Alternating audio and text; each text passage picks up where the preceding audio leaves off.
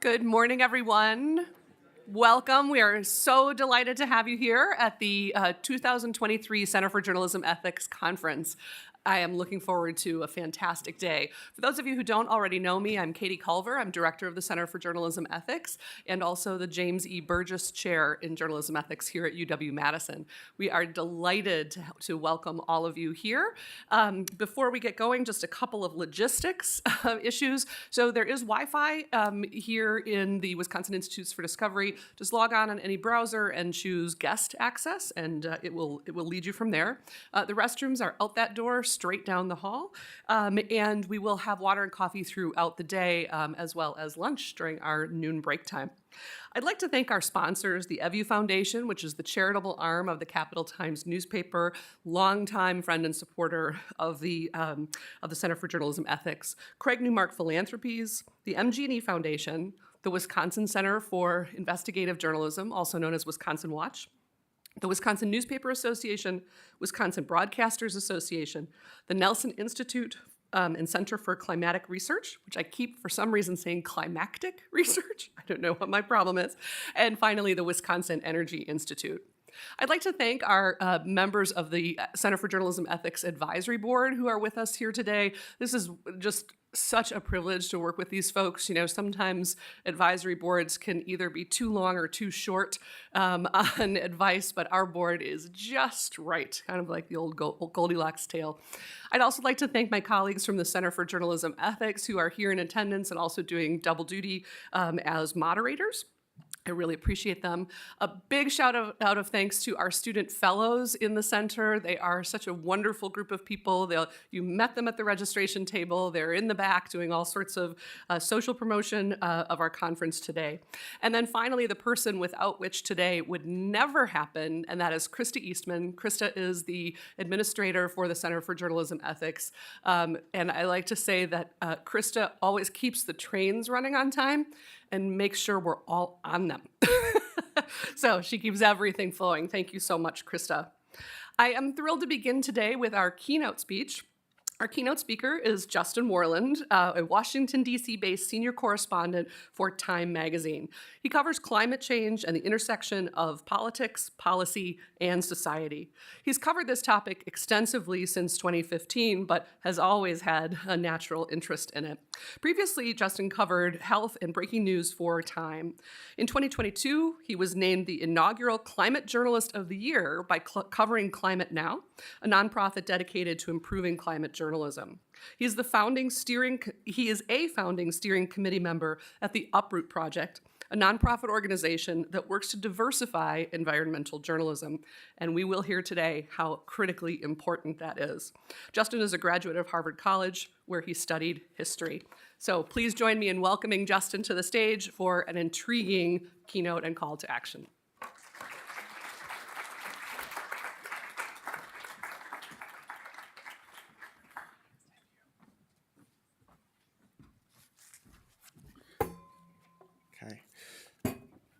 Well, thank you so much for the introduction. Thanks so much for having me here. And equally important, thank you for holding this discussion. I think it's interesting to see the conversations that I've been having with colleagues for years now. Enter the wider journalistic conversation. So I'm very grateful that you're hosting this discussion.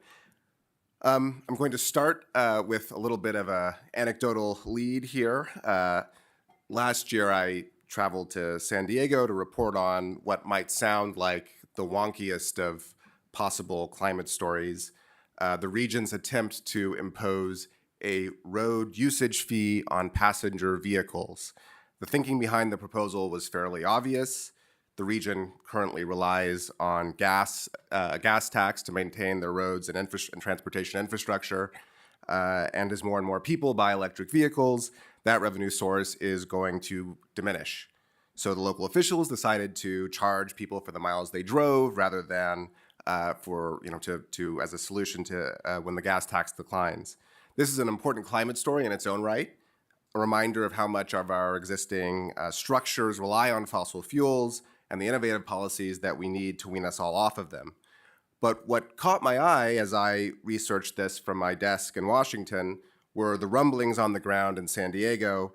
Residents showed up at regional meetings in droves to express outrage, and local politicians received a seemingly endless flurry of letters in opposition, leading many of them to reverse their support for this policy. The policy even helped a Trump-supporting real estate agent use that backlash to win office in a very blue suburb. This could all be pieced together online from the research I did, but when I got there on the ground, I saw something a little different. The sort of experience you can only get when you actually go to the place. While these largely white, upper middle class conservatives had received the bulk of the media attention, beneath the surface was a story that was largely untold and certainly not discoverable sitting at a desk in Washington. And that story is the ways in which the local transportation system was polluting communities of color in the region, and the implications not just of this road usage fee, this wonky policy, but the entire plan that it was a part of that sort of was ignored in the background of this conservative backlash. The geography of San Diego, like so many others, was shaped by redlining and a car-first approach to development. And this policy, this bigger plan, was designed to, at least in part, ameliorate that history. Most surprising and interesting, I thought, was the harm done at the border. Because of increased border security, wait times had increased from 30 minutes prior to 9/11 to several hours. So cars were idling at the border, running and contributing, generating exhaust, which was polluting the surrounding communities. Research from Casa Familiar, a local advocacy group, found that levels of particulate matter were 10 times higher around those border communities than 10 miles north. None of this was the focus of the coverage that you could get just by sort of, Googling online. These were all things that sort of became clear while spending the time there. I open with this story because I think it perfectly captures two phenomena that I've experienced time and again as a climate reporter. First, it shows the complexity of the climate story. What began as a relatively simple policy story, looking at a policy designed to deal with electric vehicles, turned into something else entirely. This was a climate story, but it was also a local politics story, a national politics story, an economic story, a transportation story, and a racial and social justice story. It's an excellent illustration of the climate is everything mantra that I've tried to adopt in my work. Climate is a part of every beat, or at least it should be, and it's connected to most stories, oftentimes in surprising ways. Crucially, and most hidden in the reporting in San Diego, were the environmental justice angles. Justice wasn't a subject of the town halls or the local news reporting. If politicians mentioned it, it didn't make headlines. But with just a week on the ground, one conversation led to another, which led to another, and the gravity of all of these policies became clear and harder to ignore.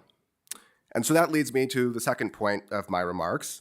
If climate is everything, justice stories are everywhere, often right beneath the eye, and yet somehow, evidently, invisible to most reporters.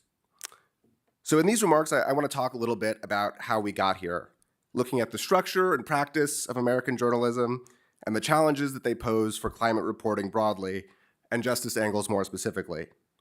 And then finally, I want to hear from everyone here. I feel very privileged to be giving this keynote address, but these are things that I've thought about and discussed with colleagues for years, and I'm keen to hear how others are thinking about these same issues. And so we'll have a Q&A dialogue that I hope will be interesting for everyone. One of the things that you come to see as a climate reporter looking at the impacts and implications of climate change is that the world's structures aren't built for our warming world. This is true in a very literal sense. Cities are being inundated by flooding. Runways are literally melting in the heat. The list is quite long. This is also true of societal and institutional structures that interact with climate change. Structural racism, colonialism have left the most marginalized people particularly ill-equipped to manage the effects of climate change. And capitalism, up to this point, has treated the environment as an inexhaustible resource, which has also left us unprepared. Changing these structures is one of the biggest challenges for climate action going forward, and it's something I eagerly report on. But, I'm merely a journalist, and so I want to focus here on the structure of journalism, which, much like those structures, is ill-equipped to deal with climate change. So I'm going to draw a little bit on the history and the broader literature, and then my own experience as well. In The Great Derangement, Amitav Ghosh's important work on climate and culture, Ghosh assesses the way that structures of literature have ignored climate change. This is a quote: "The challenges that climate change poses for the contemporary writer, although specific in some respects, are also products of something broader and older, that they derive ultimately from the grid of literary forms and conventions that came to shape the narrative imagination in precisely that period when the accumulation of carbon in the atmosphere was rewriting the destiny of the Earth." Ghosh is writing about fiction and history, but his thinking, and this passage in particular, also applied to the conventions of journalism. Oftentimes, in the discussion of journalism's difficulties addressing climate change, the discussion begins with the principles of journalism. I want to start with the history of journalism, and particularly the history of journalism as a business. In Creation of the Media, Princeton sociology Paul Starr provides an overview of just that, how the U.S. media industry became what it is today, arguing that U.S. media developed in a fashion distinct from other countries as a result of policy and business decisions. On the one hand, the government subsidized media with special postage rates for newspapers. And on the other, the government didn't regulate speech and gave publishers free rein to publish the content they desire, ultimately allowing the market to determine what would thrive. And of course, in the early republic, we saw lots of partisan press, journalists pushing for particular causes. But interestingly, the free market pushed newspapers to shift their reporting to what we might think of as a more neutral tack. The idea was simple. Less partisan news could attract a wider audience and increase sales. The beat system grew out of that agenda. Newspapers sought readers by competing as providers of commodified information. Starr recounts how the U.S. prioritized numbers, data, facts, while other democracies, places like France, took a more literary approach, providing context and reflection more so than just nuggets of information. In the US, beats gave reporters expert-level expertise and readier access to exclusive news, making them more competitive. It was also, simply put, efficient and fitting with the American culture of efficiency and growth. A history of the beat structure drawn from the Oxford Research Encyclopedia of Communication explains the development of the beat system as, quote, "an important condition to make newspapers an attractive product for sale on the market." The business case, if you will, for the structure of what we report was then augmented with a principled ethical argument for objectivity. Walter Whitman, the journalist and commentator, is of course often cited as the intellectual leader behind the push for objectivity. Writing a century ago, he called for journalists to exercise, quote, "the highest of scientific virtues in pursuit of truth," and suggested that democracy would best be served by journalist experts. There are long-standing debates about the shape of journalism and who these structures serve, particularly in the 20th century, as reporters sought to objectively report on issues like the civil rights movement, Vietnam, and a range of other things that are difficult to report on objectively, even if that's even desirable. These are, of course, important discussions worth exploring, but I want to home in on climate change, because I think all of those things that I discussed about the structure of journalism set up over centuries are being challenged to their core by the challenges of covering climate change. And there's no better place to begin than the beat system. As I outlined, the beat system developed in the 19th century and has become essential to the practice of American journalism. And of course, there are a lot of great reasons for the beat system. Expertise is a good thing, but it's not necessarily well suited for climate change, a phenomenon that, as I've said, touches everything. Journalists immerse themselves with experts in a particular field, say the crime beat or the Congress beat, and they spend their time talking to sources who are immersed in that field and how it's been done for decades or centuries even. Because climate change is far from top of mind for practitioners of, policymakers who write legislation about crime or anybody in nearly any discipline, journalists might simply miss the connections to the warming planet because they're not challenging themselves to see that. My San Diego is a prime example of this. The story crosses the typical reporting boundaries, and so reporters accustomed to working their beats will have missed the way that it all fit together. The notion of Lippmann's objectivity, too, has posed challenges for climate reporting. Most egregiously, the search for objectivity has led to the creation of a false sense of balance. At first, that often looked like journalists quoting a fossil fuel-funded climate denier alongside an actual scientist, generating confusion for a whole generation of readers. That practice has thankfully disappeared from mainstream press, but at the same time, more subtle narratives pursuing false balance have entered the conversation. I think of the Russian invasion of Ukraine, which has opened the door to this false dichotomy between realists, quote unquote, concerned with energy security, and so-called Pollyannish people concerned about the climate.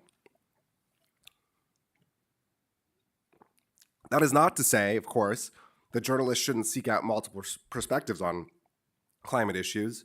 Quite the contrary. Excuse me. The richness of climate stories comes from their complexity, and multiple perspectives can only add to that. But the notion that balance is symmetrical, and that for every perspective we need an equally valid opposing perspective, is outmoded, to say the least, and evident when you look at climate coverage. Perhaps more challenging has been the association, or the fear of the association, with advocates. Excuse me.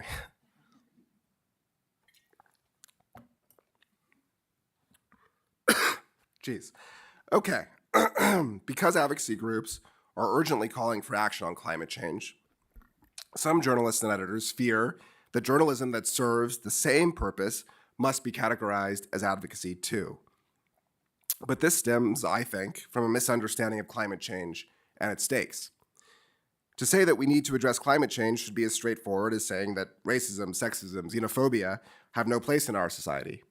And yet, to some, such a statement would still constitute advocacy. Last year, Sammy Roth, an energy and environment reporter at the Los Angeles Times, published an excellent essay, which I would encourage you all to read, sharing his experience, showing a more personal connection to the issue, and being upfront with readers with the reality that we need urgent solutions. I've got no allegiance to any advocacy group or political faction, and no vendettas, except the one against heat-trapping emissions, he wrote. Anyone who reads my stories knows I'm biased towards climate solutions, and my reporting flows from that. And then finally, there's the issue of the news. That is, what is new and therefore worth reporting on. In our 24-hour news cycle, where stories change by minute, it can be hard to capture the slow creeping crisis. Jeez. Let me just get this right.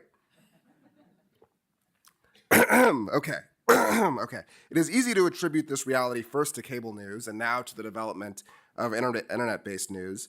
But as I laid out earlier, the notion of news as parceled bits of new information is much deeper. US media is built around the notion of selling new news, and it has been in a competitive battleground since the 19th century. The whole system is set up to ignore things like climate change. I mean, not that they were trying to do that, but that is effectively the way in which the system is set up. When you think about the disparate ways that climate change will hurt BIPOC people, poor communities, people from the global south, really any of the most disadvantaged, marginalized communities, the problem is just compounded. For decades, the Environment Beat focused primarily on new environmental science and the well-funded, predominantly white green groups that advocated for conservation, for the well-being of wildlife, and other related issues. These are admirable and important topics, and it is a service to the world that we have journalists who understand these issues deeply. But it goes without saying that the Beat, as constructed in its early days, was insular. I mean, that's the nature of the Beat system. And therefore, it was not conducive to disseminating a broad range of experiences and perspectives on environmental issues, on climate issues. The climate beat, to the extent that it even existed more than just a few decades ago, often focused on the science of climate change as an abstraction. As journalists, following again with the sources that they were close to, were reluctant to get ahead of the science or to lean too far in past what would really stand up in an academic journal. These realities have fed an impression of the beat that it is pursued by a certain type of person, namely a middle-class white person, and for a type of person, namely a middle-class white person. Importantly, it has created an impression for a generation of journalists that climate was a sort of crunchy topic, one that is not of relevance to the daily lives of communities of color. It is striking that poll after poll shows that people of color in the US are more concerned about environmental issues than their white counterparts, and yet journalists of color are vastly underrepresented on the environment beat. Indeed, while journalism is a white field across the board, a recent poll from Pew Research found that the climate beat, or the energy and environment beat, is the least diverse, with 84% of environment and energy reporters are white. There are lots of explanations for this, but it's worth thinking about the narratives that came out of the environment and climate beat and considering whether those are connected to why few journalists of color would pursue this field. And then finally, we come to the issue of the news. Right now, according to the Water Alliance, 2 million people lack access to clean water in this country, whether that's because of lead pipes, sanitation issues, or any other range of issues. I think it's fair to say that that is bad. It's inexcusable given this country's vast wealth. But by typical news standards, it's not really newsworthy. I mean, this is how it is because it's how it always has been. It's not new. Yes, on occasion, a storm will devastate a community and there'll be a brief uptick of coverage. Reporters will come in for a few days. But generally speaking, covering these issues is not in the repertoire of mainstream media, and it's because of the structural challenges that I outlined earlier. In Rob Nixon's Slow Violence and Environmentalism of the Poor, he explains the environmental justice challenges as slow violence. It is because the violence is so slow that it's so challenging for journalists to capture with our current structures. Here's a quote from his work. To engage slow violence is to confront layered predicaments of apprehension, to apprehend, to arrest, or to at least mitigate often imperceptible threats requires rendering them apprehensible to the senses through the work of imaginative and scientific testimony. Nixon was writing about so-called, or what he describes as, writer activists who can help deliver justice in their communities with their writings. But there is a role for journalists too, not to advocate for particular policies or solutions, but to shed the light on a reality that environmental justice challenges are truly everywhere, to capture the slow violence that's occurring in communities across the US and across the world. And it's not that simple, of course. The structures are, by and large, prioritizing quick informational hits. The reporters who get to travel to communities will have to do so quickly, often meeting with people who they've discovered online.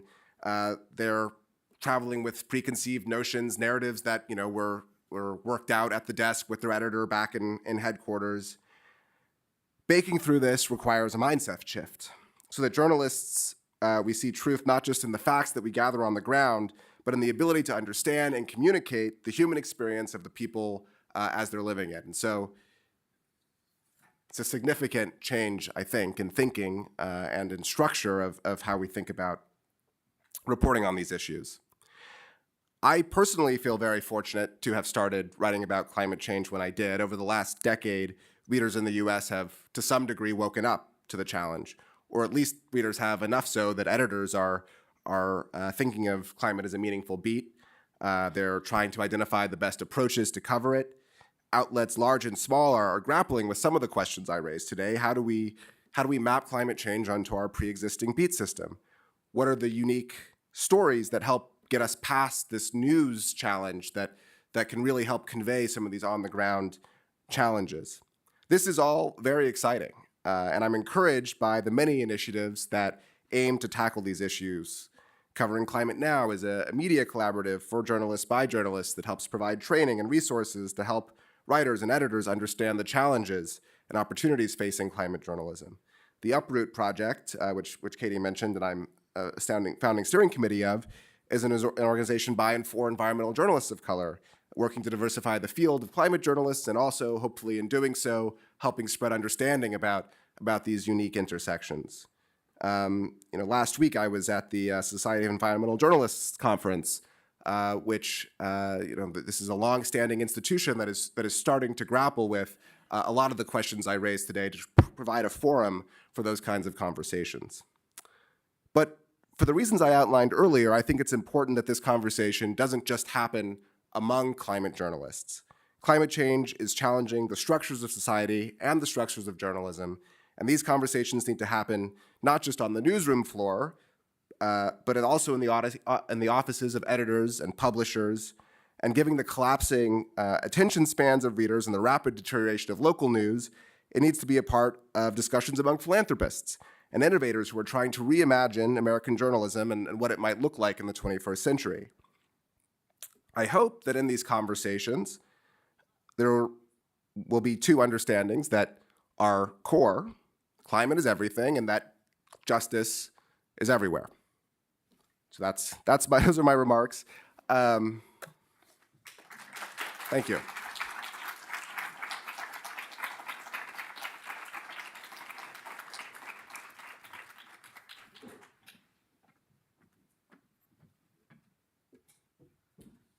So because I love power, we're going to start off with a couple of questions from me to Justin, and then we'll open it up for audience questions. So thank you so much for an excellent talk. Thank you. Do you need more water? I got the water. Happens to me. Half the room is my students, and they can attest how often that happens to me. So the gray button. There we go. Gray button, green light. That's what they tell me, the experts in the back of the room. So that was absolutely fascinating, and I really appreciate the focus on justice, because that's ultimately what journalism ought to be about. I want to dig in first on this question of objectivity, which, I've been a journalism ethics geek most of my life, but I never thought that would be debated as much as it's being debated right now. You got Len Downey, you got Marty Kaiser, there are the op-eds in the Washington Post. It seems to me that at base, the argument is about objectivity as a state of being versus objectivity as a series of practices or methods. Let's just accept it's the latter, because Yeah. neither one of us is going to be objective as a state of being, right? Is the argument really about those practices, or is it more that we've failed in executing those practices? That maybe the practices are great as ideals, but we haven't been, I have never heard the story that border crossing is contributing to emissions and affecting diverse communities. I've never heard that story. Is that because we just have failed to execute those objective practices? Well, I think it's a really good question, and I think there's two parts to it. I mean, on the one hand, a story like that, I think you could say is the result of, or the lack of coverage of a story like that is the result of journalists either not following through on those practices or being too inundated with a million other things. I think that's probably the real reality. But certainly there is a ability to do better covering these stories with these sort of practices and principles that you're talking about. I do think there's more when we get to the conversation around advocacy and whether it's okay to advocate for the climate, which is to say for human well-being and life as we know it on this planet. And I think that's an area where I think that it gets a little trickier, because I think to some people who are looking at the practices of objectivity, they'll say, well, that still is advocacy. I mean, it could be fine to see what it's like at 2.5 degrees. We'll just see. There's no reason, and that is a surprisingly common opinion among, frankly, some editors I've interacted with. Not at my own outlet, but elsewhere, I've gotten that, maybe somebody in the back of this room will come up after and say, well, what's so bad about 2.5 degrees? So I think it's I think that you make a very good point. I'm not sure, but I definitely think the interpretation of those principles needs to change. You touched on this a little bit toward the end of your remarks, but I'd love to give you a chance to elaborate more. Is one of the issues who is executing the practices? That, if we have been exclusive with who practices journalism, does that result in problems with objectivity? Absolutely. I mean, I just the numbers I cited, in the environmental beat are astounding, and I think you're going to get a more diverse set of perspectives that you're going to interpret those practices and principles differently if you have a more diverse set of people. And of course, the challenge is that it's a chicken or egg. How do you convince people that this beat is worth participating in if you don't see it as if you don't see the narratives out there, if you see it as something that crunchy as I described it? Not sure I quite answered your question. No, you did, and I think it's such a key part of this argument, I guess I'll say, over objectivity, and yet some people seem blind to it. So it's whose objectivity, whose objective Absolutely. practices. So getting to I hope no one in the back of the room is going to say, what's the big deal with 2.5 degrees? Because it's a big deal, right? But I will point to this week, one of our 2 U.S. senators from Wisconsin, Ron Johnson, was in a congressional hearing and was using some data to point out that the United States overall will fare better than, say, the global South with global warming, with climate change. I can't believe I just used that term. And that Wisconsin is going to do much better than the U.S. as a whole. Yeah. And sort of, pose the question, well, why should we care? So I'm going to pose that question to you. Why should we care here in Wisconsin and here in the United States? Well, I love that question because I do think that this is a very common misconception, and it's a misconception, or it's a common line of thinking, and it's a line of thinking, I think, in places like Wisconsin, which, on the face of it, he's got a point, to be frank. It's going to be much easier to live in Wisconsin than it is to live in Florida. Now, what do you think about the context? I mean, what kind of world do you want to live in? Do you want to live in a world where you have migrants who are desperately seeking shelter, and they may not just be from Central America, they might also be from Florida, they might also be from elsewhere in the US, and they might be saying, hey, Wisconsin looks pretty nice. The idea that Wisconsin or Sweden or Norway, you often hear about this idea as well in Scandinavia, can just be little islands, it's impossible. That's not the nature of our globalized world. It's not the nature of this country. It's just it doesn't work. And so it's a very myopic way to think about that. Not to mention, okay, Wisconsin has some good agriculture, but not all of your food comes from here. It's just the idea that you can just be an island doesn't quite make sense. And I think I was talking about the sort of rise in other narratives. This has been one of the interesting things to see, even in my time on this beat, the change from, climate change isn't real, to, climate change is real, but we shouldn't do anything about it because of XYZ, or maybe it's going to be good, or all of these other narratives, which if you're a journalist, again, seeking out multiple perspectives, you might say, well, that's a valid different perspective. Let me put that as the balance to, the perspective that says we should do something about it. And, Ron Johnson is entitled to believe what he believes, but it is not a scientifically literate perspective. Yes, as the expert that he was questioning tried to make clear, it's really an intriguing exchange. I would encourage everyone to go and check it out in full, not the little 30-second Twitter snippet. Let's not all rely on that. Let's watch it in its context. But that leads to my last question before we open it up. So everybody get ready, which is, we are the Center for Journalism Ethics. We are all interested in journalism. You practice journalism. You've committed your life to it. But journalism is just one piece. It's a slice of our overall information ecosystem. We've spent better than a century hammering out the ethics of journalism. What are the ethics for those other communicators in the public sphere? What ethical obligations apply to Ron Johnson as a politician? What obligations apply to advocates in this space? You don't do advocacy, but other people do. Do they have a responsibility to truth-telling, to minimizing harm, to transparency? I mean, I certainly think so. I mean, I think if you're communicating on an issue, any issue of critical importance to society, but this one in particular, you have an obligation to at least have a cursory understanding of it, to communicate honestly. And so, you see people like Ron Johnson, and it's quite alarming. I think the other thing on the flip side of that is, what are the obligations for, say TikTok communicators? Because this is an interesting and really interesting, in some ways exciting, but also a little scary development. Is, a lot of people get their news via Instagram or TikTok, and those stories, whether they are saying we need to do something about climate change or not, often lack the nuance and the sophistication of what a good reported piece would look like.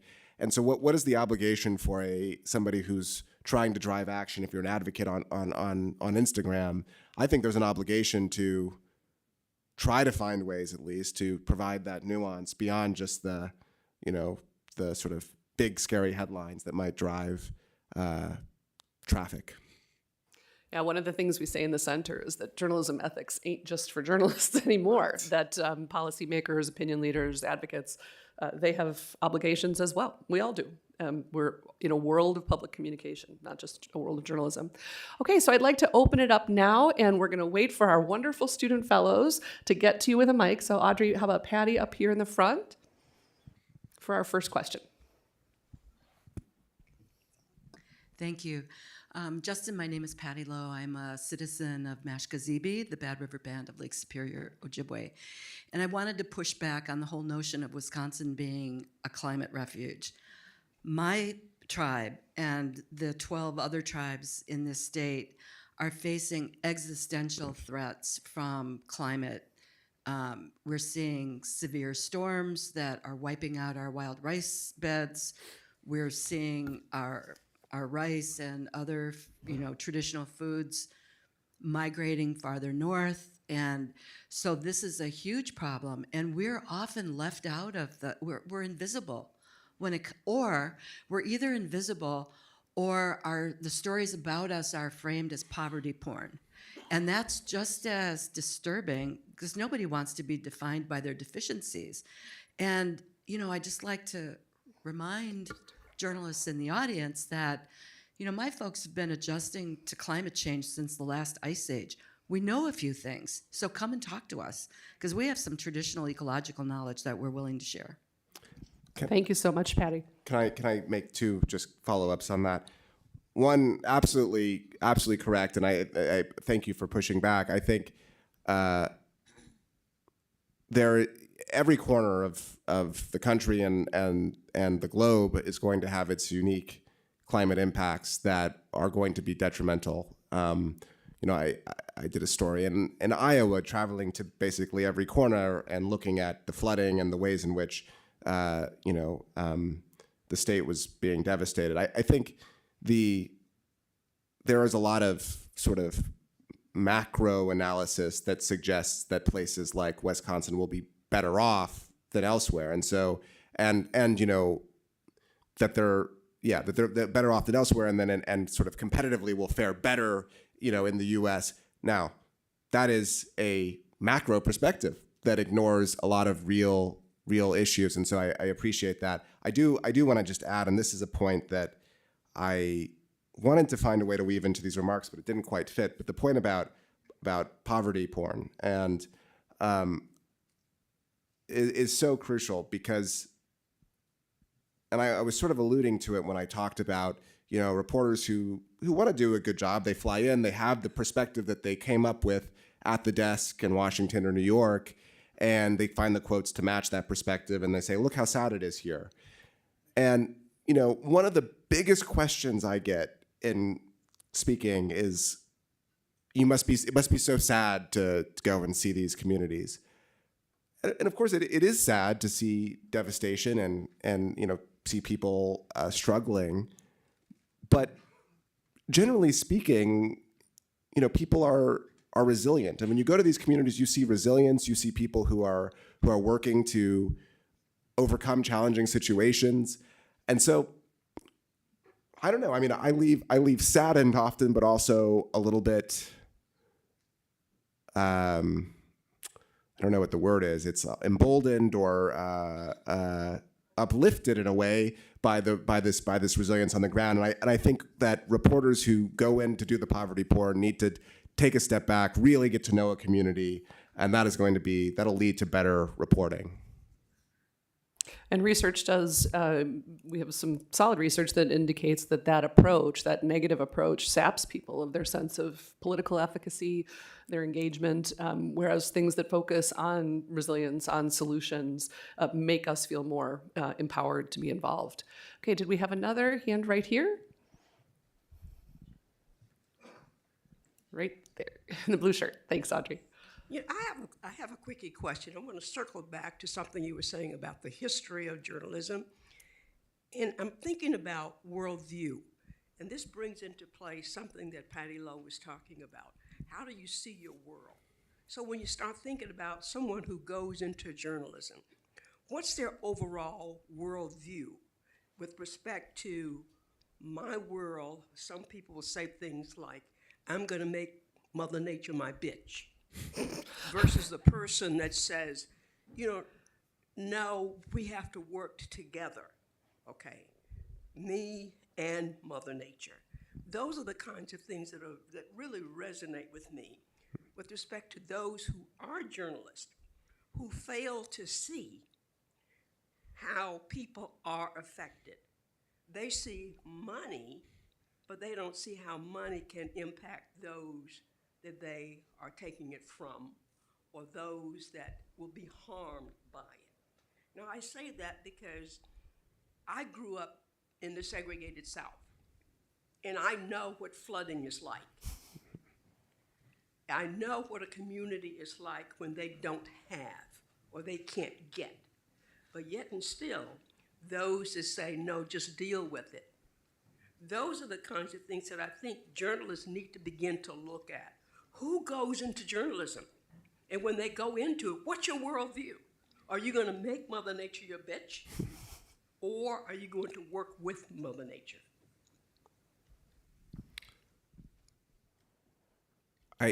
It's a very, very profound remark. Is it should I answer who goes into journalism? I mean, I think I can. I think that a lot of people go into journalism with this sense that they are going to be that they are objective, that they're going to just, sort of see things how they are. But the sort of ideology or we live in a society that seeks to make Mother Nature its bitch, right? And largely speaking, like, journalists follow the structures of society. So I don't know if that answers your question, but I don't know, Katie. I would come back to the start of your talk, which I thought was so fascinating, about structures. And that is, I have the privilege almost every day of the week of encountering students who want to go into journalism and whose worldview is about solutions and change. There is not any denial of climate in my classrooms. These people, these kids, I'll call them kids, they're engaged in the issue. A lot of them are in this room. But when they leave us, they do go out and run into structures that make it hard for them to do the kind of journalism they want to do in the ways that they want to do it. One of the things that we're fortunate with is that they have more options now. They have outlets. If you go into a local television affiliate, you may not be able to do what it is that you want to do, but you have other options now to go to other places, I would say. Okay, I think there was a hand over here in the front. Here.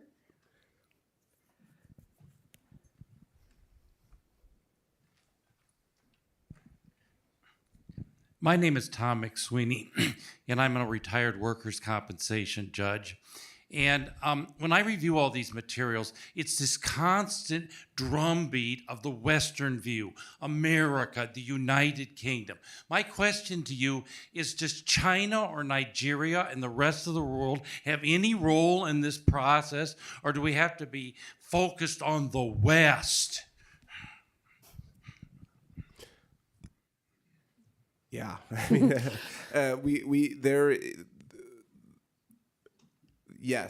need to be focused beyond our borders. I think that is one of the biggest challenges for climate journalism, is how do you convey diverse perspectives from around the world. As I was saying, if you're a foreign correspondent, you're probably not going to be versed in climate change. It's not what foreign correspondents have done. And I think there's a sort of, I think different from what you're saying, quick narrative of China, India, they're the real problem, and that is just totally detached from nuance and complexity.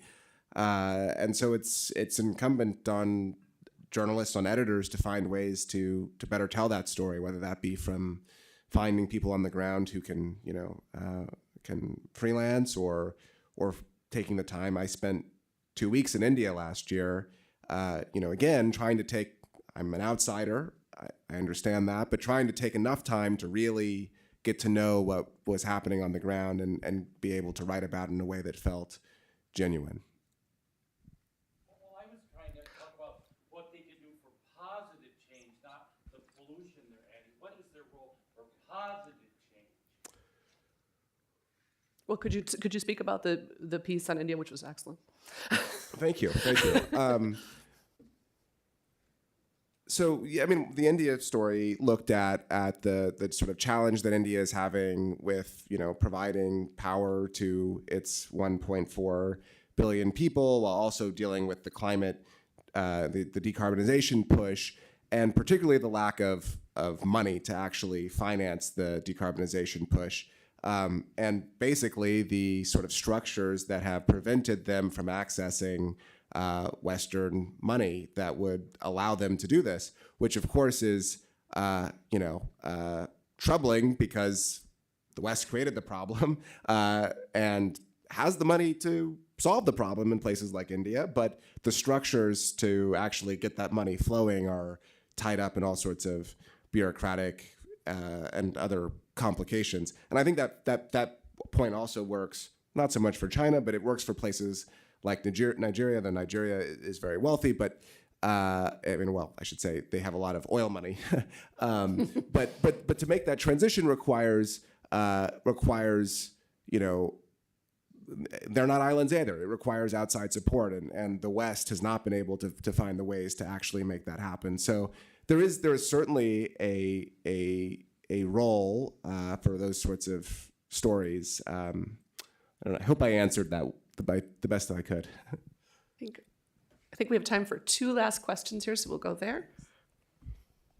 Hi, my name is Adam. I work for an organization called the Institute for Journalism and Natural Resources, and we actually were lucky enough to partner with Uproot last year on a training for young reporters of color who are getting into environment beat. We also did a thing on traditional knowledge in Wisconsin tribes along Lake Superior. So really quickly, I do want to just say that I know a lot of the people who are newly coming into journalism, and the kinds of young people getting into it are very passionate about telling stories that have gone untold, and also talking about the climate crisis without being labeled advocates, right? And I think that was a very good point you made, that there is no good counterpoint to to not, I mean, the not addressing climate change counterpoint is, devoid. But anyway, my question is something we struggle a lot with is convincing journalists that the environment beat, like you said, is all beats. It's not just that one beat, and that beat that's been so non-diverse for so long. And it seems to always come down to editors. Like the journalists know this, right? They always know this, and then we tell them that, and they say, well, tell my editor. And have you found ways to, how do you talk to an editor? I just want to know. I want to know how we, right? Because we just keep trying to convince the people that have to let their journalists go on our trips that, yeah, you should let them go because this is a business story. It's a culture story. It's a whatever it is. It's a great question. First, thank you for the partnership and for the work you do. But I think I would say that to some degree it's about identifying the stories. So, it's a show, don't tell, to really say, look, here are all the connections and the things that you're interested in. I've found this. At this point, I don't have to make the cases as hard, but early on, I would find the ways, the things that I knew my editor was interested in, and I would find some really good, concrete link that he would say, oh, okay, I see that. That triggers the thing that I actually care about. And then sometimes the story would totally evolve from the thing that I had suggested as the anchor, but it was like knowing how to reach him because, I knew what he was looking for. So I get that that's also a challenge. And I alluded to this, there's a big challenge of, trying to have the narrative before you do the reporting. But I think that can work. That can be a good tactic. But I certainly don't have the solution. Maybe we need a training session, how to speak editor. Okay, I know there were a whole bunch of hands up. Sorry. Krista. This is a question from an online attendee, Jill. Small newsrooms of all kinds still house reporters who want to do a good job of reporting on climate, even with limited time and resources. What advice or resources do you have for them?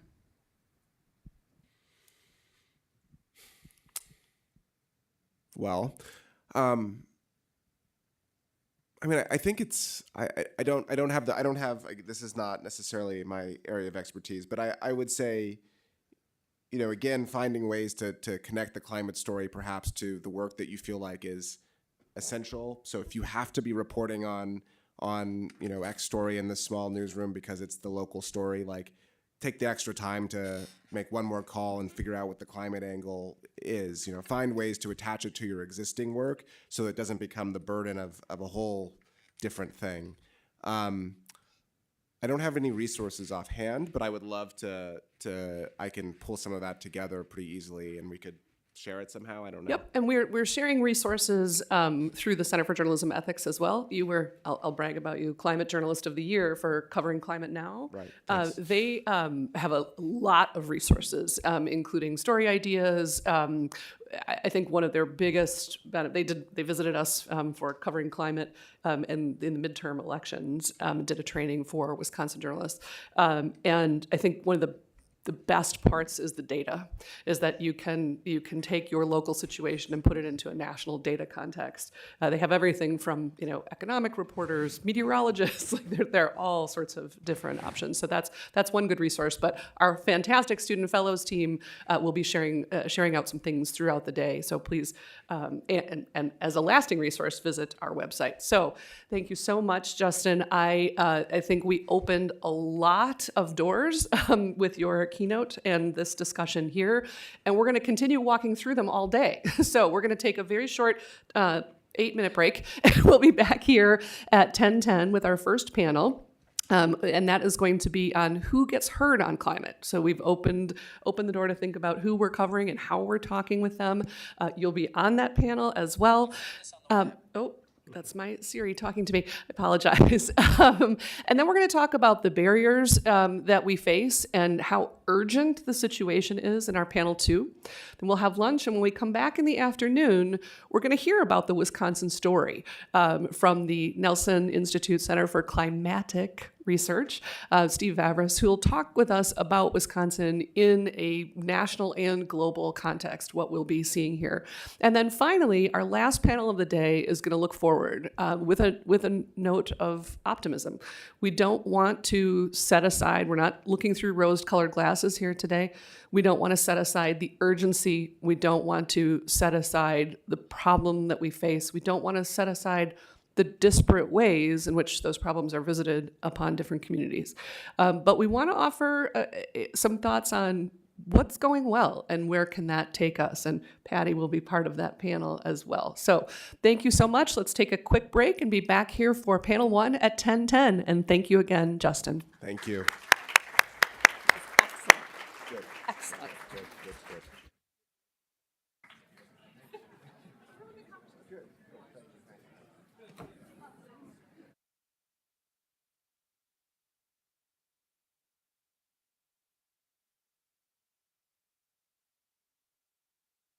And then they'll get a green light, and then the mic is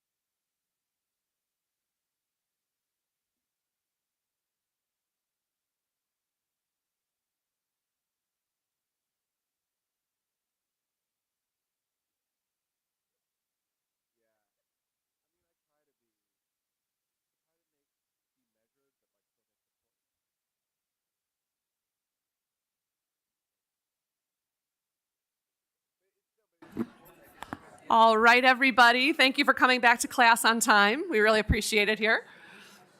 So for our first panel, I'm delighted to introduce my colleague, Lindsay Palmer. Lindsay has been affiliated with the Center for Journalism Ethics since she arrived here in 2014. Wow, time flies when we're having a lot of fun. Lindsay is an expert in ethics issues, in coverage, global coverage and global media, and she's doing a lot of work now, really interesting work. 2 additional books. She's got 2 already, and she's going to have 2 more, on press freedom and the history of the Committee to Protect Journalists and issues of gender and sexuality in media. So thank you so much for moderating our first panel. Lindsay.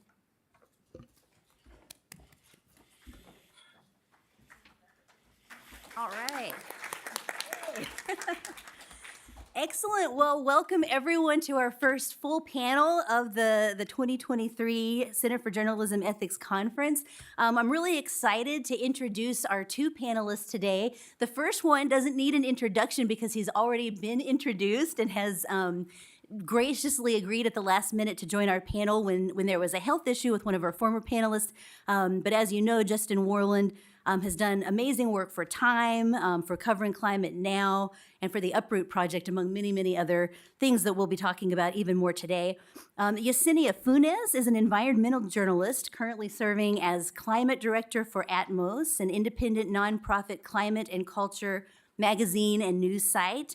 And Atmos prides itself on taking an emotional and visually led approach to telling climate stories that matter. There she's been publishing The Frontline, an environmental and climate justice newsletter on activism, science, policy, and solutions.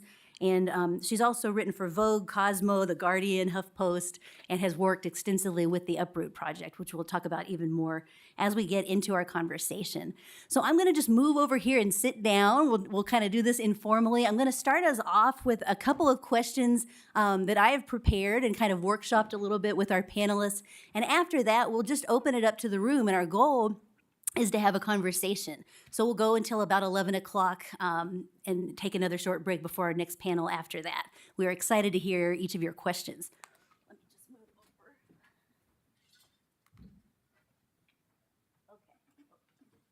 Okay. Hello? Oh, that's loud. Okay. Awesome. So as you guys know, this is a panel that has a sort of question, right, that's organizing it. And I think it makes sense for us just to start with that question. I'd like to hear from both of you to think a little bit about whose voices aren't getting heard on climate change and why do you think that is? Yeah, I'll start. Where do we start? I think there's too many voices missing from this conversation. To name a few, thinking of non-English speaking communities, immigrant communities, incarcerated people, Black, Indigenous, other communities of color, the list can go on and on. Disabled people, queer people, members of the LGBTQ, trans folks. There's not enough narratives that are uplifting their voices and the impacts that they're facing from climate change, and also the solutions that they bring to the table. I think that we're now seeing more interest in stories that talk about communities of color, low-income communities, but to the point that Justin made earlier, a lot of these stories are rooted in this sort of poverty and pollution lens, when there's so much more to these communities than the adversities that they face. There's so much history, culture, answers that communities have. And even now, as we see stories focusing on some of these communities, they're falling into these tropes. I really appreciated Patty's point earlier about Indigenous stories. One thing that I've seen now that there's this sort of like explosion of interest, for instance, in stories about indigeneity, traditional ecological knowledge. There's also this romanticizing sometimes that we see of Indigenous communities and their cultures. And so there's 2 sides to this where we need these voices, we need these stories, but we also need to be really careful, really intentional, and I think ultimately like really loving in how we tell these stories to ensure that we're doing them safely without putting more harm out into the world. And you asked why that is, right? And I think that's a big question that I think Justin tried to answer a little bit earlier. There's the obvious one, right? How white the environmental journalism field is. We need more reporters of color, journalists of color, executives of color. We also need to retain these staff members and make space for them to want to continue in journalism. I know a lot of peers who have ultimately walked away from journalism because it's a hard field, you know. It's not just the storytelling that's hard, but it's also the work culture, and I think the lack of compassion that we can sometimes face in the newsroom and among our teams and our supervisors. And overall, I think that we need a culture where we can allow folks to be their full selves in the work and allow folks to be people first. And until that changes, I don't know that we're going to see the sort of transformation that we need to see for these stories to be told the way that they need to be told. I'll pause there. Yeah, it's hard that you covered basically all the ground. I mean, I think there were 2 points I'd pick up on. One would be I think your list of voices that aren't being heard was spot on. I think I would just add, I think in the U.S. in particular, we can have a very sort of U.S.-centric perspective. And I think, as we were talking about in the Q&A earlier, a lot of the global perspective on these issues is totally missing from the conversation. I think, Americans, by and large, don't understand how these issues are playing out in other places, and that's in large part because of a lack of reporting. And I think the reasons for that are many and complicated. I mean, one is just the simple question of cost and how much it costs to employ reporters overseas, to send people overseas. And then I think the other point I would pick up on from Yesenia is just, I guess the way I'm thinking of it is it's not just whether they're being heard, whether they're being quoted, but it's whether they're being listened to, whether they're being processed, whether those voices are being processed and really incorporated. And I think, again, I mean, we've talked about a lot of the different reasons for that. I would just add one other to it, which is I think there's a need for deeper maybe care and incorporation of the need for care into the practice of journalism. And what I mean by that is just sort of a thinking about the ways in which we're engaging with people and not purely extracting quotes, and not just being extractive. So because it is true that there is more interest in hearing these voices, but oftentimes just in a way that fits preset narratives. Thank you both for that. That's really fascinating. And I think it's interesting that it seems like there are a couple of different layers here in the answers that you're giving to this question. On the one hand, there are people whose voices need to be heard as sources, but not simply as sound bites, as communities who were essentially, at least at some of these more mainstream legacy news organizations, have very long, deeply entrenched histories of ignoring altogether. And it also sounds like you're talking about within the newsroom, and as we all know, there isn't just one newsroom. There are so many different cultures of journalism, even right here in the U.S., the need to think a lot about journalists themselves, about how to make newsroom spaces where we can hear all of these different perspectives and people coming with different lived experiences. So you're sort of talking about care and compassion as 2 words I heard you both say that we need to see more of in newsrooms and then also out there in the field in order to be able to engage these communities better. And that kind of leads me into the second question, which is, what are some specific, and I'm just thinking concrete ways that journalists and editors, not always one and the same thing, in fact, often not at all, right? A great deal of space sometimes between those 2 roles, could more intentionally center the voices that aren't often heard? What are just some concrete steps that could be taken? Yeah, I think I'm in a rare position where I'm a writer, but I'm also an editor. And one of the things that I've done with Atmos is really prioritize partnerships and prioritize the commissioning of writing that comes from frontline communities. That's why my newsletter and my vertical was called The Frontline, because that was a key tenet of launching this, was to make sure that the voices featured not just in my own reporting, but the writing, the actual person, typing it up, who's communicating to the readers, are members of these communities. And one partnership that I was really, really proud of to have accomplished was with the Prison Journalism Project, where we worked directly with currently or formerly incarcerated folks to write about stories related to the environment or climate. And it was really fascinating because surprisingly, readers do not have the best response always to at least one of these stories. I'll give an example here. We wrote about, this writer, he had just been recently released from prison, and he wanted to write about how we can green prisons, which from an abolitionist perspective, which many Atmos readers are abolitionists, I would argue, we're not fond of. But this is a story coming from someone who has spent time incarcerated, who is arguing that greening prisons, creating gardens, creating, adding more windows, investing in renewable technology, this would improve the living conditions for people who are there. It gives them opportunities for skills building and gives them opportunities to spend time in nature. And so it sort of goes against the conventional, I think, ethos of what many environmental justice folks follow, which again is a big tenet of the Frontline where this was published. But this is an argument being made by someone who's actually experiencing this with the lived experience. And so despite whatever biases myself or my peers at Atmos might have had about this, it was really important for us that we make space, and that's ultimately what we journalists are supposed to do, right, is make space for people's voices to be heard and different perspectives to be shared. And we published the story, and again, the response was quite, I was really surprised by how many people were upset by this story.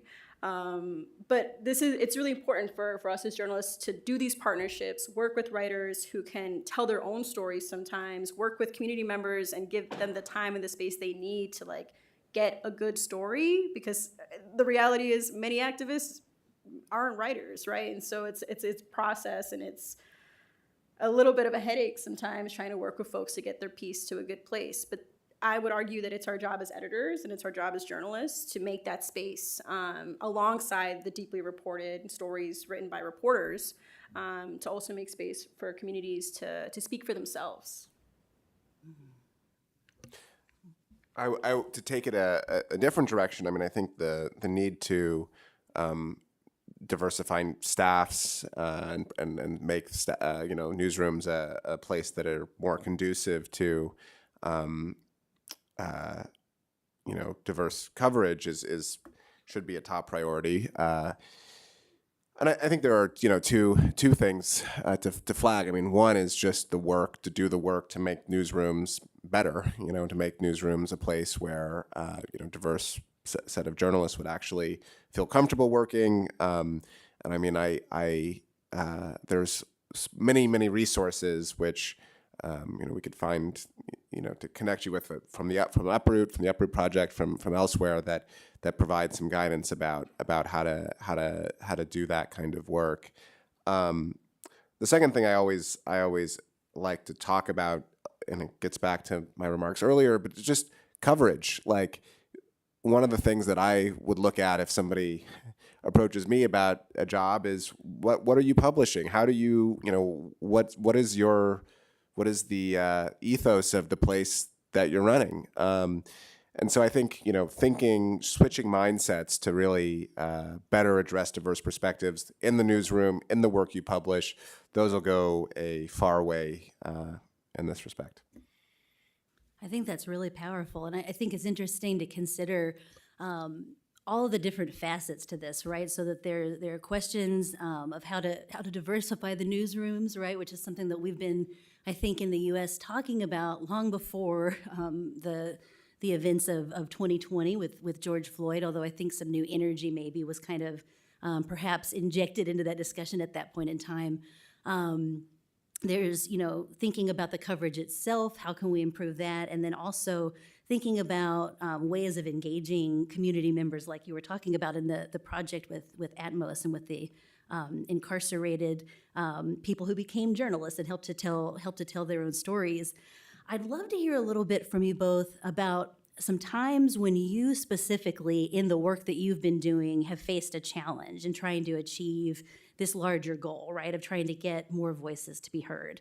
I think it helps student journalists in the room and also young journalists who might be here kind of wanting to pick up some tips from you both to know that it's normal to face challenges, and it's also, there are ways through it, right? So if you don't mind, we'd love to hear some.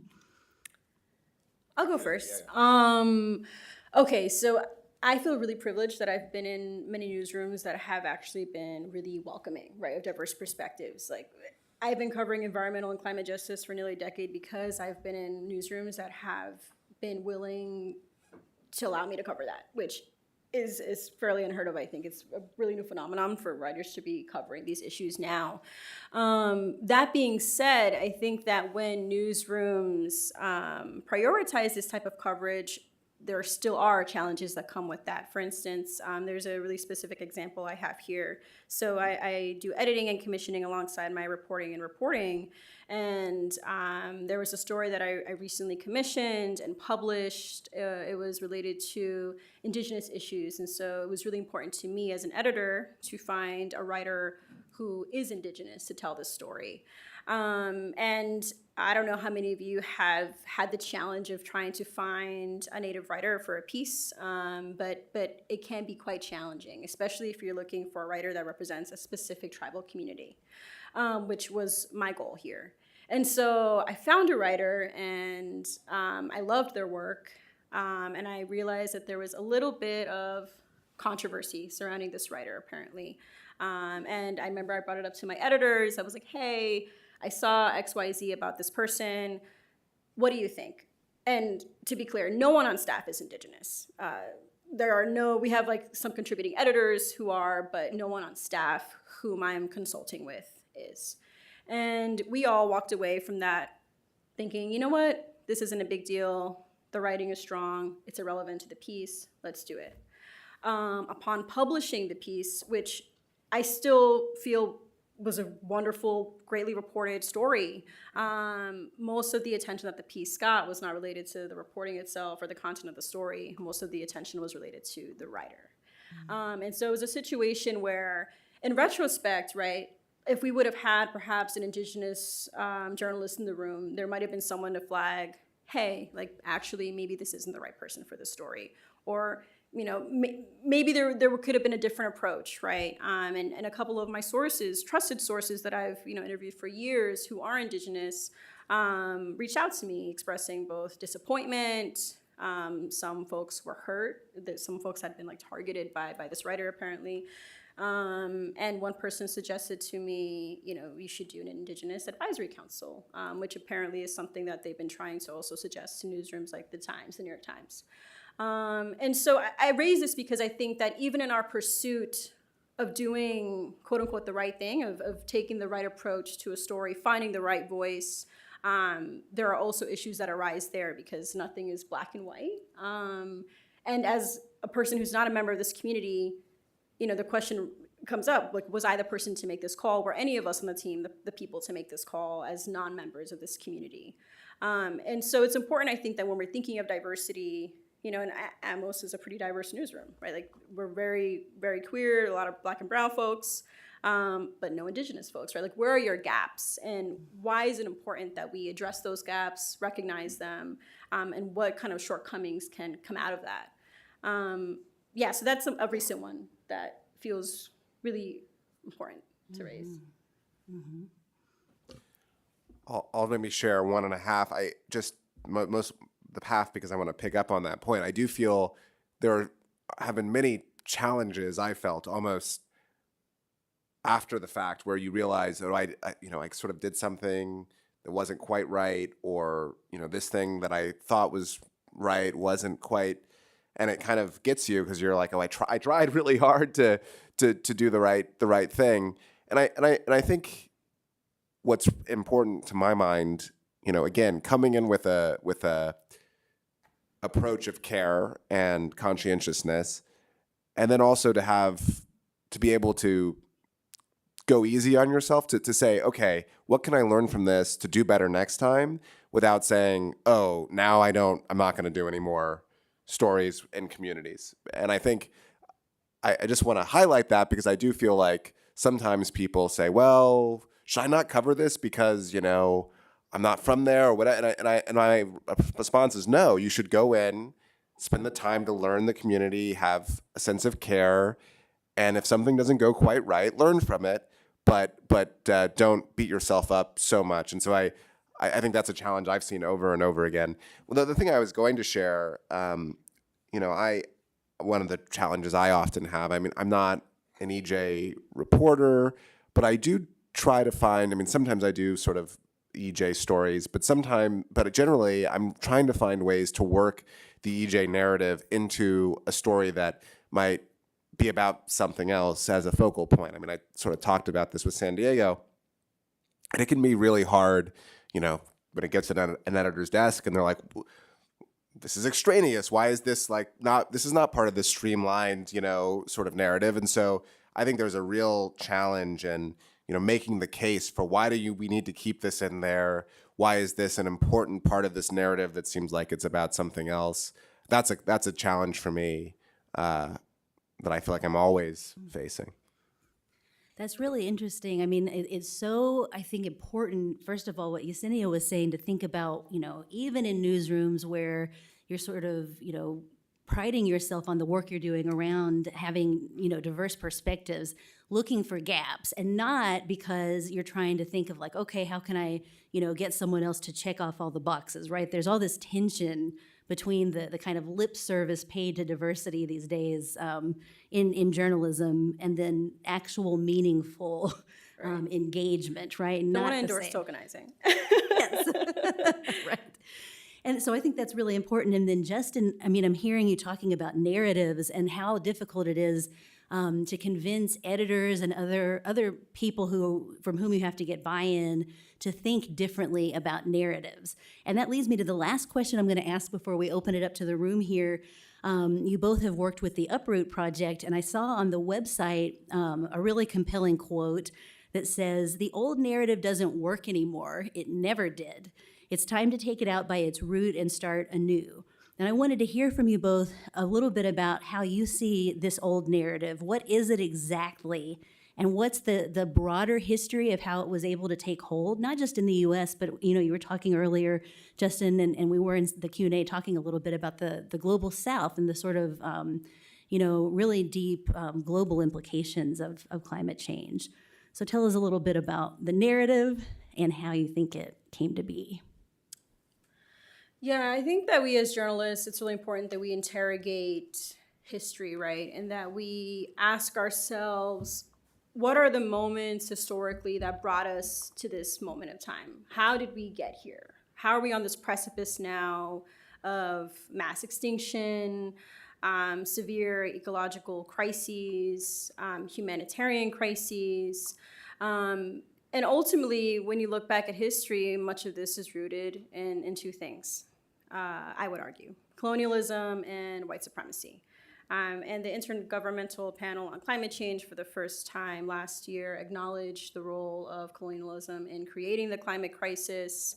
And I do think that it's important that we look at the narratives around environmentalism, conservation, natural resources, the fact that we even have a term to sort of give to the extraction of plants and trees and water. It's important that we look at these issues through this lens of history and through this lens of how did we get here. I think a lot about the sort of historical ways of understanding environmentalism. Justin talked a little bit about this earlier, and just the sort of crunchiness of environmentalism and the whiteness of environmentalism. But it goes much deeper when we look at how conservation was born, right? Indigenous folks were removed from their lands in order for national parks to exist. This is the history on which environmentalism and conservation is founded on. And so when we talk about uprooting these narratives, we're looking at it through this lens of who have been telling these stories, what have the stories historically been told, and whose voices have been missing here, which again is the topic of this panel. especially when we look globally, right? Because again, as Justin mentioned, climate change is a global crisis, and some of the voices that we need most urgently come from the global south, formerly colonized nations, right? Like we need to look at the perspective, we need to look at these nations through the perspective that they're facing poverty, they're facing loss of autonomy, they're facing like severe debt crises and inability to respond to extreme weather events as a result of the colonialism that was imposed on them. And part of my work is really reimagining and dreaming. You know, we say there's this term of like radical imagination, right? What could these nations have been had they not been colonized, right? What sort of culture and society might we have lived in today if these atrocities of the past hadn't occurred? And I think that the big challenge now is trying to figure out how to repair and I guess really just repair the damage that's been done so that all nations, all peoples have access to a dignified life in the face of, you know, what I might argue is one of the greatest crises humanity has faced. And so for Uproot, it's really important for us to work not just with journalists here in the US, but journalists also across the globe and figure out how we can support journalists of color to tell these stories, tell these new stories, and allow us the space to radically imagine what a future could be where everyone has clean water, clean air, and safety. I'm just gonna let you answer. I mean, that was perfect. I don't really have anything to add. I think it's great. Thank you so much for that. Thank you both for these remarks. And I think now would be a great time to sort of open up the room to questions from the audience. So let's go ahead and get started. We'll start right up here in the front. Give me a second to get the mic. I appreciated that you were speaking about how we need more voices and representation of people in climate stories that don't speak English. I work at Yale Climate Connections, and we have been like hearing a lot about misinformation in Spanish, and so trying to do more coverage of Spanish. But right now, that just looks like a lot of like translating English stories into Spanish, which I know is not ideal. But I was wondering if you could speak more about that, like the need for climate coverage in other languages and what newsrooms can be doing better to do that. Yeah, Justin shared a really important statistic earlier about how communities of color statistically care more about climate change than their white peers. And so there's definitely a sense of urgency and a sense of concern among non-English speaking communities, but I do think there is a gap in their understanding sometimes about what is actually behind this, and not just like the scientific processes, but also the corporate powers, the legislative powers that are allowing for climate change to go unchecked. And so, yeah, I mean, there's a big gap in knowledge there. I think of my mom, who is an immigrant from El Salvador, who is largely illiterate. She went to first grade and that was it. And when I talk to her about climate change, she's just like, oh, you know, like she doesn't really have much to say about it. It's concerning to her. Her family grew up alongside a river, and we're seeing now that it's flooding and like swelling more and more. There's like the fluctuations of like a lot of rain, and then there's too little rain. And so there is concern, but there isn't a sense of understanding, I think, about what can be done. And I think that is an important piece that communities, non-English speaking communities need. And I think it all comes back to the same thing, right? It's like you need non-English speakers in your newsrooms to connect with these communities, because how else are you going to get their stories? Like translators are great, but they're also create, I think, a disconnect and like a bit of a barrier between you and your source. And I'm a firm believer of like, you need to have a bit of a personal connection with your sources to really tell impactful stories. And so, yeah, you have to have non-English speaking staff covering those issues and connecting with these communities. And sometimes, you know, I love partnerships. There's a lot of Spanish speaking media. There's a lot of non-English speaking media out there that I'm sure is in need of accessing more readers and connecting with more readers. And I do think that ultimately, if our goal as journalists is to reach more people, then we should be very generous in how we work together to make that happen. Mm-hmm. Did you want to add anything? No. All right, who else? Okay, we have one over. I'm going to kind of follow the microphones here. There you go. Hi. Oh, geez, that's loud. So I wanted to kind of branch off of a point that Justin made earlier and talk about like social media and how that is impacting how people are heard. And I definitely wanted to add maybe a different perspective than people in the room might have because of their type of engagement with social media. Like as a student, I feel like I have a little bit different perspective of it than other people in this room. Sorry. But from my perspective, social media has kind of become this like unofficial, non-traditional way of journalism, and by doing so gives a lot of these voices, like give them like a platform that they would not engage with traditional journalism otherwise. And like a lot of these people are not journalists themselves, which can be problematic, but they have other expertise that allows them to speak on these issues, especially when it comes to climate, bringing in nuances about colonialism, white supremacy, institutionalized racism. And so my question is, how do you see social media impacting traditional forms of journalism? Do you think that the way that social media uplifts these unheard voices will push journalism to change, or will it overtake certain aspects of journalism in the end? That's a really good question. I mean, I think there's a few things there. One, clearly, like journalists, mainstream media are facing, it's almost like a competitive pressure from social media, which is changing. I mean, I think one of the negative ways I would say is attention spans. I did a talk in the fall at a college, and a student said to me, "Oh, I like your writing. It's just so long," and they were meant to read two like 1,500 word articles, and I was like, that's alarming. If your attention span is is such that that's too long. So I mean, and I think that's pushing. I know for me, I'm thinking, how can I write shorter? How can I like try to reach people who maybe don't have the same sort of news mentality as a generation older?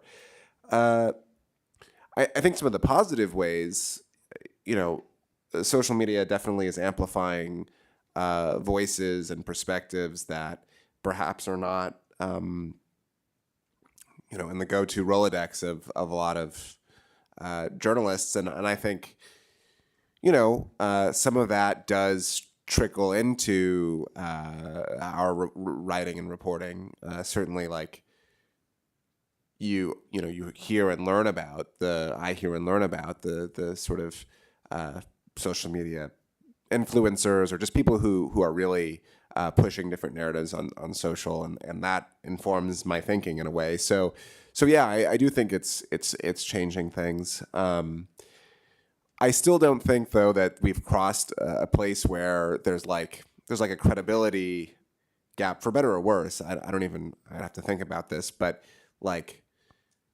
no editor of mine is like, this TikToker said this, so like what's your angle on that? Like I don't think that merging has happened, but it might. I don't know. Yeah, I just want to add, I think social media is a really powerful tool for journalists. I find a lot of sources on social media. I find oftentimes a lot of unique story angles via social media. And at Atmos, if you all don't follow us on Instagram, you should, because it's probably like, I consider Instagram almost like a piece of art in and of itself. We pride ourselves on our design abilities for Instagram.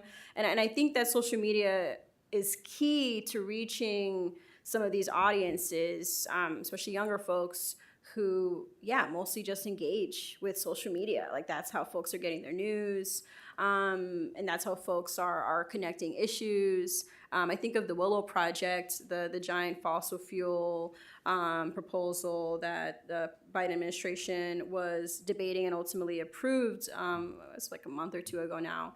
And a lot of the energy around that was built up on TikTok. It was really fascinating to see from like one day to another just how much attention had grown around this massive fossil fuel project in Alaska because kids on TikTok were just going like ham talking about it.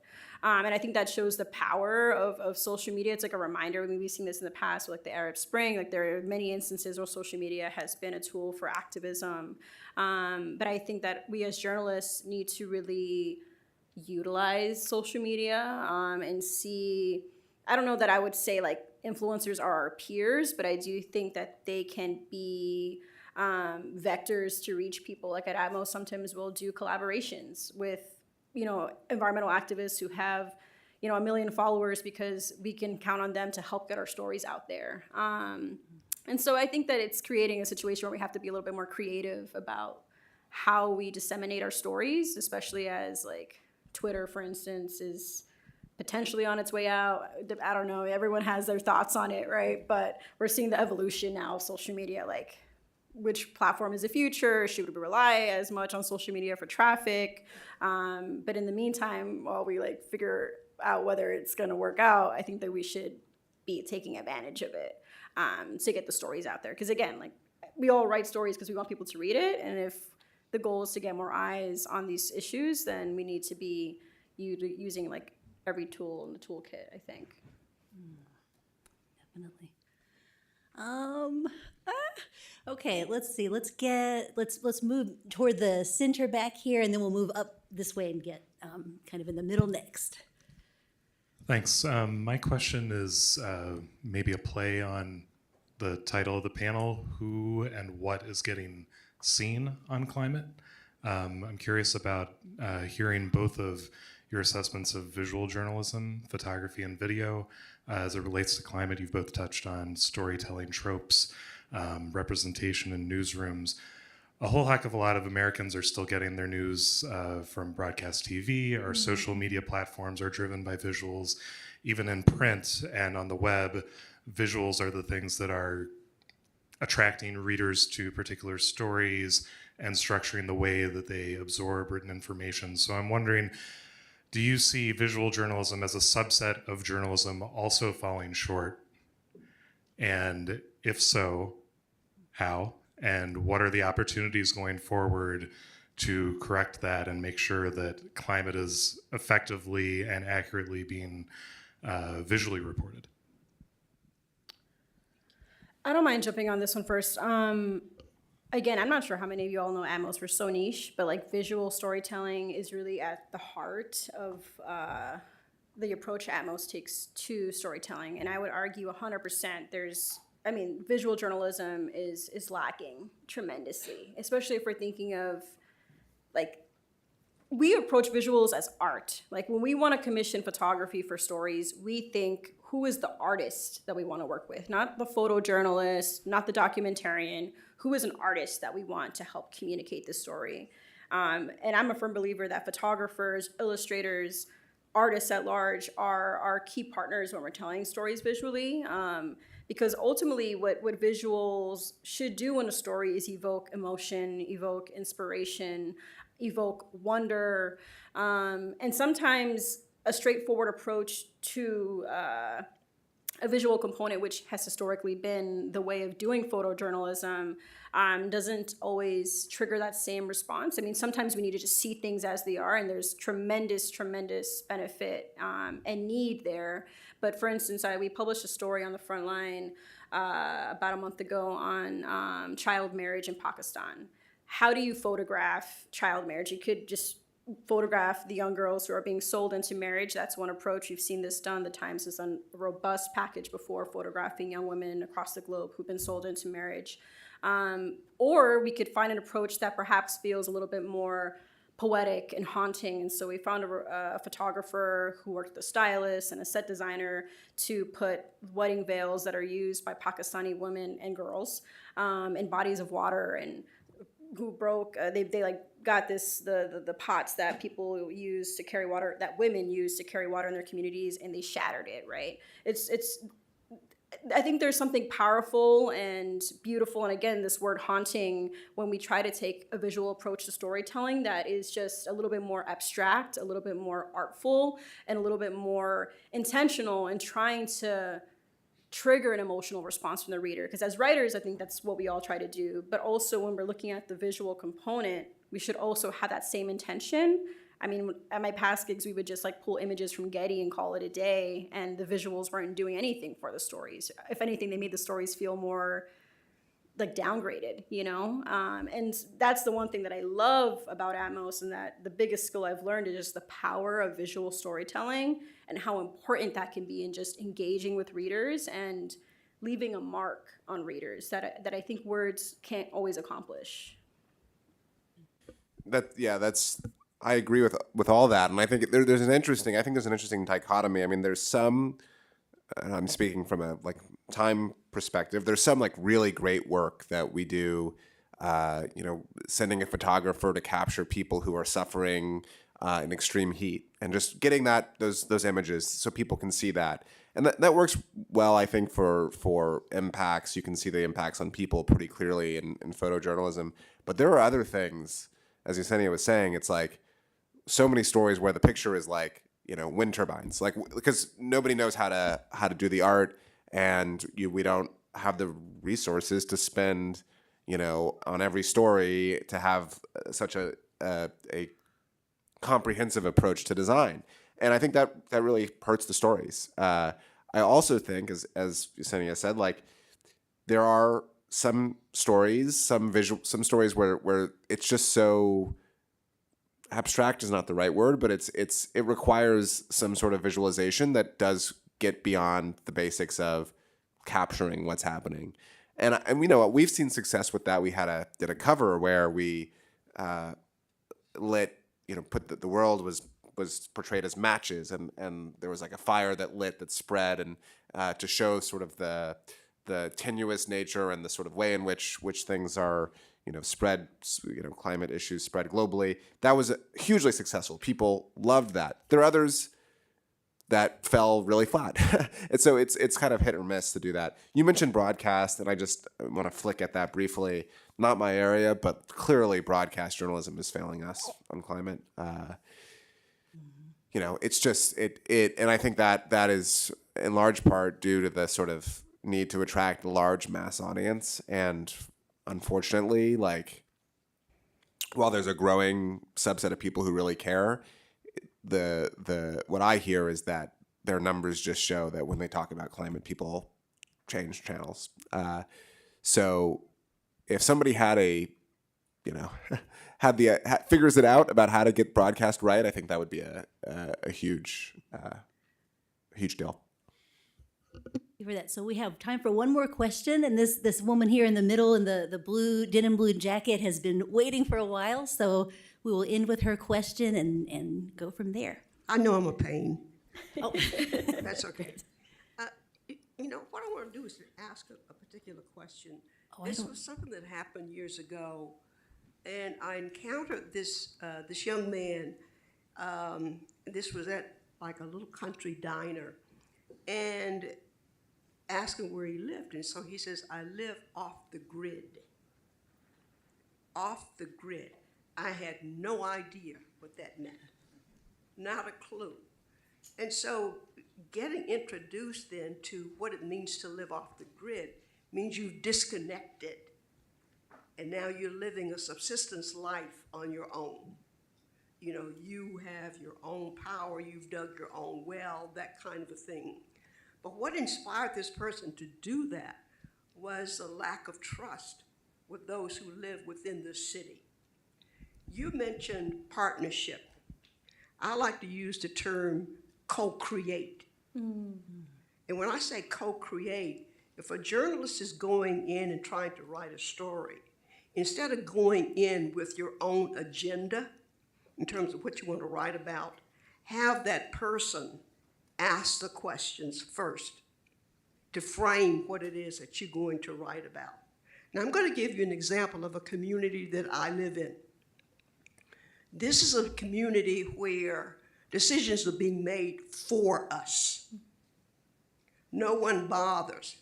They have people here at the university who have expertise in climate and what happens, when you do this versus not doing that. So the people who live there then have not been invited to the table. How do we go about co-creating a situation whereby those that are going to make the decisions for us come to the community to find out what our needs are before they put a plan of action on the table? How do we get our voices heard? How can we be heard? Because it's going to affect us, not just now. If anything, whatever decision they make, and then the outcome of it, they leave in their wake all the bad stuff. So how do we get heard? Who do we go to? That's very, very important. As I said, it has long-term, lasting effects. When you have expertise, climatologists, et cetera, but yet and still, the decision has been made, we're gonna do this, we're gonna do this, we're gonna do that, without having your voice heard.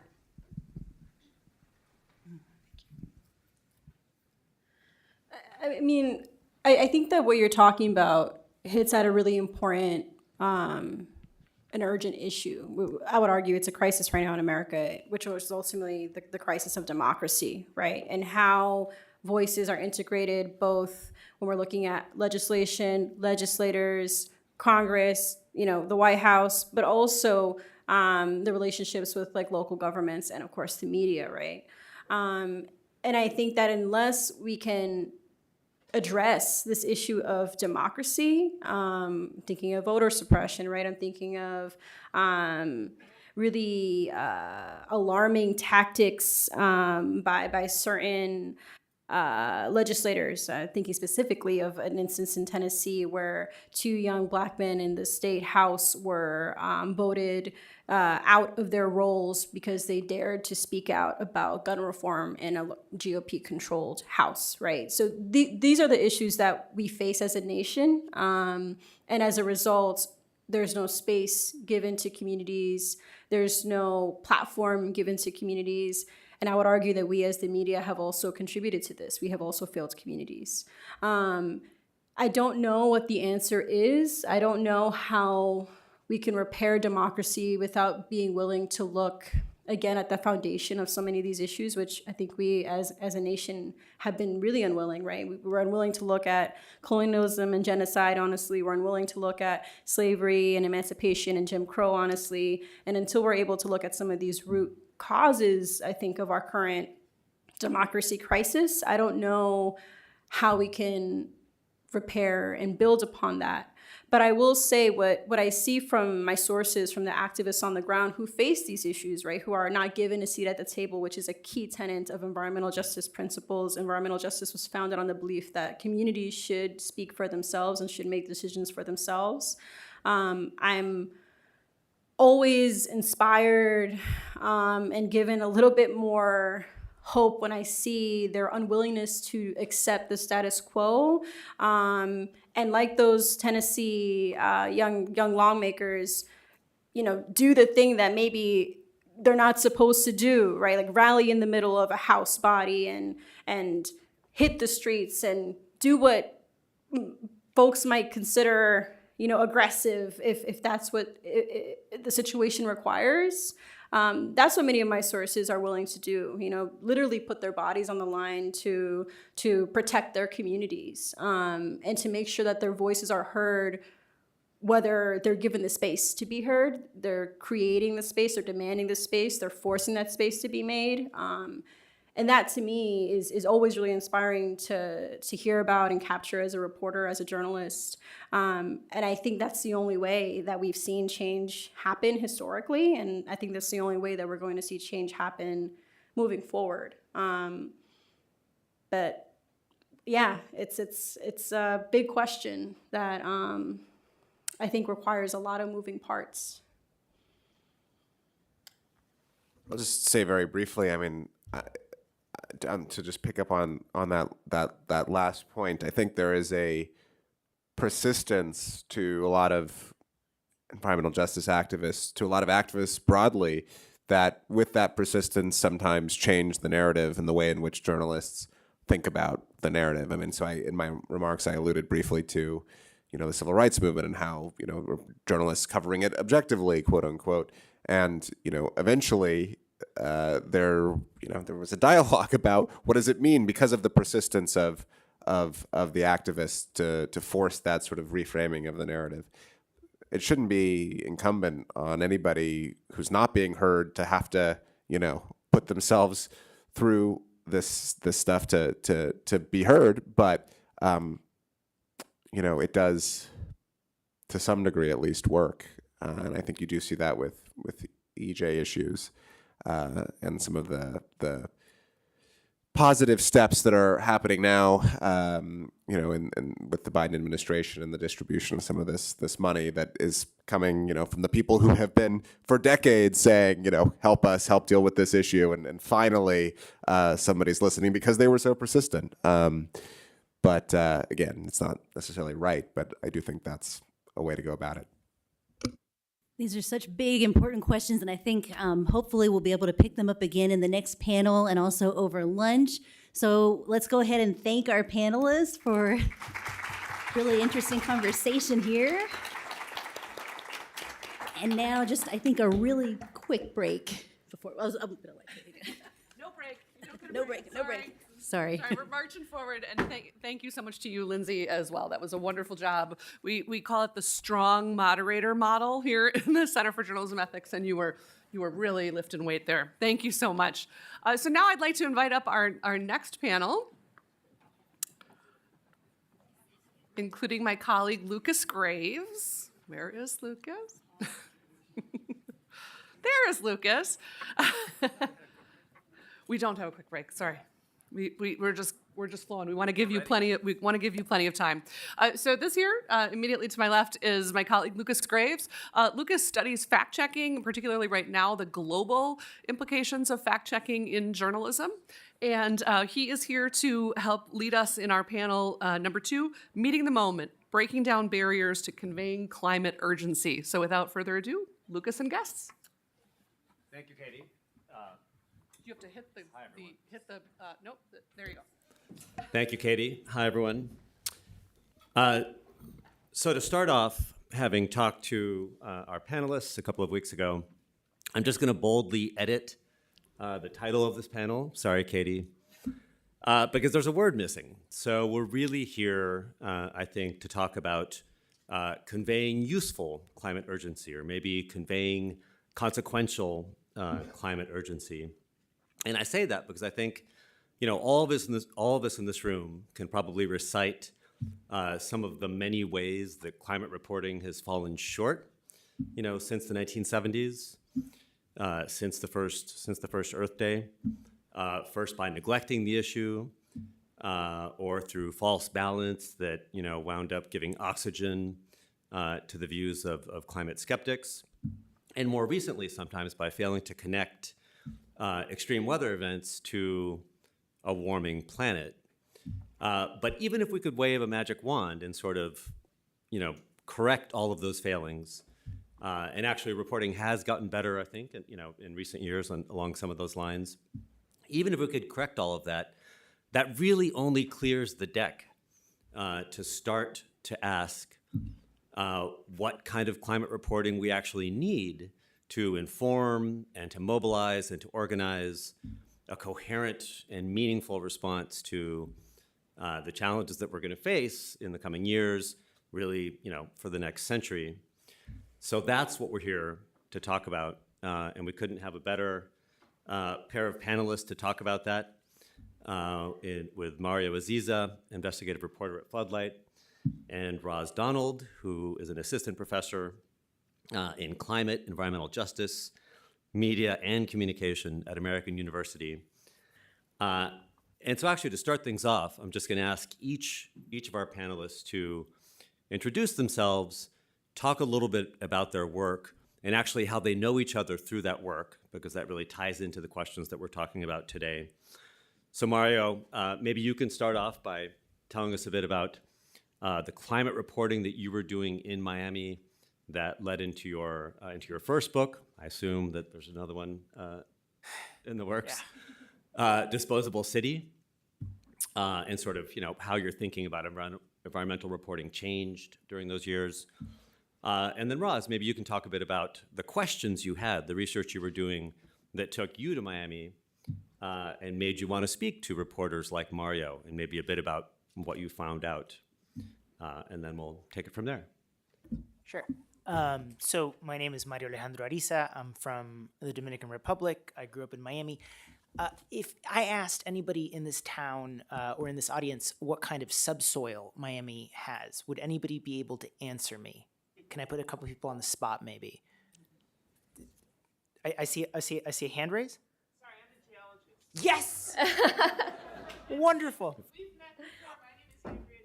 Yes, you once gave me, you are in my, and you gave me a great tip for a story once. How are you?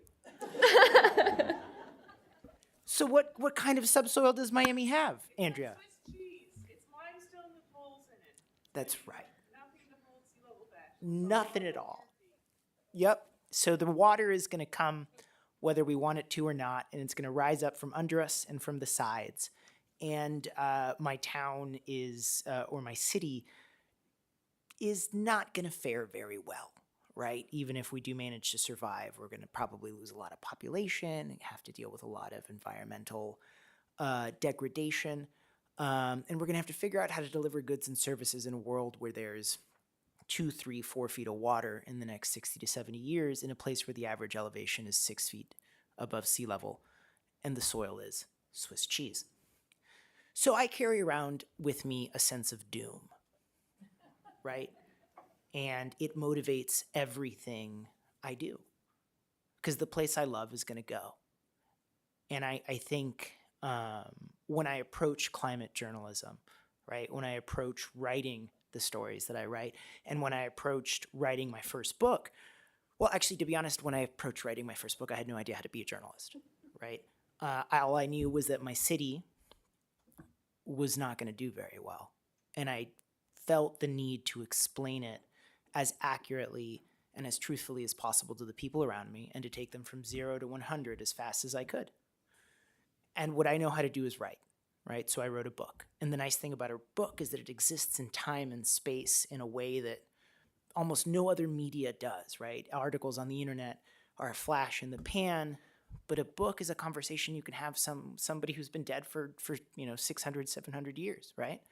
And I run into people all the time who are like, oh, I read your book. And I'm like, oh, great. I got to have a conversation with you without ever having to have a conversation with you. Awesome.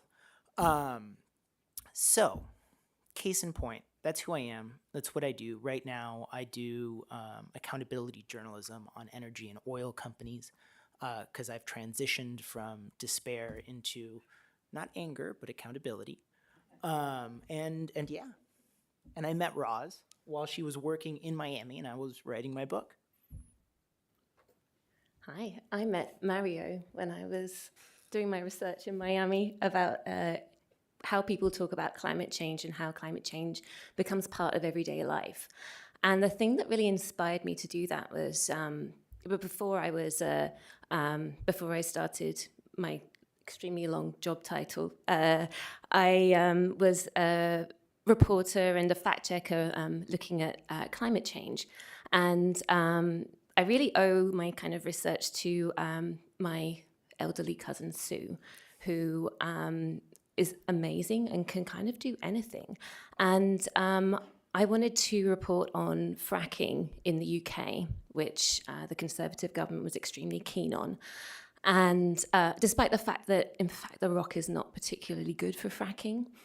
And Sue just happened to be living in the village where they wanted to do fracking. And she set me up with interviews with 5 of the kind of key figures in the debate over fracking.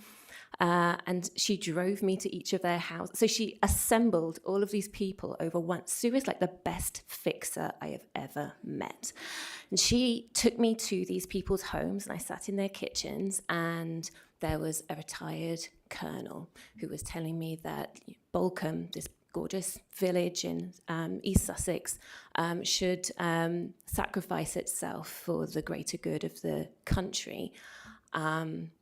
And then I heard from somebody who was organising against fracking in the village, saying that the fracking companies were driving enormous trucks past her kids' school, and they were kicking up dust that was affecting air quality. And the things that people were talking about when they were talking about climate change were so diverse and so varied. They had to do with how people envisioned a future worth living in. And then when I went back to work, it was about fact-checking misinformation about climate science. And it just seemed like that we have such a narrow understanding of climate change that is so focused on kind of one particular type of expert knowledge. And it has created, I think of it like a monoculture of stories about climate change. They have to do with science. They have to do with kind of trying to show the science somehow. And so often it leads to coverage of disasters. But not looking at the causes of the disasters, generally looking at the disasters as a spectacle, as like proof of climate change, but without discussing, the human decisions that have led up to the disasters. And so I kind of took that with me to when I studied my PhD, because I wanted to look at, well, what are we talking about when we're talking about climate change? And so I did my research in Miami because somebody told me that there were no climate deniers in Miami. And so I was like, well, that's interesting. So I tried to figure out, okay, what does that mean in practice? And so I found communities that were not talking about climate change in terms of like sea level rise or emissions. They were talking about climate change in terms of gentrification. I also encountered pretty wealthy folks on Miami Beach, which is mostly white, who agree that climate change is happening. But then when the city started to put in place, and Mary knows what I'm talking about, put in place things like trying to raise roads, they put a stop to it. And then asked why, they'd say things like, it doesn't flood in my street. I'm going to be dead by the time this is a problem anyway. And so, like, denial looks very different to what we think it does.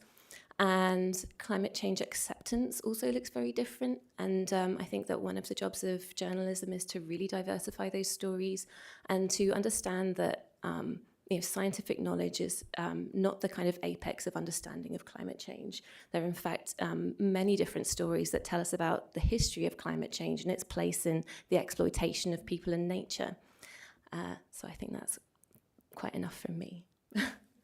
No, that's so fascinating, both of you, and I think it sets us up perfectly to start to talk a bit about sort of what the conventional model of what we think of as effective climate reporting has been. And I know that you both have strong thoughts about that, about what we sort of think of as the apocalyptic, huge bummer model of climate change. I can't remember which of you came up with that term. That was Krista. In our chat. Oh, it was Krista. Inspired, Thank you, yeah. Krista. But we all know what that is. But still, I'd like to hear each of you sort of talk about that, give us examples, talk about what you think the failings are of that sort of approach to, alarming people into climate action, and then we can talk in more depth about, about what a better journalism looks like.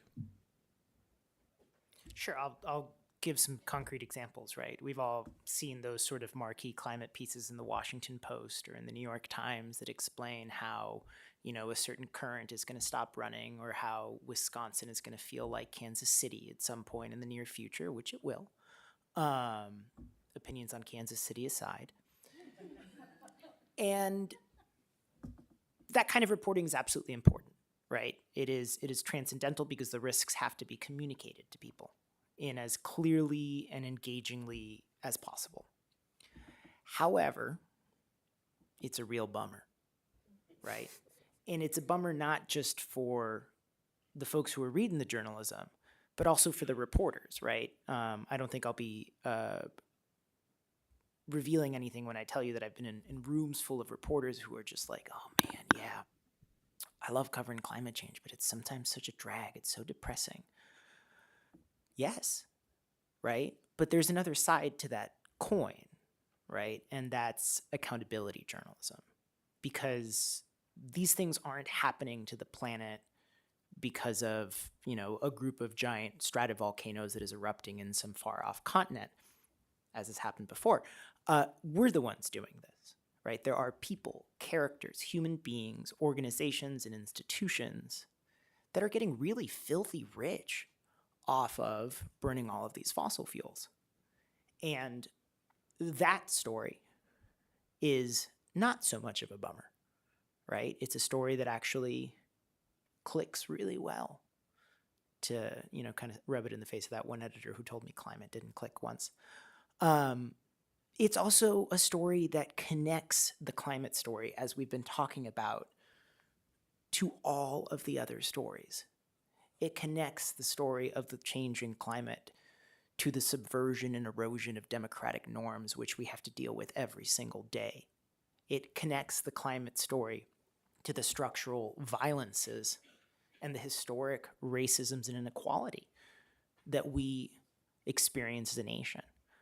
And by switching that, right, and it's not an either or, it's a both kind of thing, you get some really, really powerful and a different emotional valence when it comes to climate reporting. And just to give you a specific example, right, like right now in Miami, 2 weeks ago, we had 3 to 4 days of rain. Wasn't a tropical storm, wasn't a hurricane, just some rain. But because of climate change, we get these things called rain bombs. All of a sudden, highest rainfall total ever to hit Fort Lauderdale. State history, 26 inches in a day. It's a lot of rain. Airport shuts down. Port Everglades has a fuel terminal where the entire metropolitan area of 6 million gets its gasoline. And that thing is like inches above the waterline, and they've never raised the roads. And so the fuel terminal was inaccessible for 4 days, and you couldn't get gasoline anywhere, right? Now, some could say this is metaphorically, the nature spirit of Gaia lashing out at the fossil fuel infrastructure that is slowly destroying it, but we won't get there. There was really good reporting done by the local TV networks explaining how climate change was causing gas shortages, right? But nobody made the next leap, which was that the gas itself was causing the gas shortages, right?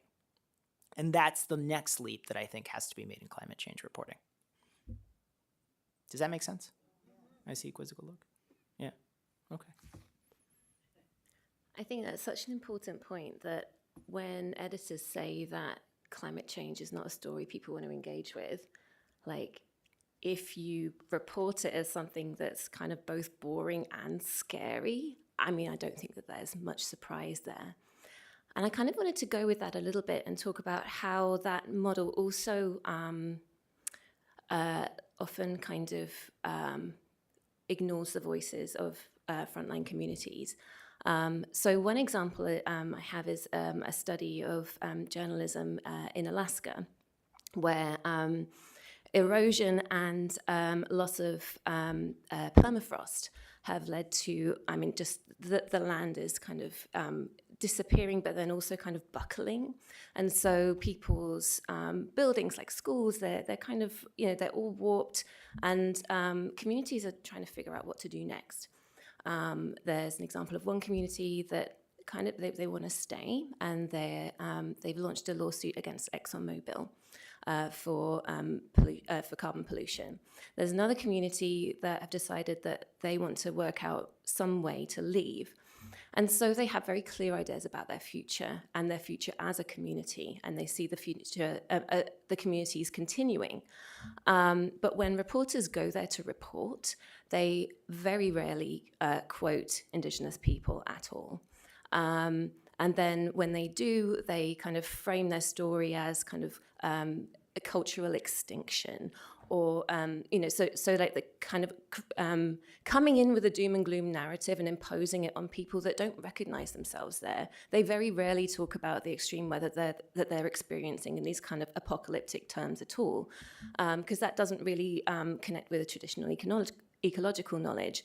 And so like the kind of hierarchies of knowledge that journalists come in with, where traditional ecological knowledge and local knowledge are not, they don't really figure. They're silencing communities, and they're creating like just a lack of understanding and a misrepresentation of people's hope and where they find joy. And so the huge bummer model is also a question of justice. And I also saw that in Miami too.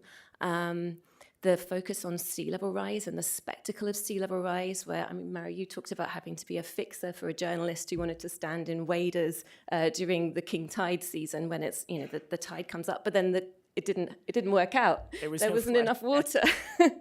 And so they couldn't get the shot that they wanted. But a lot of people connect climate change with sea level rise in Miami. They don't think about things like extreme heat, the salinization of land that's killing plants. And these are often the communities that are living inland. They're historic Black communities or communities of Cuban extraction. And these are people who don't necessarily see themselves reflected in the climate reporting. And so they're not always at the table when climate effects are being discussed. And so things like heat are often minimized in decision making. I've heard a lot of sort of elected people saying, well, we don't have a problem with heat because of our sea breezes. Well, the sea breezes don't necessarily reach inland where there's also been historic loss of tree cover. So like the effects of climate change and the way that they're presented, and the huge bummer model that relies so much on spectacle really have to do with justice too. Thank you. Not to put you both on the spot, but what does accountability start to look like, right? Because that's something that we'd sort of like to see in so many areas of public life, and yet we don't see it. So, what are examples, or at least ideas, about how accountability-focused environmental reporting can or should lead to meaningful change when it immediately implicates so many other issues that are, each one thornier than the last? And also, what are some of the obstacles to that kind of reporting? Why haven't we seen more of the kind of work that, for instance, Mario's doing at Floodlight? Yeah. What does accountability look like? Well, because so often the organizations that are participating in fossil fuel extractions are doing more than just that, right? They're messing with the political systems in a way that are not necessarily illegal, but people would probably find unethical, right? And that shareholders might have an issue with if they found out that the CEO of a company that they invested in was doing. Bringing that kind of stuff to light can be really powerful because leadership changes sometimes, right? Unexpectedly, right? I want to I don't know if you guys know the story of the ghost candidate scandal in Florida. No? All right, sit down. 2020 election cycle, 3 straw candidates pop up in key Florida State Senate elections that would swing the balance of power in the Florida State Senate from to a Republican supermajority. Turns out, and it's a very complicated story, that the power company gave some money to some consultants who gave money to promote these folks, right? There's been state investigations, and every newspaper in the state has written about this, right? And eventually, something happened. The CEO got canned. Now, he didn't say that it was because of that. His boss said he'd had a rough year, that, direct quote, right? Or almost a direct quote. But there was some measure of accountability there, right? And I look at that in just the past year of my experience is like, wait a second, if you tell this accountability story and if you're like, okay, this is what's going on, this is who's doing it, this is how they're affecting the election cycle, change does occur, right? It's a small change, but and it's the kind of thing that accountability journalism can do. Also applies directly to elected officials, right? Are your roads going to survive, right? Are they getting raised or not? Should they get raised or not? Asking questions about officials who are in charge of infrastructure, whether or not they're adapting that infrastructure, it makes them really uncomfortable. And also may lead to that infrastructure getting adapted and people not necessarily suffering as much.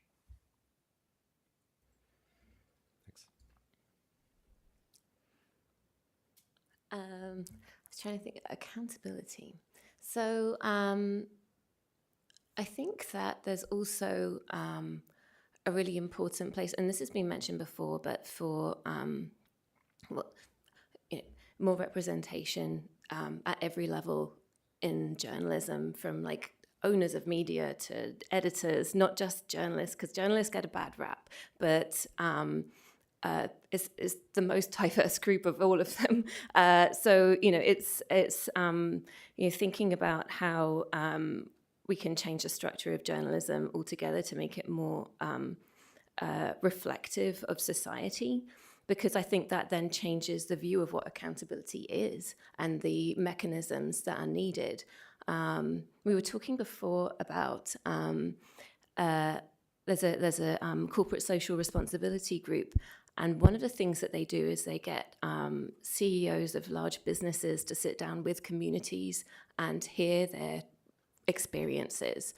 And I think that journalism could be something that facilitates that and allows for the co-creation of new ideas about what the future can be.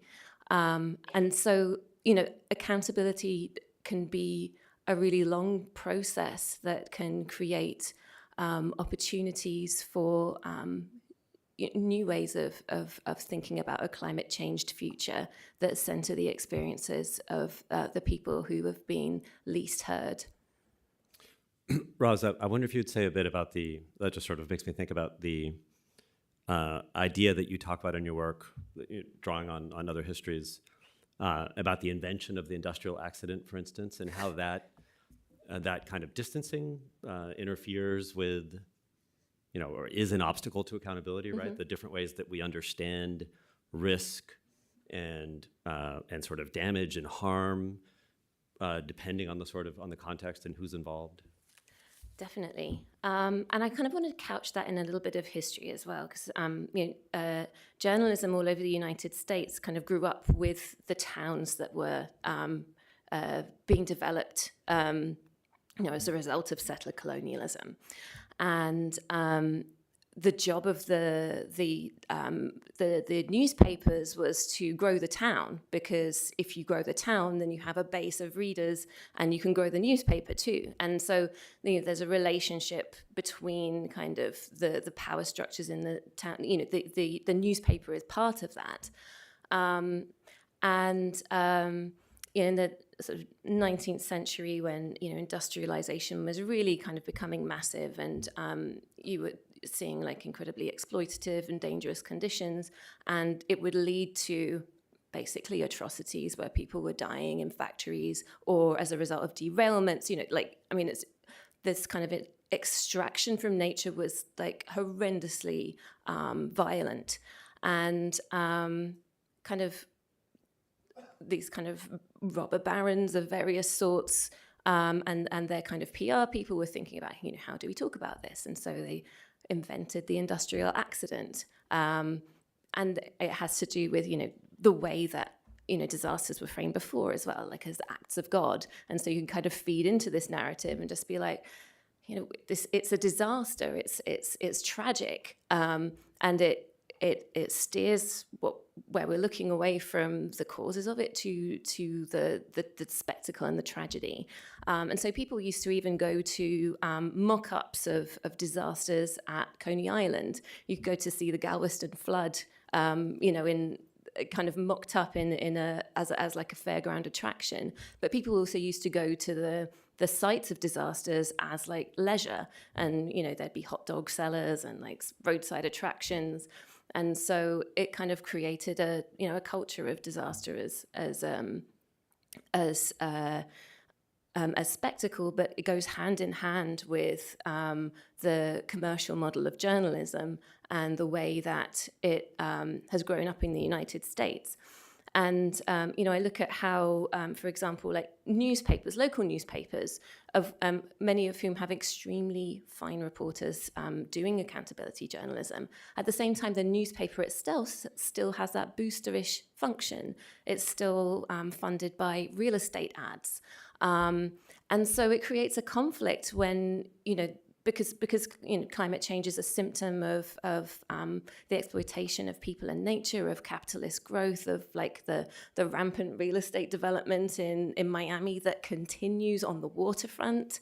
There is a tension there always, and I always want to kind of differentiate between like specific reporting and the role of journalism as a whole. And I think that's a really important thing for us to be looking at. And we don't always have the resources to do it. It's not something that communication researchers have looked at much in the United States. And it's not something that journalists necessarily report on either. Thanks. So, did you want to add something to that? Yeah, no, I think some advice that I would give to just young journalists as to like, and I still want to qualify myself. I mean, I'm 35, so maybe I'm a young journalist. But how do you not perpetuate that kind of violence inherent in the spirit of the machine?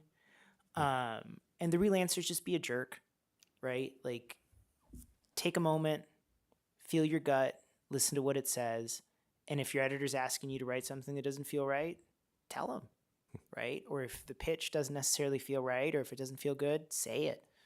Think about it, talk about it. Newsrooms always want to move a mile a minute. Slow down. They're going to hate you for it, but the work's going to be really good. That's great. That's a perfect segue, and you've both started to talk about this already, to thinking about what it'll take to push environmental journalism in a more productive direction. And I'd love to hear how this ties into the sort of contemporary debate over, what we do with objectivity, how we redefine it, whether we set it aside, which is, that's a larger debate in journalism in the United States and globally right now. But it, might tie in so closely to the points that you're making. Yeah. I mean, journalism is in crisis, right? Like the layoffs this year have been terrible. It doesn't look good, right? And there's a raft of new institutions that are getting founded and built, and the nonprofit journalism space is exciting, but fundamentally there are really, really cynical and intelligent actors out there who are filling the space that local journalism used to once inhabit in the small towns across America with very partisan, the term pink slime has been bandied about, but also there's a lot of stuff out there that's just pay for play, right? So what do you do in that scenario, right? How do you maintain trust with your reader when your own institution is falling apart a little bit and their information space, has like lizards from another planet, right? Not too far of an exaggeration. I don't have an answer for that. I just know that like if you're really passionate about telling these stories, you'll figure out how to do it. And if your local paper isn't around, maybe start one. And just to push you before Roz comes in, so how do you think about objectivity, or don't you, as you're doing that? Yeah, I think process objectivity is the most single important thing that you could focus on, right? I don't hold to this idea of like behavioral or subjective objectivity. Like, I'm a dude who wants his city to survive, right? Like, that is a huge bias, especially when I'm talking to a fossil fuel company executive, right? And I mean, I don't know if I'll ever get like a big time journalism job, but maybe the editors there won't want to put me in a room with those people, right? I don't know. I can't blame them if they don't. But I can tell you that everything I run and everything I publish and everything that I put together, whether it be in a book or a nonfiction format or, you know, with Floodlight, everybody gets a chance for comment. And we sit down and we fact check everything rigorously, and we check our priors and we check our own ideological biases, and we make sure that what we say is absolutely factual. You know, and that's the best I can do. Thank you. Ross. I think one thing, this is a very small piece of it, because, you know, given all of the holes in the information that people get now. But I think funders who are funding nonprofit journalism need to keep funding it. There's a kind of expectation that somehow, you know, they'll be able to go off by themselves at some point. Like, journalism is something that's worth investing in and has to be like nurtured. And unless that happens, then funders will just keep allowing, you know, keep kind of bringing forth nonprofit journalism and then letting it kind of wither, you know. And so, you know, there has to be a change in the attitude about, you know, what journalism should be.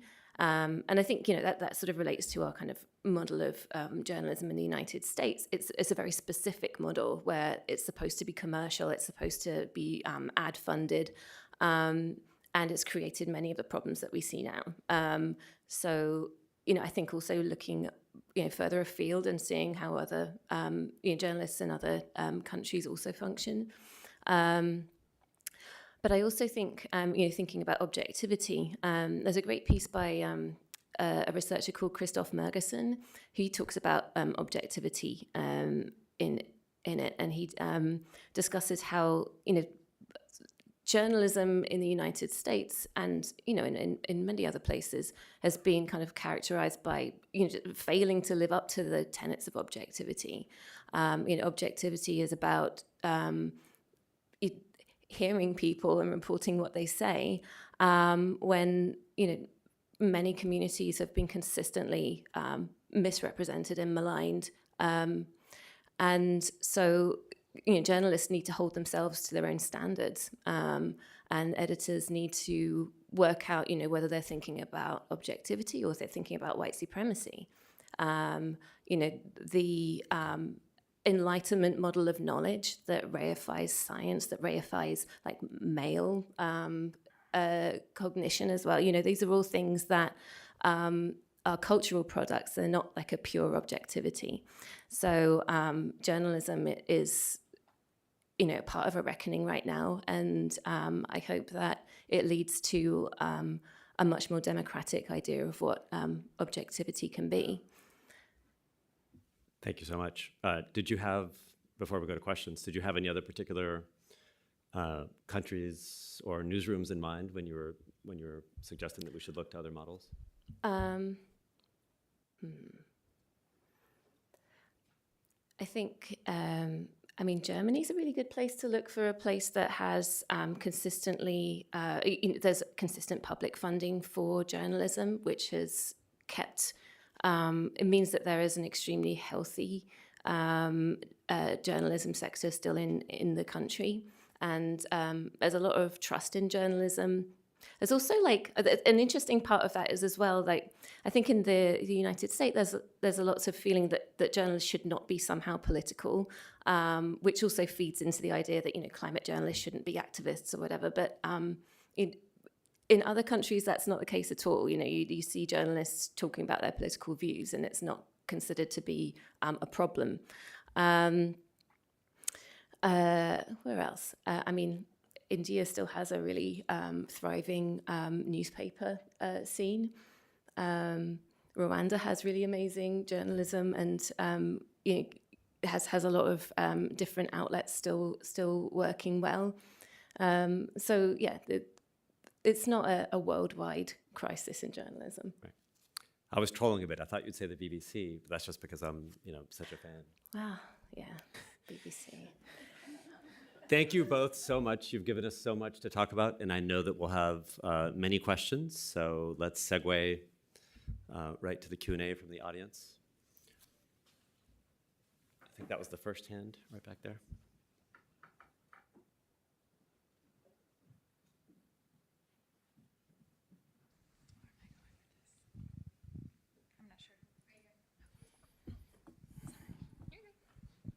Hi. So when you guys were talking about with politicians especially and how they negate away from climate change and don't believe, not that you said they don't believe in climate change, but that idea of it, like how can we go away from like a nihilistic idea for a lot of the population, especially like the younger population? Like people do appreciate the news part, but a lot of people don't care to see that kind of information. Like how can we like jump over that leap for people to understand and like understand the history behind it? Yeah.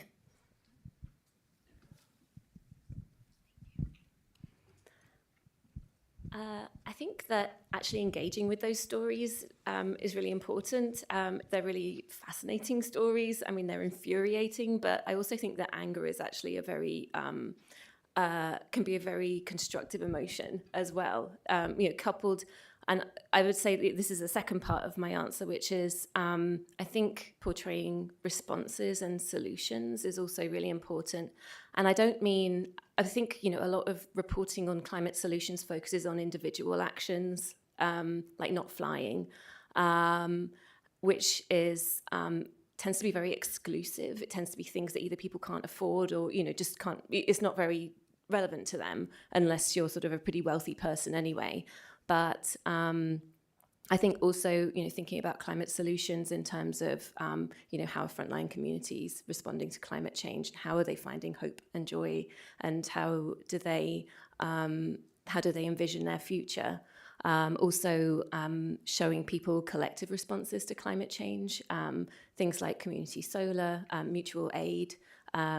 These are all really important responses to climate change that aren't often sort of part of media narratives at all, but they are crucial to helping people feel like they can act not just as a consumer, which is, when we're talking about the degradation of democracy, that is a degradation of democracy right there. If the only way that you can respond is by, consuming or not consuming, that's like an extremely narrow idea of what we can do about climate change. So really focusing on community care, I think that's such an important word too. These are all things that journalists can be doing, but also politicians. Everybody who's talking about climate change should be thinking about all the different paths that people can take to thinking about climate change, and and responding to it, and how that could lead to a real diversity that connects with many, many more people. I would just say politicians are people too, in the sense that a lot of them are incredibly cynical, and they're frankly terrified of their voters and of the press.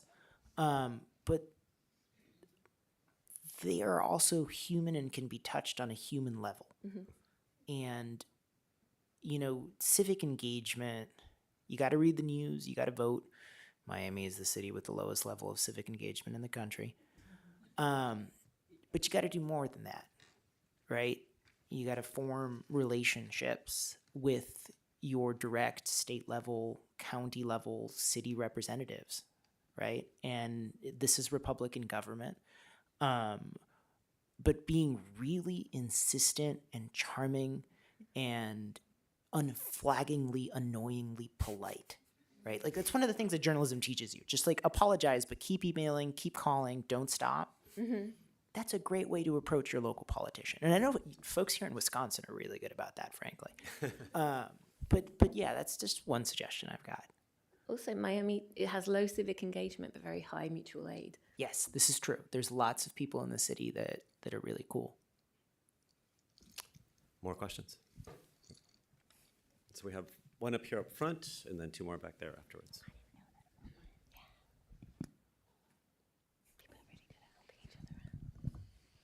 Hi, thank you both so much for your insightful conversation so far. It's been really enjoyable. I'm an incoming graduate student here at UW-Madison, but I'm also I currently write for the media arm of a nonprofit organization. You guys were both talking a lot about nonprofit journalism right now, and I'm wondering about any advice you have for nonprofit journalism on how to grow and scale their audiences and make sure that stories are heard and read, because you were just talking about the climate solution of community solar and mutual aid, for example. And I was recently reading a story in the New York Times about Biden running for re-election, and how the Willow Project, for example, got a lot of coverage and a lot of media attention. A lot of people riled up about it, but a lot of the climate solutions that have been coming out of the administration, like the Justice for the Initiative and the dollars from the Inflation Reduction Act towards environmental justice, goes towards things like community solar and electrification of apartment buildings in low-income communities and things like that. And those are the things that the New York Times doesn't really cover, and I cover those things for a nonprofit organization. It's called Footprint Coalition, and it's Robert Downey Jr.'s media organization. Even though it's Robert Downey Jr.'s media organization, we don't have the audience that the New York Times has, obviously. So I'm wondering about any advice you have for how to scale those audiences and make sure people know about the solutions like community solar and all the other things that are going on right now that don't get that coverage. Sure, I'll take a stab at that. So the first thing, and we were talking a little bit about the ethics of public communication earlier, and I thought that was a really great way to frame it. Be absolutely truthful and disclose with your audience, right, in terms of like funding and editorial integrity and independence, et cetera, et cetera. That's the first way. You got to establish trust, right? And then second, I think even for a small nonprofit organization, right, tied to a nonprofit, right, accountability lenses are sometimes a really great way of shining a light and of growing an audience. Are you in a particular community? Does that particular community have issues with environmental injustice? Is there a company that's stopping the adoption of a particular clean power technology? And then get the records and talk to the people and write the story. And the people will read the story, and you'll see that the local reporters, if there's local reporters, my God, will pick up the story, right? If you have the goods, the readers will come. And it's a question about just getting the frame right and then getting the records. I was also thinking about something that Atmos does really well, which is kind of how can you build community? And so if you're thinking about sort of particular solutions, how could you create a space where people can talk and ask about them? How can you spotlight diverse voices with expertise and show people that show people the solutions kind of inside and out and what they mean for different people. I worked with a student who just produced a PSA for people in rural areas who qualify for credits to get heat pumps, but they don't necessarily know about it, and they're not necessarily going to respond to a climate change framing of this issue either. So he wrote a PSA just about how horrendous it is to change your oil tank. And it's like you're going to have to drop like $5,000 to replace it. It's like an incredibly anxiety-inducing moment. And it's like that's a climate change story, like fuel insecurity is a climate change story, but it's like a story that doesn't really get told, especially in that way. And he just wanted to show, and I just think there are ways that you can kind of build community and build engagement that kind of just connect with people in ways that kind of a lot of the climate coverage that you see, most frequently doesn't. And I think like carving that niche and building that audience is, a great way to reach a lot of different people and create loyalty and create community. I think that we have time for maybe 2 more questions if we stack them up. And I know that we've had 2 people waiting patiently on the left. First off, thank you both for your remarks so far. Great talk. I'm coming from sort of a local broadcast perspective, and I wanted to kind of circle back to a question asked in the previous panel. When it comes to these climate stories, you look at some of the national broadcast networks, CNN, MSNBC, whatever it may be. A lot of their coverage does sort of focus on that spectacle of the disaster, and that's sort of where the urgency comes in. Given the sort of inherent visual nature of a lot of those disasters and that spectacle, I'm curious, alternatively, what your thoughts are on opportunities for more visual mediums to find those sort of engaging ways to tell those stories. Nature's really pretty. I mean, I'm sorry. I'm somebody who doesn't engage with like high-level national broadcast media, or try to as little as possible. But I think there are ways to get really, really good television moments off of the climate change story. It often involves sticking a camera in some politician or CEO's face and making them a little uncomfortable with tough questions. But that in itself is a spectacle, right? And I think that the spectacle of the destruction of the natural world, obviously, people are going to click on it. But the spectacle of a republic, doing its thing and holding its people accountable, that also has a lot of value. And I sound like a broken record about this, but I think audiences like seeing that kind of stuff, right? I think about the local news station in Tennessee that did a really, really great investigative work on how voice votes were being used to kind of pass all these riders and amendments at the same time that those 2 individuals were shut out of the legislature. That was great local news, man. And I think, I don't know, I don't know enough about the national broadcast level medium, frankly, and it sounds like a bit of a toxic environment, at least from reading the Fox papers. But I don't know. I mean, there's stuff out there that I think could work, but I'm not an expert. I wanted to give a shout out to a really great resource called Climate Visuals, which it's based on research about equity in the images that we see, and the images are free as well. You have to credit them, but you can register and then you can download a really incredible range of diverse climate images that highlight agency, hope, climate responses from lots and lots of different communities. And you can also read about the research and the way that they suggest that you talk about these issues as well. And so I highly, highly recommend it. It's just fantastic. I also wanted to talk, there's some really interesting research currently as well about awe, like AWE, and how that can kind of prove motivating to people. And I want to kind of give it a health warning too, because I think like our idea in the Anglosphere, at least, about sort of awe and nature is often sort of based in kind of like, pristine nature, which is the result of the displacement and genocide of a lot of people.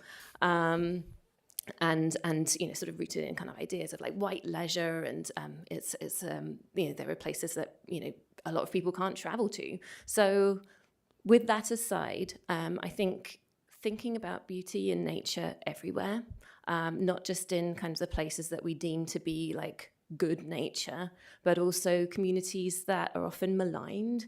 I think that can be really powerful too. Thinking about like rooted awe, I guess, in a way, is thinking about, how do we think about beauty everywhere? How do we think about every community as being beautiful? And how do we show it through people's eyes as well? Asking people to take their own pictures can be really amazing because they can show you through their own expertise what they see. And I just think that there's a whole kind of multitude of approaches that we can take once we step aside from the kind of original, like the sad polar bear on an ice floe, which is still the most common image that I see when I do my Google search for climate change, or like the Earth burning up in a hand, those kind of things, or death with his head on fire. These things are not very engaging. They're extremely boring. There are no actual people in them. So yeah, I love awe, but I want to see people in it, and I want to see people's own experiences and understandings of nature too. I just wanted to just do a really short story. So I was talking to some environmental justice organizers in Overtown, which is a community in Miami that sort of suffered a lot from displacement, from environmental injustice. And they were trying to do a partnership with a big national organization, a national environmental organization, and they could not get them to do it until they told them that there were gopher tortoises living alongside a polluted creek. So the idea of where nature is and where is worth saving is so important. And it's really important for people to see that. Gopher tortoises are really cute. They're really cute. Yeah. I think we can actually squeeze in that last question since you've been waiting so patiently. But we'll do it. Well, I'll bring us full circle. And I love the way you started this panel with talking about useful urgency. So as a climate scientist, I grapple with this all the time because a lot of the science is quite frankly depressing. And so I wanted to get your opinions on two kind of strategies I've been using as a science communicator to counter that urgency and their place potentially in journalism. So one is in envisioning a better future, right? In being brave enough and courageous enough to imagine that, our transition could lead us to a better world and one worth living for, which I think really speaks to the younger generations and a lot of the depression and the doom and gloom around this. And I'm always reminded when I think about this of the sheer courage of Martin Luther King in uttering the words, I have a dream. In the midst of everything that was going on in the moments that he said those words, he still had the capability to envision a better future, like a world that was just. And I would love to see more journalism that does this, right? To show people how you can let go of your mind and imagine that better future, right? So that's one. And the second kind of came up before is giving more space to the human emotions attached to this information, right? Giving communities the space to grieve. Well, if I accept this future that you've just outlined for me, it means acknowledging that, whatever it is, my real estate has no value anymore, or the place where I grew up and my family grew up is no longer going to be here, or whatever that is. But we can't just expect people to, accept it without being able to give space to processing that emotion. So those are two things that I would love to see more in journalism. I just wanted to get your thoughts on. I really love grief. I think that we don't have enough space for it. And I think if people had more opportunities to process their own grief, they wouldn't feel quite so disengaged. I think that the disengagement and the kind of learned helplessness that often accompanies discussions of climate change comes from a place of grief. So it's something I try and do with my students. I'm like, let's talk about grief, and we're going to grieve. And I would love more teachers to do that too. And yeah, I think creating space for that in journalism would be really important too. And but also, asking communities, how do you feel? Often that doesn't happen. And it's part of that dehumanization of a lot of frontline communities, but actually asking people what are their emotions, I think that's really important. And it would be another way to help people kind of understand what's happening as well. So on that note about grief, right? One of the most important functions of a local newspaper is the obituary function, right? Which we've lost. Right now, there are these terrible internet websites, which I have to scan when I'm doing my investigative reporting. but you used to read about the lives of the people in your community who died, right? And one of the observations that I had a little while ago as I was getting to know some more people in the climate community is that there have been people who have been fighting this fight for a generation, right? Just in the same way that fossil fuel companies made that, decision 25, 30 years ago to fund a massive disinformation campaign to stall progress on the climate change question for a generation, so too have there been folks who've been fighting a long fight, and they're getting up there. And so I'm going to pitch this out as a project to anybody in the room who wants to take it. But somebody needs to start writing obituaries for these folks when they pass and collecting their struggle so that we can grieve together and that we can learn from them, Not my project. Somebody else take it, please. But yeah. That's a somber note, but a necessary one. Let's have a vigorous round of applause for our thoughtful panelists.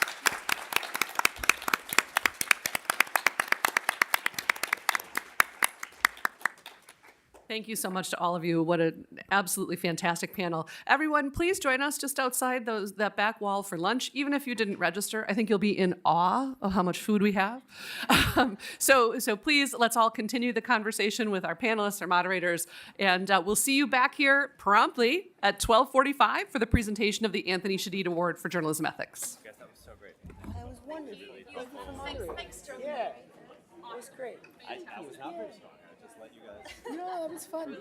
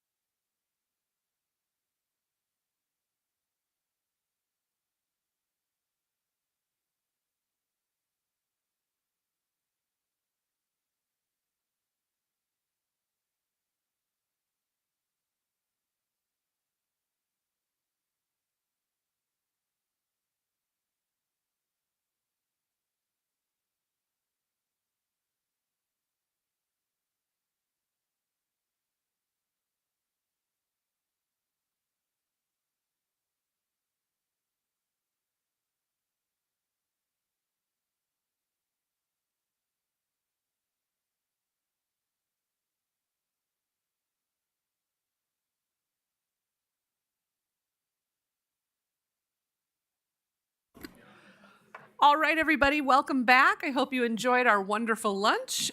We are delighted to welcome you back here. Krista, if you go, or you, if you could advance the slide. Do we have the training slide up? Okay, we'll put this up at the end of the day. The Center for Journalism Ethics is super proud to be partnering with a group called Reporting on Addiction. We'll be having a free training on May 22nd, an all-day training for journalists to cover substance use disorders. So in Wisconsin, alcohol is a particularly salient issue. We are also going to be looking at other substances and how we can report in ways that reduce rather than amplify stigma. Because we know from research, there we go.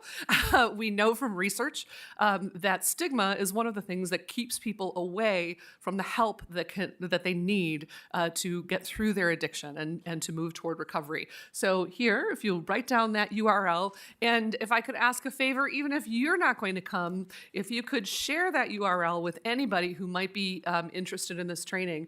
That may be journalists, that may be community activists, it may be people who have lived experience either for themselves or with people that are close to them when it comes to substance use disorder. So again, May 22nd in Vilas Hall, just down the street from here. And the training is completely free. Thank you to the Burgess Chair Funds, the Wisconsin Newspaper Association, and the Wisconsin Broadcasters Association. So any help you all could do in joining us or promoting it, we would really appreciate that. And without further ado, every year it is my distinct privilege and the privilege of all of us associated with the Center for Journalism Ethics to bestow an award in honor of a man who personified courage and integrity in journalism, and that's Anthony Shadid. Anthony is a special friend of the center. He was one of the most respected journalists of his time. We lost Anthony in spring of, it's hard to even imagine, 2012, as he was reporting on unrest in Syria. We lost Anthony far, far, far too soon, but he continues to leave a mark on all of us personally and on the center. He was an alum of our School of Journalism and Mass Communication and served on the advisory board for the Center for Journalism Ethics. In 2012, we were proud to name our ethics award for Anthony in honor of all that he was to journalism and his lasting legacy. With that, I would like to welcome to the stage my colleague Lucas Graves, who has just wonderfully served as chair of the Shadid Award Judging Committee, and to introduce you to our finalists and winner today. Thank you, Lucas. Thanks, Katie. So I won't take too much time. I'm just going to say a few words to introduce the video that will introduce all of you to our finalists this year, and then I'll come back up at the end and give you the surprise reveal, the official announcement of who this year's winner is, and then the press release will be coming out hot off the presses soon after, right, Katie?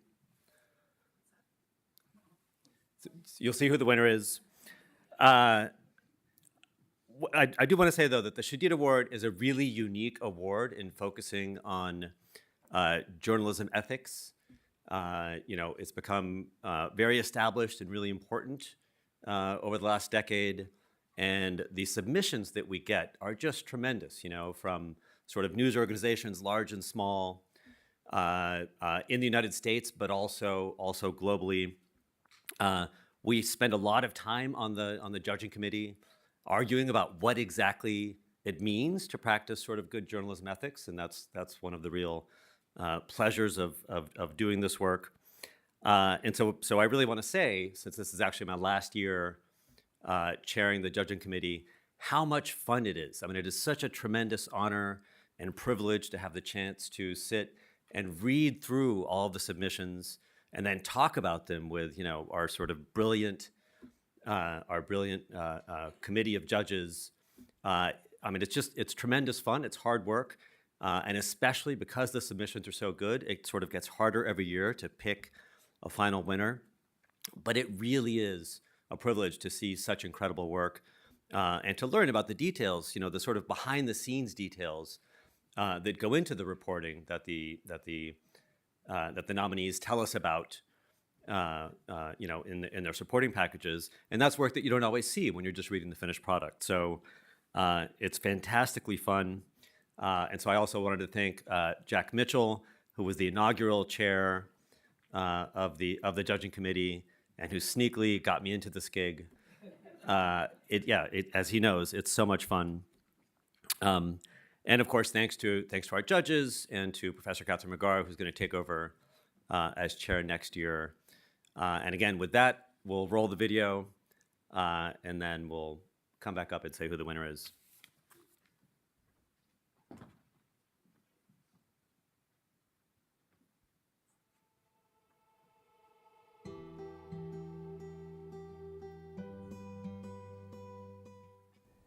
I think you can't think about Anthony Shadid and his journalism without thinking about ethics. He brought integrity to every decision he made. I think every word he wrote.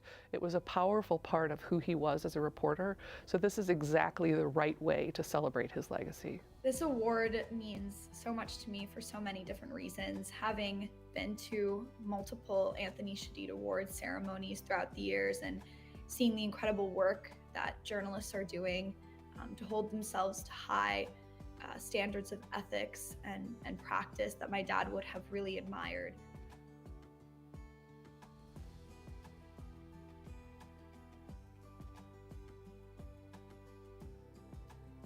For weeks after one of the nation's deadliest school shootings, the public and the grieving community of Uvalde were told a story of police heroism, that police acted in a way that quickly subdued the gunman inside the elementary school.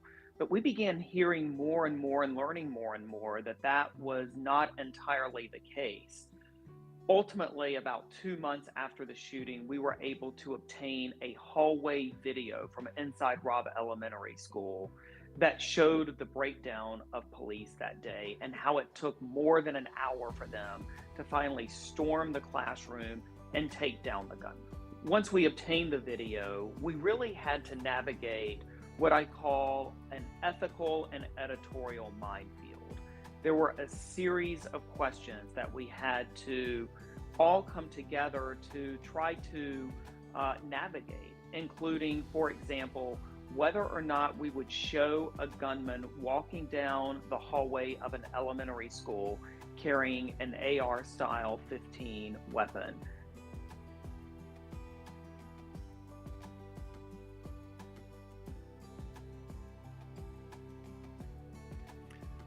Words of Conviction was a series investigating a new junk science called 911 call analysis.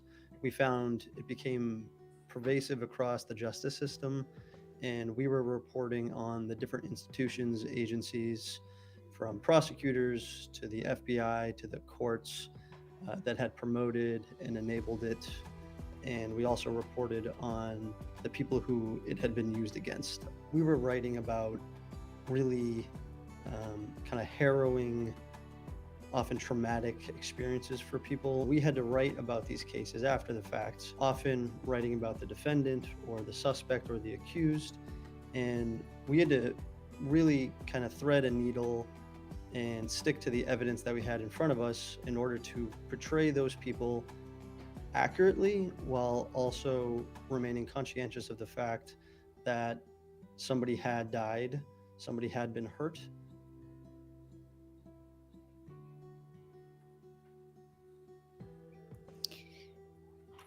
This story was really about a search for answers and accountability.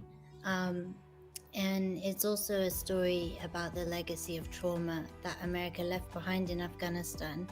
And it's told by Afghans who never had their losses acknowledged. Everyone was facing different risks to talk to me for this story. And the families of the victims and the eyewitnesses and the survivors faced huge risks to come forward and talk to me, as did the soldiers who were going on these operations. So it took a lot of thought and planning to consider how to meet people where they had the space to feel safe to tell their stories. So this project, State of Hate, was all about taking a closer look at really a dark side of our Sunshine State.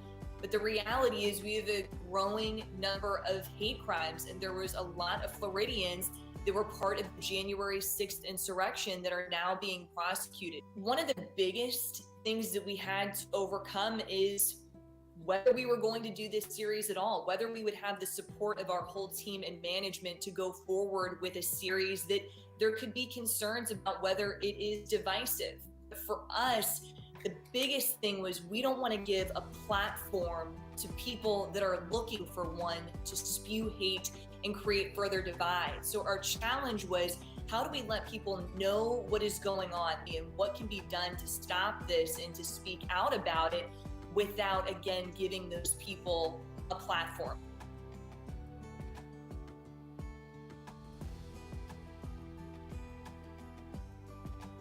Associated Press had a team of 3 journalists in the Ukrainian city of Mariupol. They were the last international journalists there.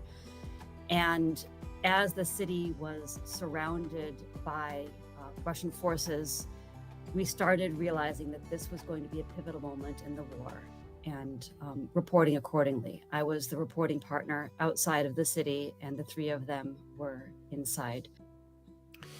Reporting is difficult. Reporting in your own country is even more difficult. It's connected to many emotional and ethical challenges for international journalists.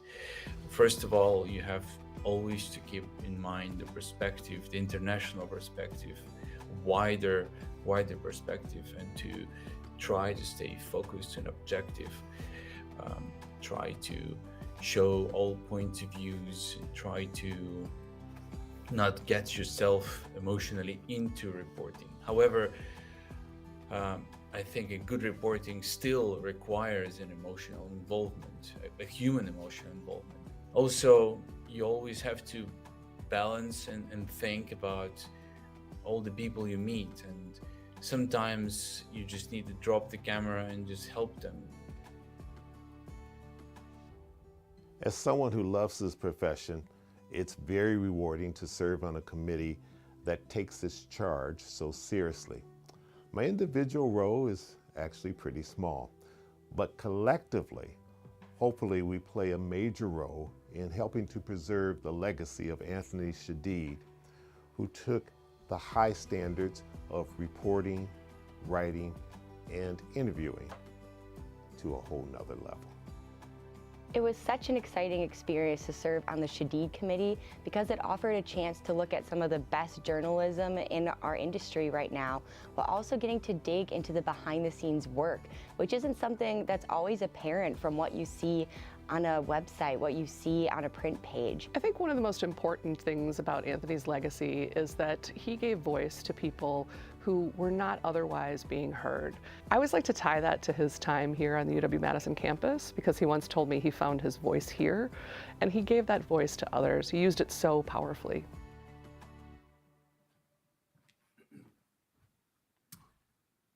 So as you can see, 5 really tremendous stories that wrestled with thorny ethical questions in different ways, and the winning team is the final team that you saw in the video from the Associated Press for their reporting on the Russian attack on Mariupol in Ukraine. And so that's Mstislav Chernov, Lori Hinnant, Evgeny Malolechka, and Vasilisa Stepanenko. And again, as everyone said, it was, it's such a pleasure to be able to recognize this work of the winning team and actually, all of our finalists and submissions. So let's just have a round of applause for all that tremendous work. Thank you.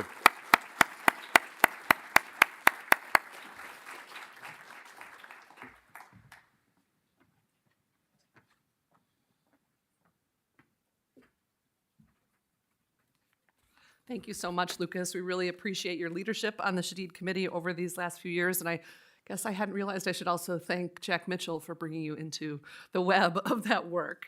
I am now excited to introduce Steve Vavris. Steve is senior scientist with the Nelson Institute Center for we noted earlier in the day I have trouble saying climatic research. I had the pleasure of meeting Steve and hearing him give a talk at UW's Alumni College 3-4 years ago, somewhere in there. I came away from that struck by how incredibly clearly Steve relays his information, but also how optimistic I felt coming out of that talk with a subject that's really difficult for all of us. So we wanted to bring Steve in today to talk about Wisconsin specifically and our changing climate here in America's Dairyland, in our state. And Steve is going to talk about how we can scratch beneath the surface and learn more about Wisconsin's changing climate. So welcome, Steve.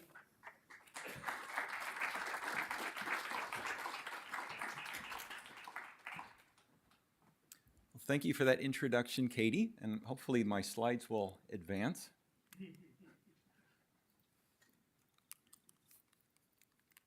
Maybe I'll need help in the back. There we go. All right, so with the help of my assistant up there, we're going to do some scratching this afternoon. And we're going to try to scratch beneath some of the most widely reported, some of the most obvious aspects of climate change in Wisconsin and get a little bit deeper into some of these questions. So I was charged with addressing this question today. What aspects of climate change in Wisconsin have been less reported, misreported, or require more depth and nuance? I only have 15 to 20 minutes, so I'm going to cut right to the chase.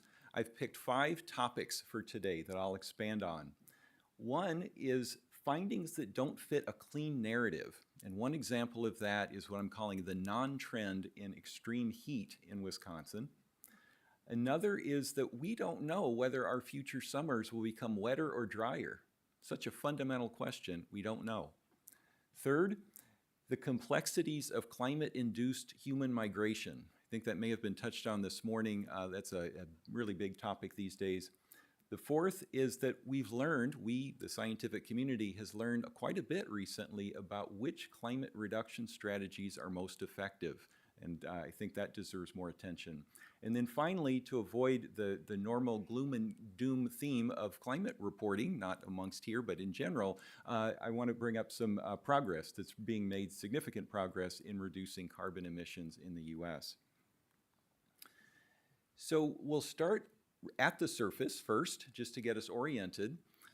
The name of the game in terms of climate change in Wisconsin and much of the upper Midwest is warmer and wetter. This is the trend we've been seeing, and it's the trend we expect in the future.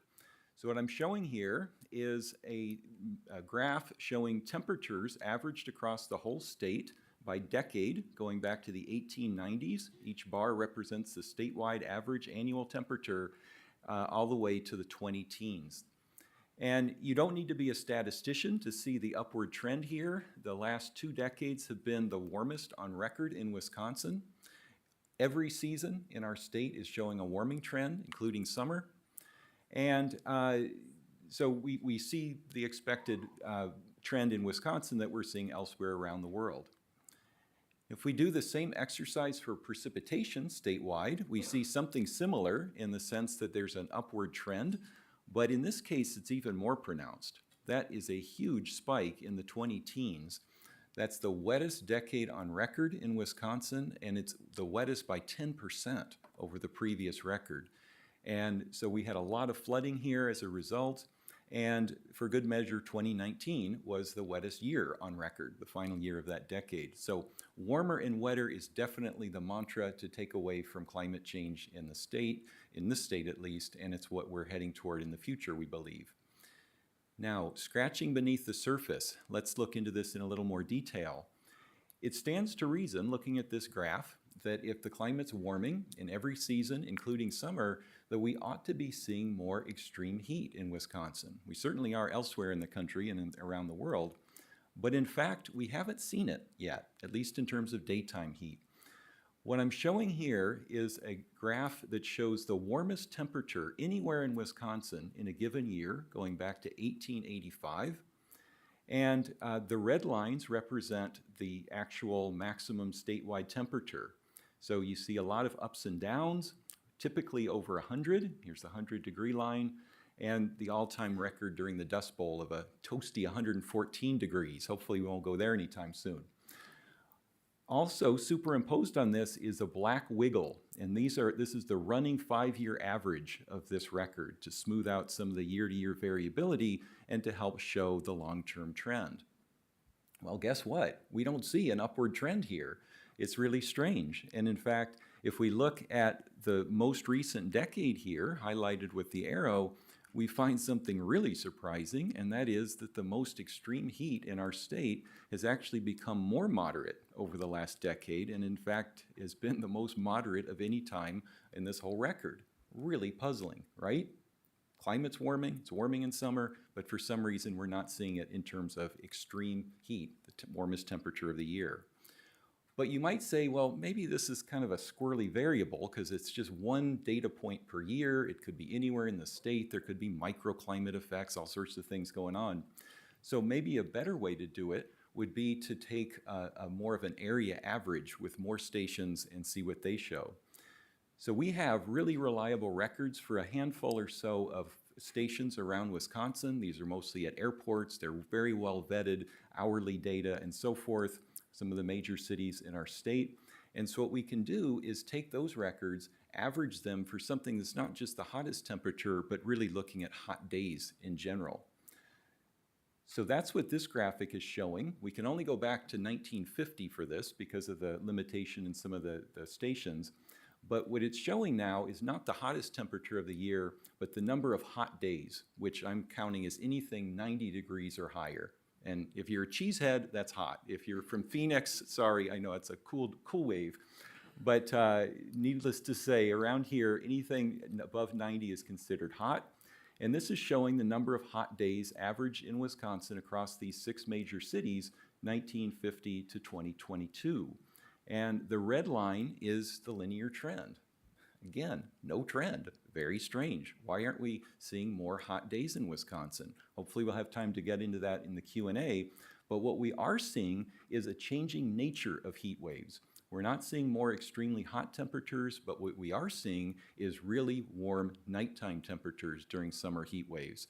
If we look at 70-degree nights when the temperature doesn't fall below 70, these are these sultry, humid, muggy nights when it's hard to sleep if you don't have air conditioning.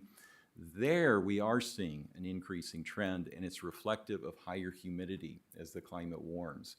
So this can be problematic because it's unhealthy to sleep try to sleep on these warm nights. And in terms of public health, trading off these extremely high temperatures for really humid heat waves may not be a good bargain. But anyway, this shows that the issue is complex. A warming climate can lead to changing nature of heat waves. Another curiosity about climate change in Wisconsin is looking at the future is that even though we're expecting to become wetter on average, we're not expecting a clear-cut signal in every season. So what I'm showing here are projections of our precipitation changes by late century among about 20 different climate models from around the world, averaged by scientists in my center, winter, spring, fall, and summer. Anything green represents an increase over the recent past, and what the climate models are showing when we average all 20 together is a really clear signal of wetter winters, wetter springs, to some degree wetter falls, but it's not showing much in terms of summer. It's showing a pretty washed out signal, nearly no change.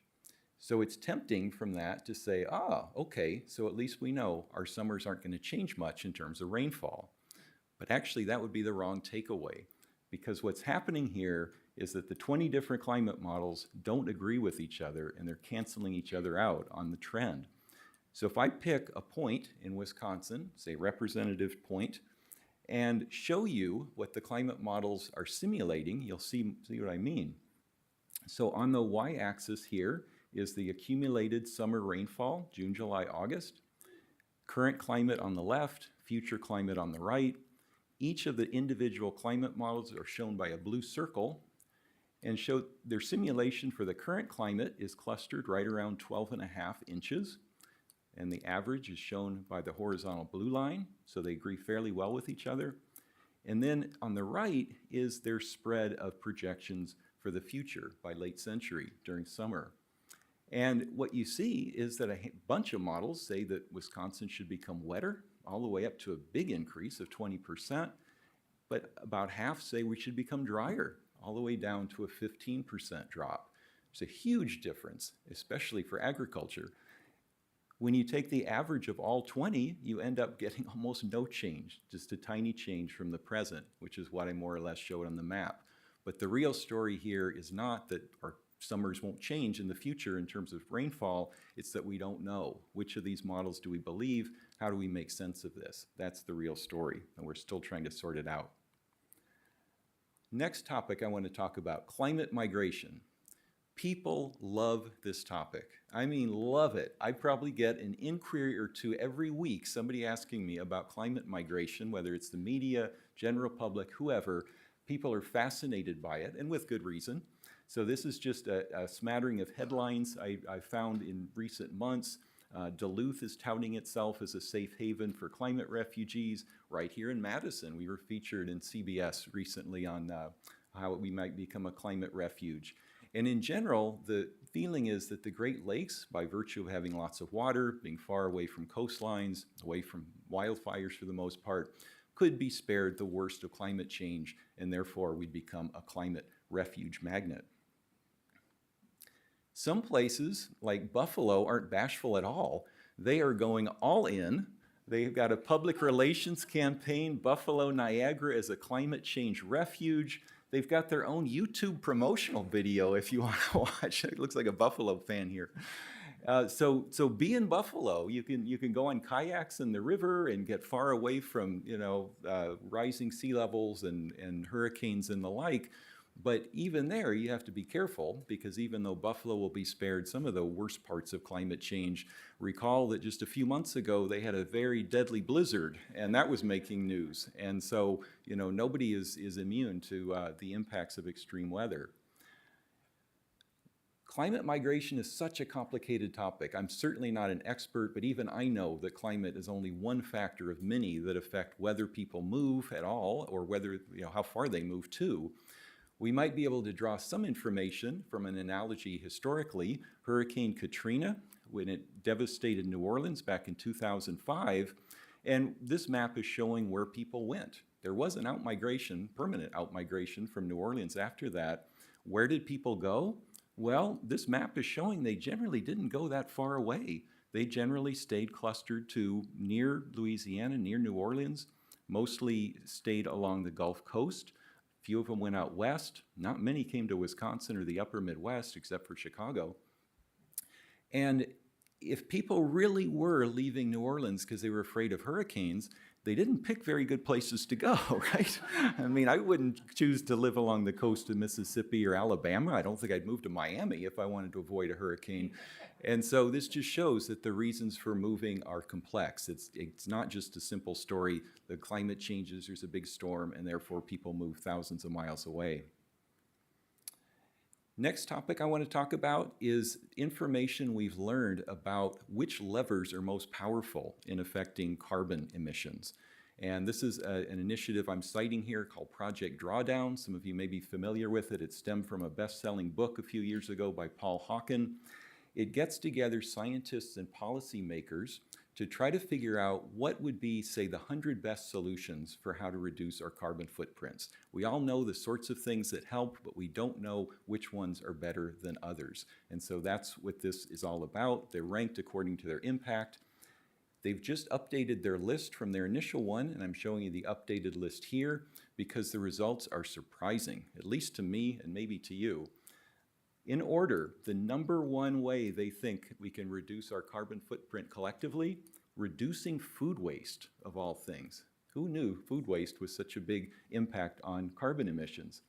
The second one was shifting toward a more plant-rich diet because certain kinds of meat consumption are disproportionately carbon intensive. Third, family planning and education, affecting population growth. The fourth one, refrigerant management. That sounds kind of wonky, but it turns out that air conditioners and refrigerators have coolants, and the coolants, the chemicals in those coolants, are extremely powerful greenhouse gases, and if they leak because of improper storage, they can trap heat and warm the climate. So it's in the top 5. Some of the others, not too surprising, reducing deforestation, promoting more wind turbines and solar energy and so forth. But I think the top 2 to 4 are really surprising, and I think it's a good story because food is something we can all control on an individual level rather than going out and buying an onshore wind turbine. So that's the story with Project Drawdown. And then the final example I'll give is try to end on a more optimistic note.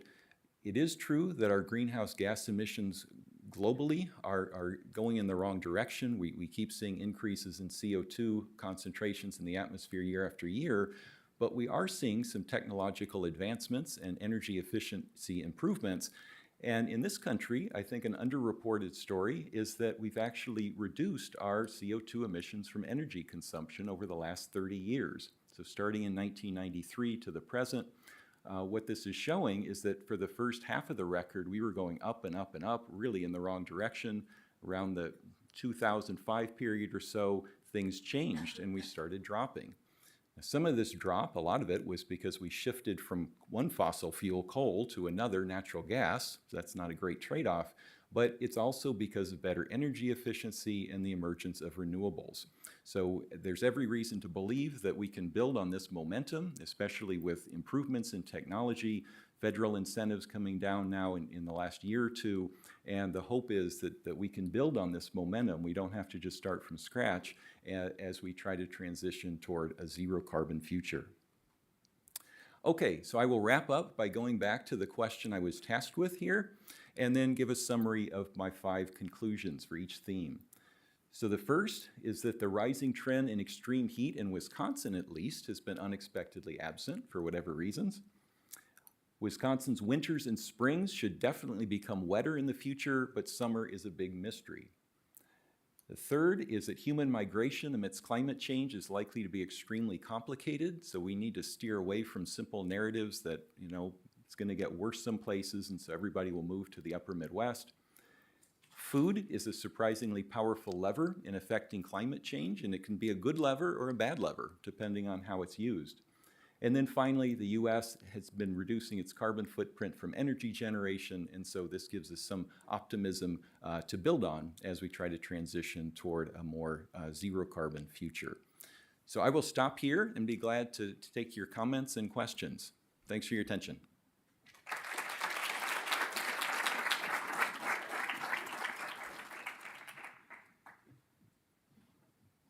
Okay, and back. Oh, I can ask real loud. That's not a problem. So my question is about climate haven reporting specifically. So when we're putting reports out about cities like Madison being climate haven, it's kind of 2 parts. One, are we ignoring a population that's not physically able to move somewhere? Because like I'm a college student, I can't just pick up and move right now. I don't really have the money to do that.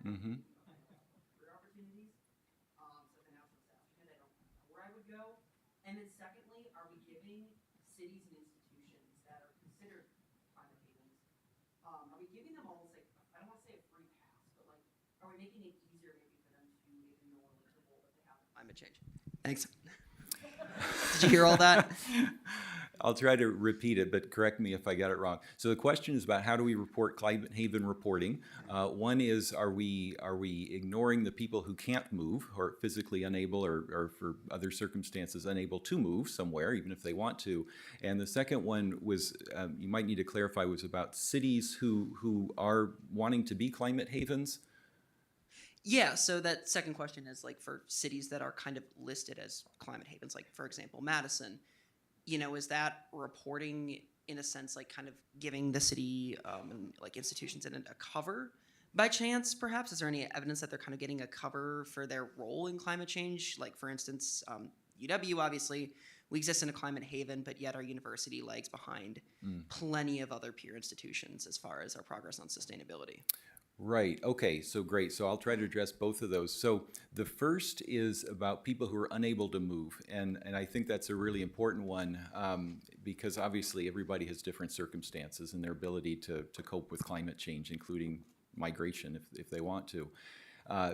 Hurricane Katrina actually serves as a good example. I remember in 2005, there were lots of reports of people who stayed in New Orleans, and the way some people reported it, I think, was very insensitive. The message that I got was, why were these people so stupid that they stuck around when everyone knew a giant hurricane was coming?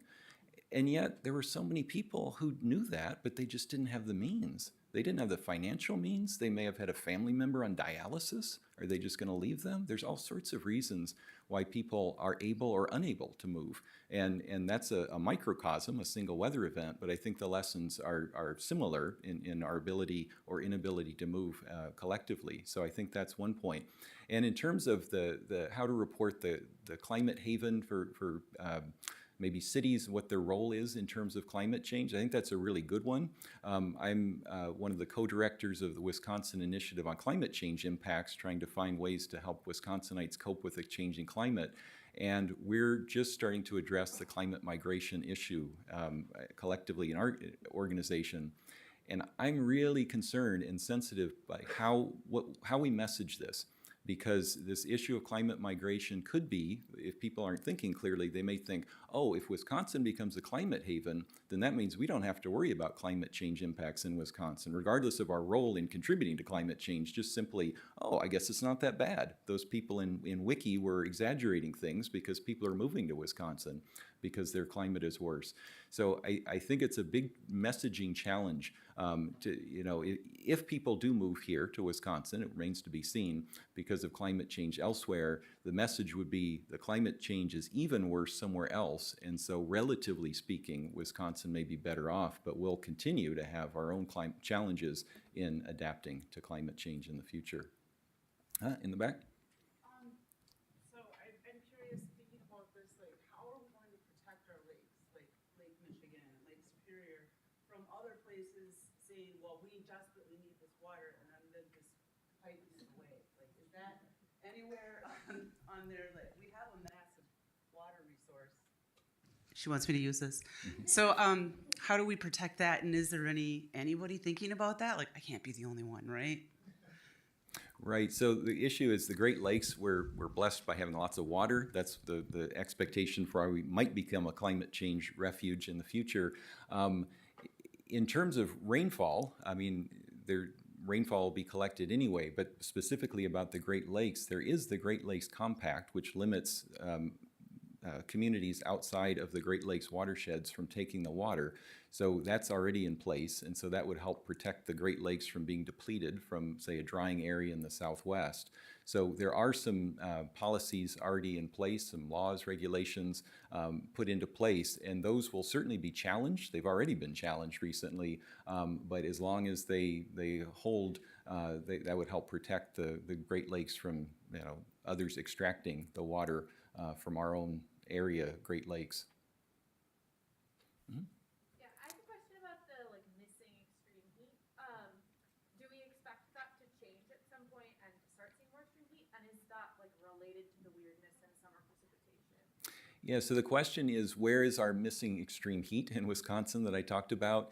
And I would say that it's an open question right now. It's a research question that's being explored. My take on it is that I've seen some pretty good evidence that it probably is related to changes in our farming practices. I don't know if anyone's heard the term corn sweat, but that's been popularized because corn in the hot days of summer transpires moisture, gets into the atmosphere, and that contributes to humidity. When there's humidity, especially in the summer, that can create haze, which blocks sunlight. It can create more clouds, which block sunlight. It can create rain that also produces daytime cooling. So my hypothesis, at least, is that our missing daytime heating in Wisconsin is probably due a lot to the change in hydrologic cycle. Wetter summers, we're definitely seeing wetter summers, and that may well be attributable to the so-called corn sweat. And the reason why people point their finger at agriculture is not so much that more acres are being farmed than they used to, but where they're being farmed, it's a lot more intensive. So, for instance, I think I saw that the density of cornfields in Iowa has doubled over the last, I don't know, 50 years or so. There's a lot more corn plants per acre than there used to be. I mean, I remember when I was a kid growing up in Indiana, we could walk through cornfields commonly. There's no way you can walk through a cornfield now, even if you're 6 years old, you just can't fit. And so that's a testament to how we've changed our farming practices. If you have a lot more corn ears per acre, there's going to be a lot more corn sweat, which it's going to cause more atmospheric moisture. So I would say that's the most likely reason, but it's still being explored. Mm-hmm.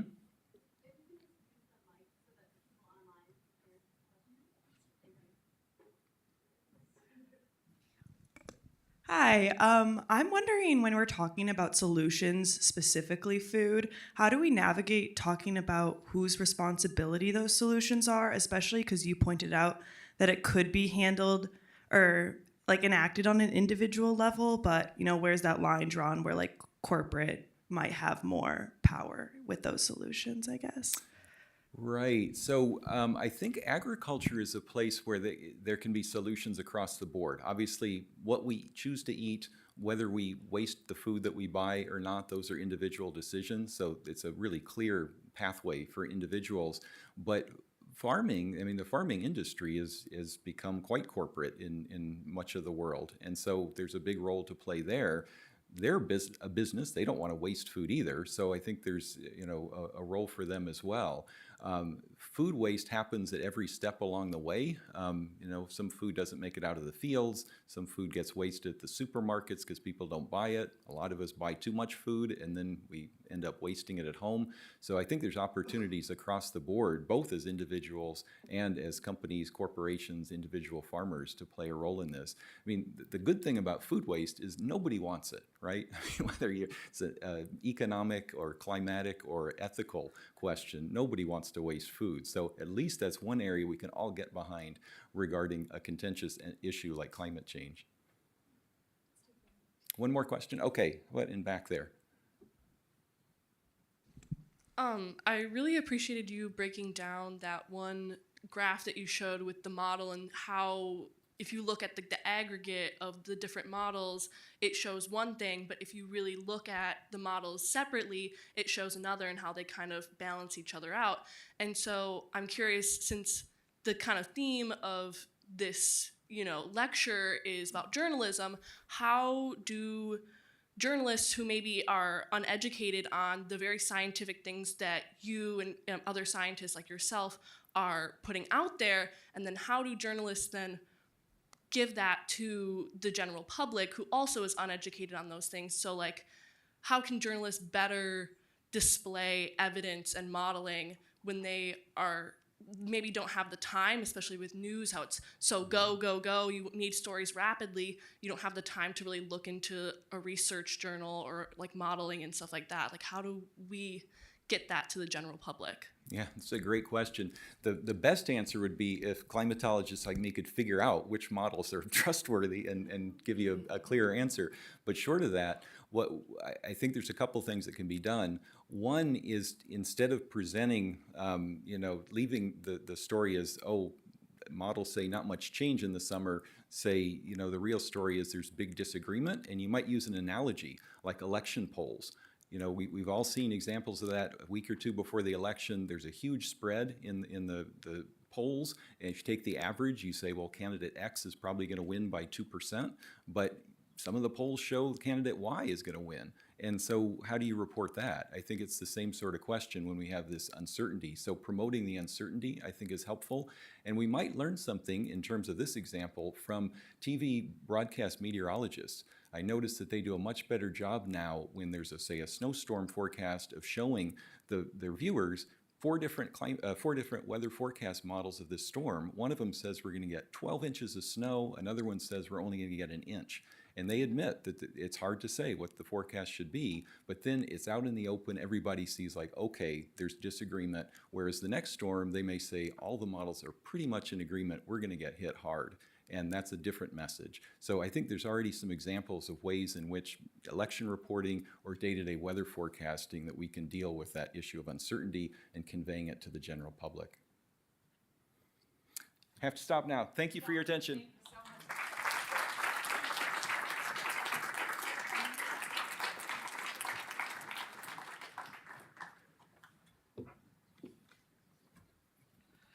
as I promised, clear and ending on a note of hope. So thank you so much, Steve. I really appreciate it. If only all scientists communicated the way you communicate. That'd be great. A person who tries to help with that is the moderator for our next panel. So I'd love to invite panel 3 up here. Panel 3 is moderated by Kelly Tyrell. Kelly is an avowed journalism and science geek and serves as director of media relations and strategic communication here at UW-Madison. So she is a friend of telling the stories of science, including climate change. So welcome, Kelly.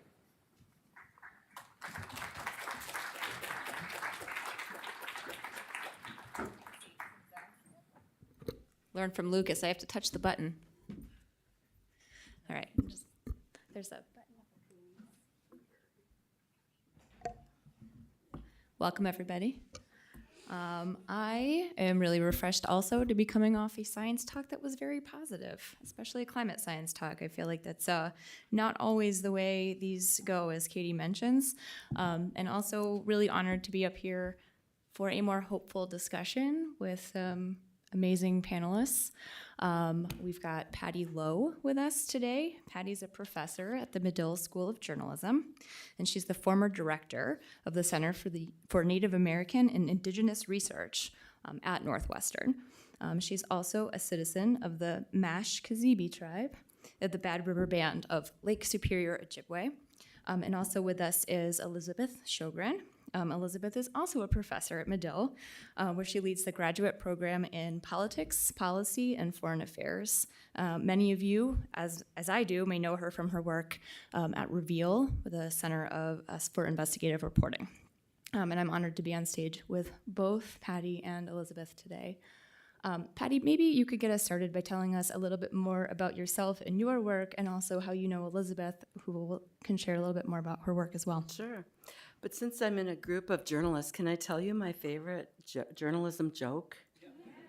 Because as many of you know, I'm a lifelong Wisconsinite who's been in Chicago the last 7 years, and as a Wisconsinite, like probably many people, I'm an owner, part owner of the Green Bay Packers, and so this is a story about two little boys who are throwing a football around in Grant Park, Chicago, and this dog comes out of the bushes and attacks one of the boys.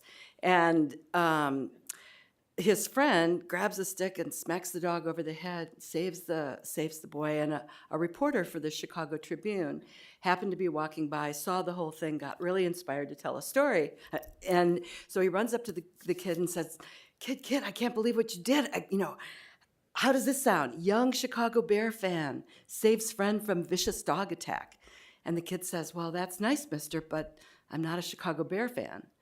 And the reporter's, okay, well, all right, how's this? Young Minnesota Viking fan, braves all, saves friend from bad dog. And the kid says, well, that's nice too, mister, but I'm a Green Bay Packer fan. Now the reporter, who's kind of a homie, brows furrow, he starts scribbling and says, okay, how's this? Young cheesehead bastard murders beloved family pet. So we needed a little levity. We have some of the conversations today have been pretty dark.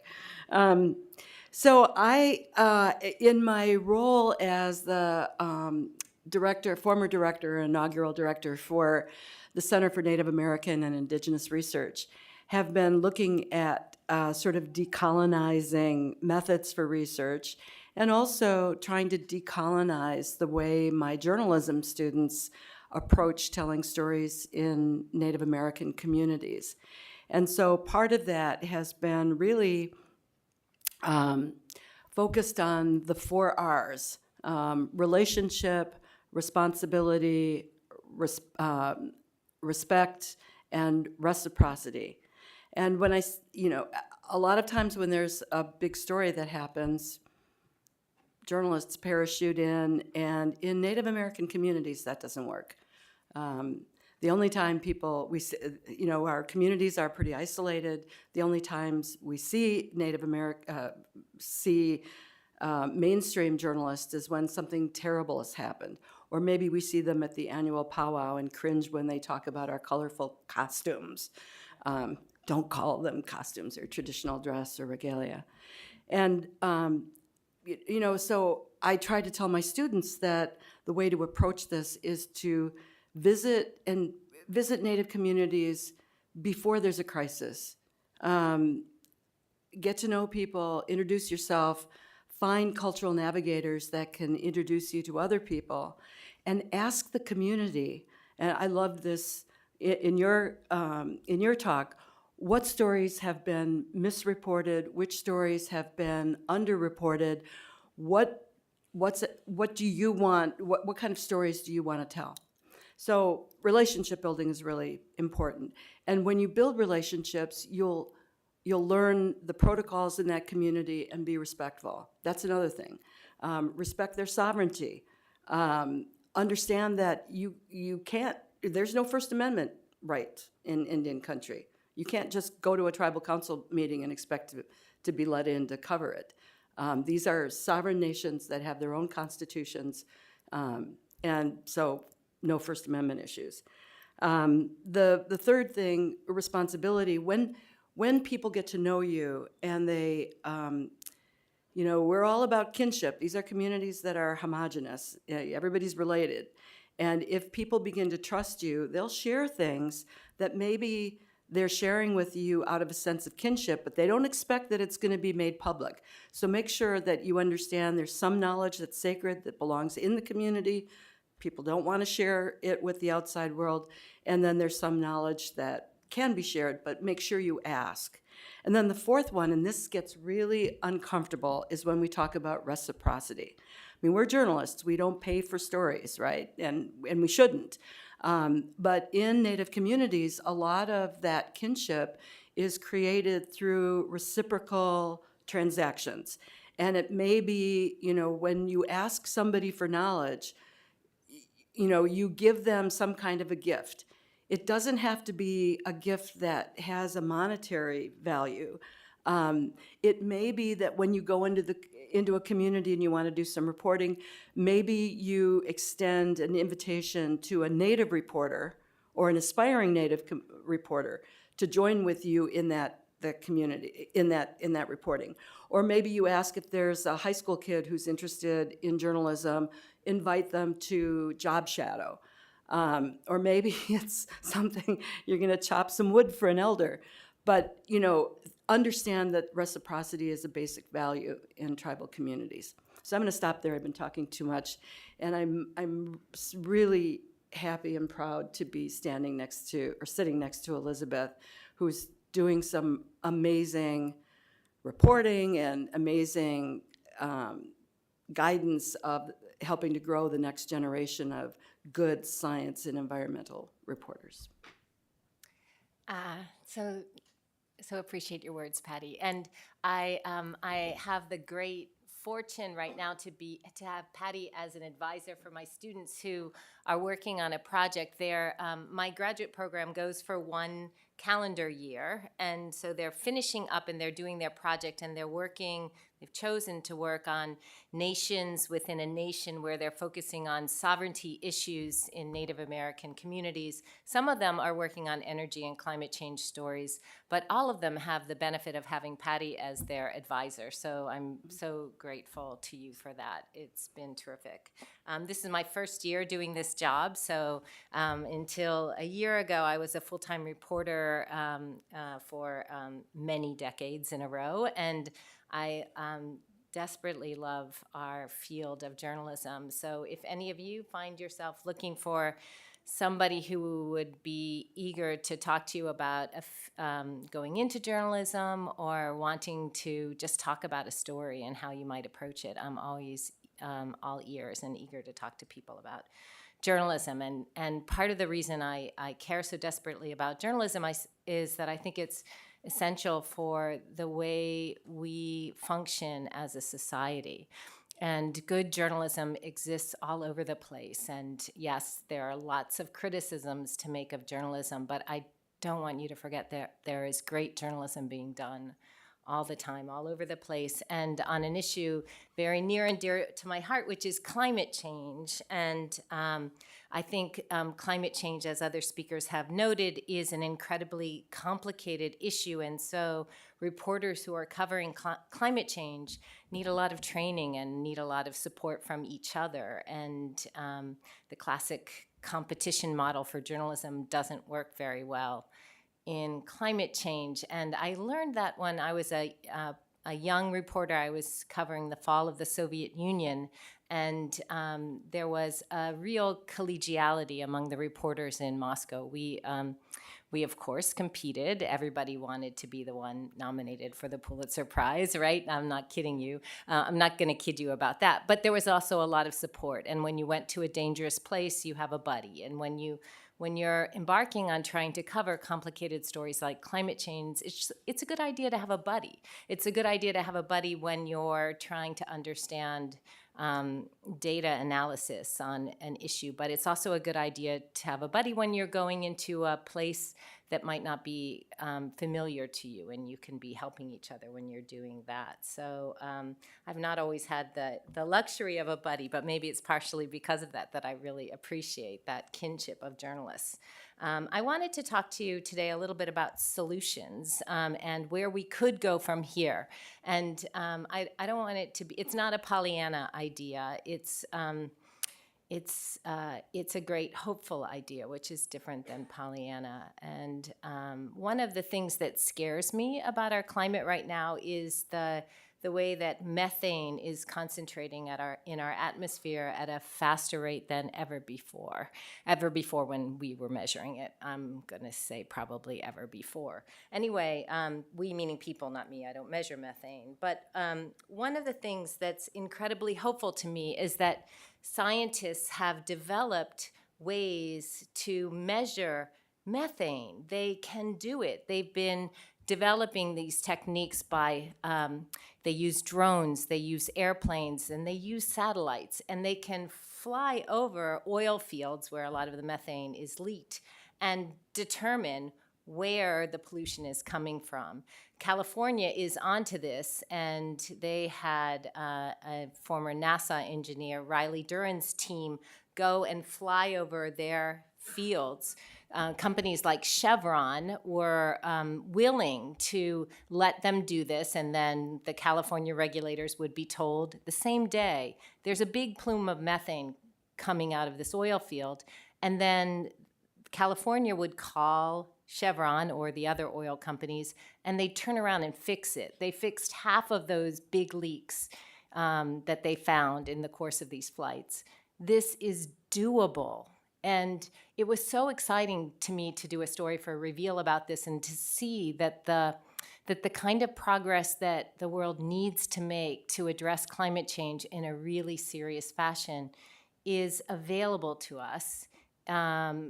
Scientists have decided that they're not going to wait for government to get around to doing what needs to be done. They've created their own nonprofits, a place called Carbon Mapper, where they're getting foundation support to put up their own satellites because they're so determined to get this done. And the government, good news is that the EPA has proposed to include some of this monitoring as part of its methane rule, but there is a big barrier in the way of that. Might you guess what might get in the way of this proposal becoming finalized? Well, it's the thing that industry doesn't want to have happen, so they're fighting it tooth and nail before it becomes a rule. So one of the challenges I find in being a journalist is that who knows, how many of you knew that story? Just raise your hands. Okay, not a lot of you, right? There's some of you who know it, but you're people who care about this issue.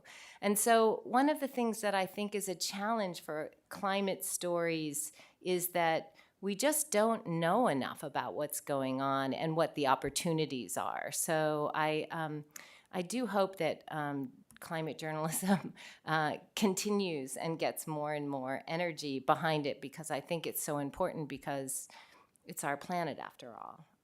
So So that I think there is positive there's a role for positive journalism of pointing the way to solutions, which is not Pollyanna. Thanks, Elizabeth. And it strikes me too, the list that Steve shared from Project Drawdown. That's a good top 10 list of places to start looking for solution stories, isn't it? Especially if you're a young journalist in the room. And notably absent from that top 10 list was, having your own personal water bottle or the number of flights you take. And that gets to some of the influences behind some of the traditional models of climate reporting and the traditional stories. But in that theme, Patty, I'm hoping you can tell us a little bit about a project that you're working on right now with Tribal Youth Media. Sure. These are tribal teens from 2 Native communities in the United States who are sharing their climate stories. The project's still in progress, and it's not quite ready for public distribution, but we're really lucky. We're going to get to see a brief clip today when Patty's ready to show it to us. So right before we watch that, I would like to hear, Patty, a little bit more about the project and what sets it apart from some of the traditional approaches to journalism I think that we've discussed and that we're more accustomed to, and especially with respect to the themes that we've touched on today. Yeah, thank you. So shout out to the Morgridge Center, which many, many years ago provided some seed money for me to start with a lot of wonderful other folks, start the Tribal Youth Media workshops. The idea was to build upon our strong tradition of storytelling in tribal communities and try to connect youth to our natural landscapes, because things are changing and we're the first observers of these changes. And as a young man pointed out in one of your earlier questions, we're not moving. We don't have the ability to move to, these are our ancestral lands, so we can't move. So we've been trying to grow the next generation of land stewards and storytellers. And we go into a community, we meet with elders, we find out what the elders would like their young people to learn. We teach them digital storytelling skills, music composition, all sorts of really great media skills that they can use after we leave. They're able to work remotely, stay on the reservation, and do web design or music composition, all sorts of skills.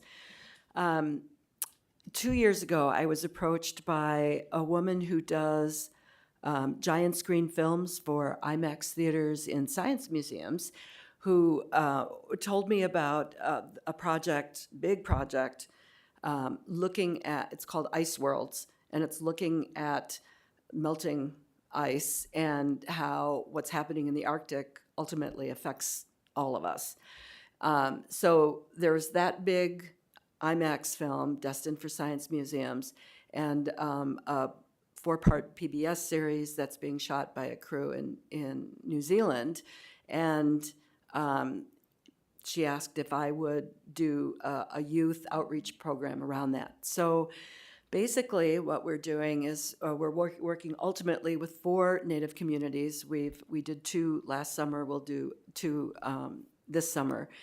And we looked for climate change stories that could talk about the harsh realities that Indigenous communities are facing at a disproportionate rate than mainstream communities, but who were looking at these changes with innovation and imagination and creativity. And one of the great stories, I think I pitched it to someone in the audience earlier, the Quinault Indian Nation in Western Washington is like a lot of those communities, Indigenous communities in Washington, British Columbia, and Alaska, are sliding into the ocean and they're trying to move to higher ground.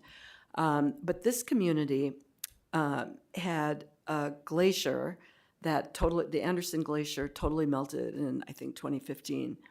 And it impacted their salmon fishery.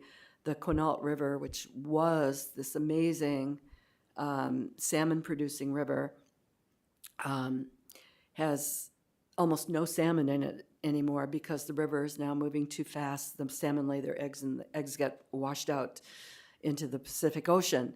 So the natural resources people went to the elders and said, where did salmon traditionally spawn? And they're bolting root balls and debris and concrete together, sinking them in the river at these places, covering it with soil, planting Sitka spruce and Douglas fir, and they're growing new islands. And the cool thing is the salmon are coming back because now they have kind of a backwater to spawn. So these are the kinds of stories that we're trying to tell. Yeah, the Anderson Glacier melted, and that was a sad thing, and it impacted the community, but the community is, I think I mentioned earlier, we've been adapting to climate change since the last ice age. We know a thing or two. So that taking dams out is making real changes. So that was one of the stories we did. In my community, we looked at wild rice restoration and black ash forestation, and the solar farms. Bad River per capita now is the largest host of many solar farms. So these were some of the stories that we wanted to tell, and they've all been compressed into a minute 30. Forgive me, I'm a former television reporter, and we tell complex stories in a short period of time. But that'll give you an idea of what the stories look like.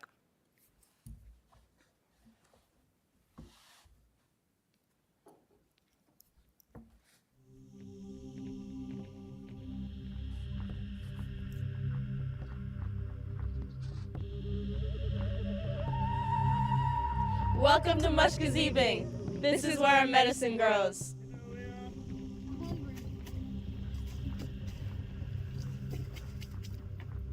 Mushkazibing is what we call home, but others know us as the Bad River Band of Lake Superior, Ojibwe. We live along the south shore of Lake Superior. In good years, as much as 800 acres of Benoomin or wild rice will grow here in the Kakagan Sloughs. It's August and we're ricing.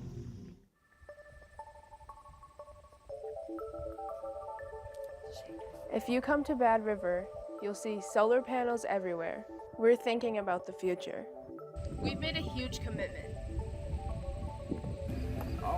Really to install as much solar panels and renewable energies as we can.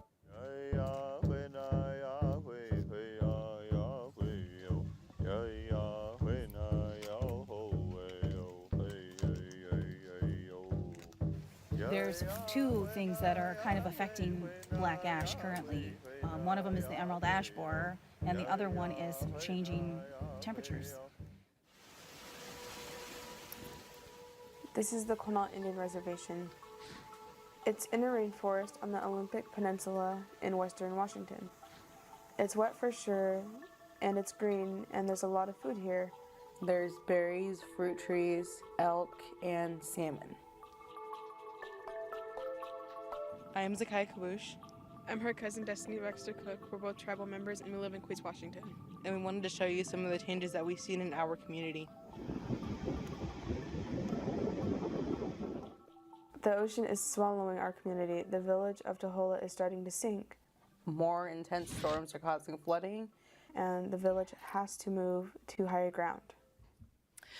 So these stories and more that will be produced on the Porch Creek Reservation in Mobile, near Mobile, Alabama, and in a Haudenosaunee community in upstate New York, will be shown along with the big Ice Worlds IMAX film in science museums, and the youthful producers will be there to introduce their films and do question and answer sessions afterwards. So it's a really great program. I'm really proud of it. I hope it will get some, the next generation of climate journalists out of it.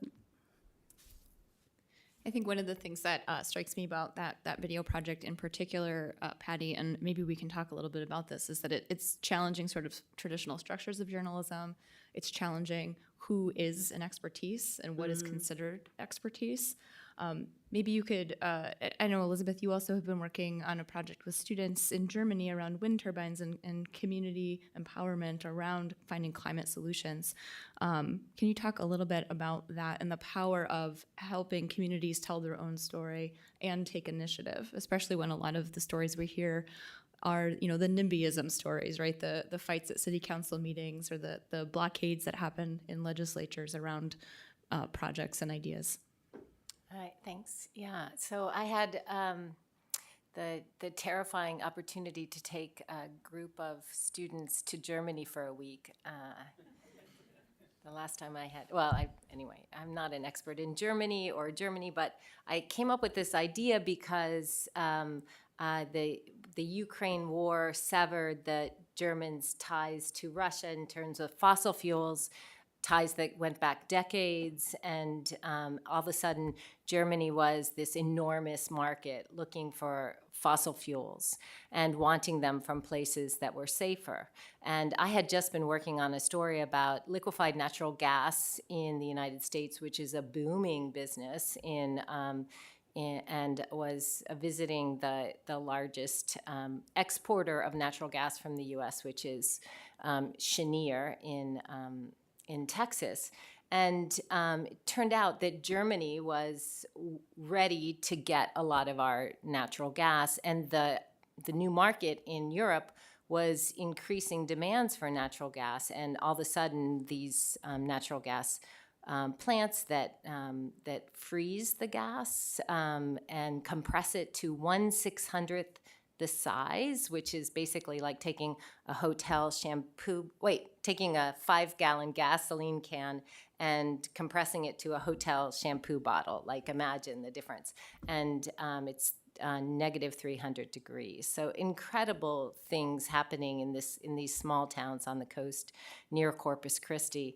Anyway, so that gas then gets put on tankers and goes to Germany. So I wanted to see, thanks to Northwestern with my students, where this gas ends up. So we devised this trip to Germany, and we did go and see one of the first terminals that Germany set up to receive this natural gas in a place called Huxil in Germany on the coast. But we also went to see a wind farm. Germany is quickly trying to increase its energy stores from lots of different places, and one of the things that they're trying to do is accelerate their renewable energy production. And so we found this one community of pig farmers which in the 1990s built their first wind turbines. And instead of having them placed there by a company, they're all community, the windmills are all community owned.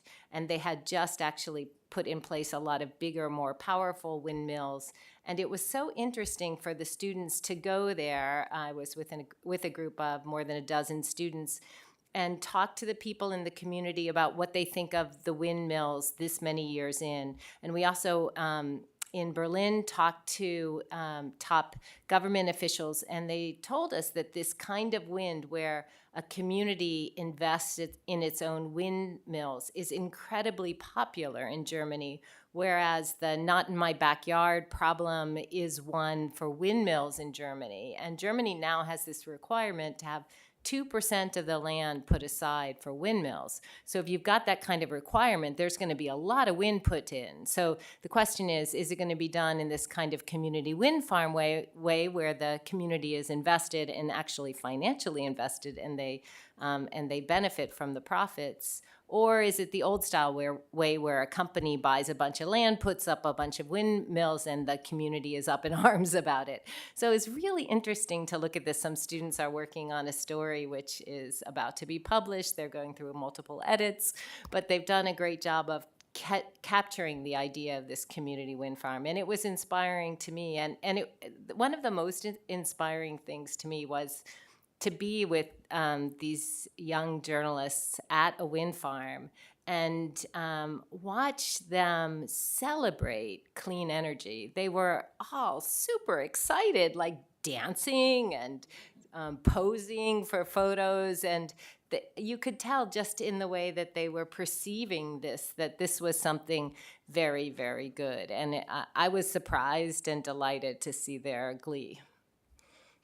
That's great. And I think it touches a little bit on maybe something I'm hoping Patty can talk to us about is the cultural impacts of climate change. I mean, this is a cultural shift happening in some of these small communities in Germany, but Patty, your video touches a little bit on this, but when we had prepped for this session, you had a quote from an 11-year-old girl that really just touched me. So maybe you could share. Yeah, and I always get goosebumps when I think about this. It was really early on in our project up on the La Coudray Reservation near Hayward. And she'd interviewed her grandma and grandpa about what, kinds of changes they'd seen on the LCO reservation in their lifetimes. And then she interviewed a scientist from Great Lakes Indian Fish and Wildlife Commission, John Gilbert, and asked him about, what climate change meant for their community. And he said that the wild rice would probably migrate north because if the temperature got warmer, the rice wouldn't be able to survive. And she said, well, what does that mean for the animals that eat the rice? And he said, well, some of those animals probably will follow the rice. And she said, but some of those, and there was just this look of real horror on her face. And she said, but some of those animals are clan animals. And how can we be Ojibwe if we don't have our clan animals with us? Which still makes me, kind of have to take a deep breath on that. One of the things that I think is evident in all of these stories and in the kind of reporting that really captures the essence of climate change and its impacts on Native communities is seventh generation thinking. My tribe has this philosophy, if you will, about how decisions that we make today should be made in the best interests of people 7 generations into the future. And it also makes us think back 7 generations. I think, to the clan chiefs and tribal leaders that signed the treaties. My tribe, when we were forced to sign the treaties, our leaders said, oh, these reservations are not going to be enough to sustain us into the future. So we reserve and this is a quote, we reserve the right to hunt, fish, and gather wild rice upon the waters in the land that we're being forced to give up. So, I think about that and think about the rights that I have to traditional foods, not just on my little reservation in Ashland County, but in all the lands north of, Stevens Point, and in northern Michigan and in northern Minnesota. And there's this sense that when you make those kinds of decisions, you're thinking long range. And maybe you're also thinking about self-sacrifice, that maybe I'll plant this oak, and even though I won't enjoy it in my lifetime, my grandchildren are going to, maybe they'll put a swing on it, or maybe they'll enjoy the shade. And when you contrast that with mainstream society, where our political systems, 2, 4, 6 years, our business structures, 4 quarters, and if you don't make your margins and you've got a golden parachute out, the really wicked problems that we face as human beings, trying to figure out what to do with people who are unhoused, poverty, persistent poverty, generational trauma, climate change, these are the kinds of problems that need long-range thinking. So this is going to be my last question for both of you before we turn it over to the audience. And I think both of you have shared some really powerful examples of local stories. We've heard a lot about big, ambitious climate stories and climate projects, I think, from a lot of our speakers today, and all of that's really necessary. But I think maybe one of the things that we hope that you take home is that not every story about climate change needs to be big and heavy and complicated and full of science, although I am a science geek, so please follow the science. But what advice could the two of you give for maybe local newsrooms or their newsrooms here in Wisconsin that might be one or two people. I think we heard from a student earlier, right, who's part of a nonprofit newsroom. Not everywhere is resourced to send people out into the field to tell these big stories. So what can you leave folks with today about where to find and how to tell climate stories that have local impact? Climate stories aren't just big and international, but they're in everybody's neighborhood. I think everybody's neighborhood. I'm not even going to equivocate on that. When you think about food, that's one of the issues that touches us all. I don't think there's anybody sitting here who doesn't eat. Anybody who doesn't eat? Anyway, we all eat, right? And since food is number one on the list, right? Am I remembering your list correctly? There are climate stories that are related to everybody's food and diet, and a story that comes to my mind quickly. This is a story that was in the same reveal episode where I did the story about Riley Duran, and that was a story about cow burps and how they're enormous contributors to methane. And it turns out that if cows eat seaweed, they don't burp and they don't emit methane. It's this miracle cure. And so I don't know what the farmers around here are doing as far as seaweed and cow burps, but I think I understood from one of the participants here that there are a lot of cows around. So you could you could pursue that as a story if you're a local journalist. You don't have to go far. You could do a story about, meat alternatives in the local restaurants. Are they changing to, I don't know, Impossible Burger or whatever? I'm not here to advertise any burger or burger substitute, but anyway, those stories are out there in everybody's community. And if you're in Madison, Wisconsin, there are brilliant scientists here who you can talk to, who will lead you to the important stories that they already know about. And it doesn't have to be a scientist, of course. It could be communities as well. So their stories are all around. There are 574 federally recognized Native nations, and the vast majority of them have newspapers or newsletters. And they're doing stories about how, they're dealing with a changing climate and changing landscape, changes in their landscape. And so, I think reaching out maybe through an organization like the Native American Journalists Association and connecting with those communities and sharing resources, what's happened to local news is just heartbreaking to me. And I realized that, TV station in Madison, or even, TV stations in Milwaukee, which once had helicopters and they would fly off and cover things. Well, those days are over, and my community is 5 hours north of here. It's not like somebody is going to routinely include Bad River in its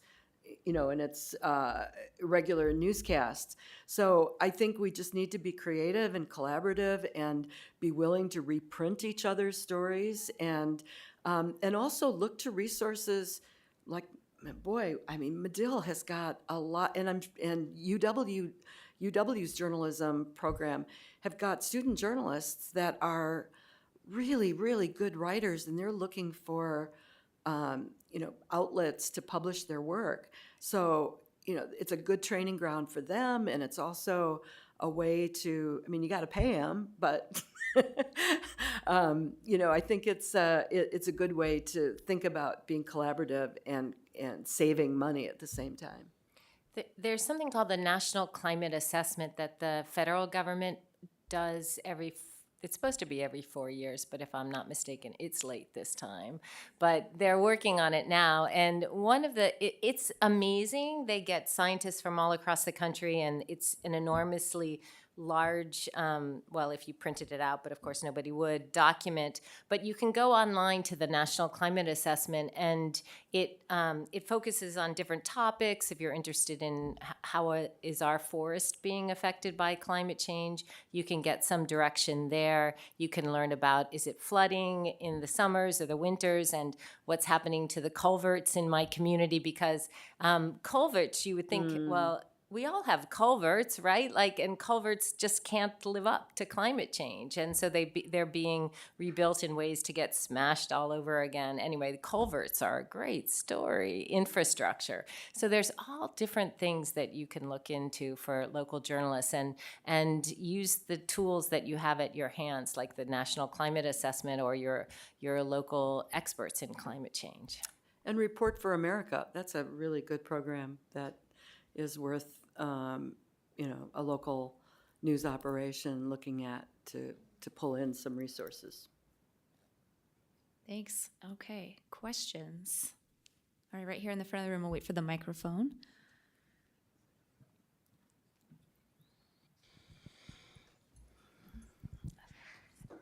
Yeah, so I just wanted to ask a question. I think something I've been struggling with as a climate reporter is we had in the Inflation Reduction Act for the first time, like ever in this country, major climate legislation passed. And all of the polling shows that the general public has no idea that it is actually climate legislation. And like even today, we haven't talked about it at all. And so I just wonder, like this thing, and like I'm not gonna cape for legislation or anything, but like if it works as it's supposed to, is supposed to completely transform American society. And so I just like wonder what our responsibility as journalists is to talk about this and like how to talk about it.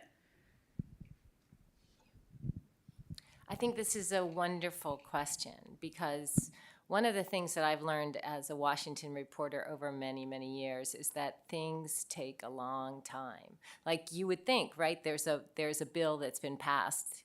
We should be able to go out and cover it. In fact, my students and I considered that as our project this spring, because what better to do than actually pay a lot of attention? Well, it turned out basically there's very little there yet. So I wanted them to be able to go out and look at things, and there's not much to look at yet. But there will be. And so I think part of the thing that journalists need to do is to take the long game, not just turn around and expect the story to be there right in front of your eyes, but then be ready to see what's happening in terms of the implementation. Is it happening yet?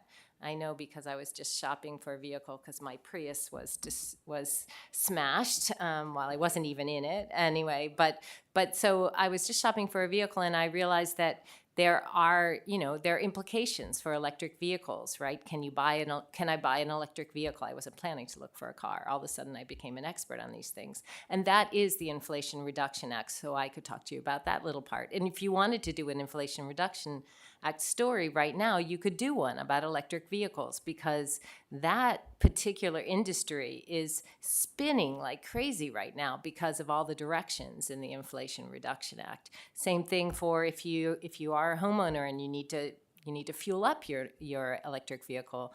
And the other thing that I think is very cool is that the Inflation Reduction Act included money for lower income people buying used electric vehicles. Like, when does that happen? The government gives money to buy a used something or another. So you could do a story about that right now. Is that changing things? Like, can they keep used EVs on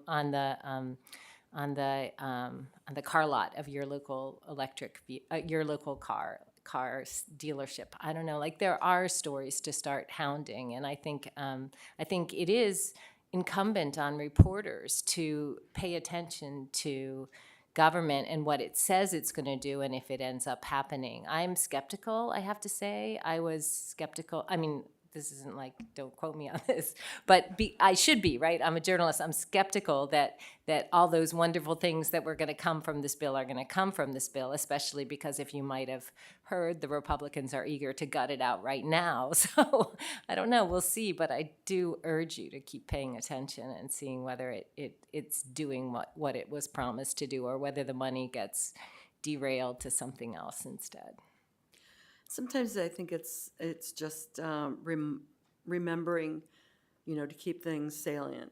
A big story about deforestation or reforestation is not going to get you any clicks, but a story about a central Wisconsin Christmas tree farmer who is planting different species because the weather is changing and they're looking ahead 7 years, that's a story that probably would be clickable.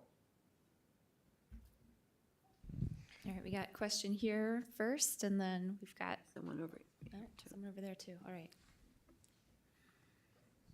Thank you. Hello, my name is Raul. I first want to apologize because I'm not a journalism major, so I'm a little out of my element. Ouch. But thank you, thank you. I also was not a journalism major, and yet I became a journalist. Neither was I. Awesome. Well, that's good to know. I do have the fortunate pleasure of being in Dr. Culver's class this semester. That's why I'm here. So if it pleases the panel, I do have two kind of questions. One, how does allocating resources towards combating climate change directly fight gentrification and the displacement of marginalized communities? And then specifically for Dr. Lowe, throughout your time, your personal and professional life as an Indigenous person, how have Supreme Court cases, trademark decisions impacted you as an Indigenous person? The reason I ask, the reason I ask is because our group project this semester in Dr. Culver's class has to do with trademarks of mascots and the culture of mascots and why they're being changed and their relationship to trademarks and the First Amendment. So sorry, that was a lot. Thanks. Do you want to take the first one? Oh, wait, I got distracted. Okay. Could you repeat your first question quickly? I'm sorry, would you repeat your first question? I was thinking about the second question.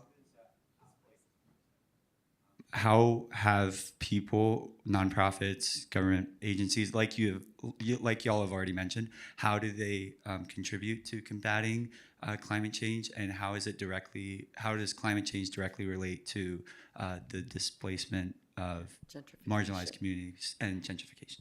Yeah, so that's a really interesting question, and I think that there are lots of examples, and I'm not an expert in any of them, but one of the things that I've seen happening right now in a story I'm reporting right now in Colorado, it has to do with, there was a wildfire there in Boulder, Colorado, and a lot of homes were destroyed. And there's been research already that shows, I think it's so great that that academics are diving in very quickly to research these issues in real time. And so there's research that shows that rebuilding is happening much quicker for the richer people in the community, and that for people who are lower in the income bracket, these are not poor people. These are just people who are middle class instead of upper middle class. It's taking much longer for them to rebuild. So what does that mean? They don't have any place to live because the money that they had to live someplace else that came from FEMA is now almost used up. So their house isn't there yet. Where are they going to live next year? So that's an example about what they're going to do, and this is what's already happening, is they're going to sell their houses because their land, they're going to sell their land, so they're going to leave that community because they're not going to be able to wait in order to rebuild their house. They need someplace to live. Other examples of it, it's kind of interesting in Florida. You probably would know more about this than I do, but I was reading some stories in Florida about how some of the places on higher ground have gotten much more popular. The real estate prices are going up, and some of these places are places which were traditionally African American communities, and those places are gentrifying very quickly. So I don't know exactly how.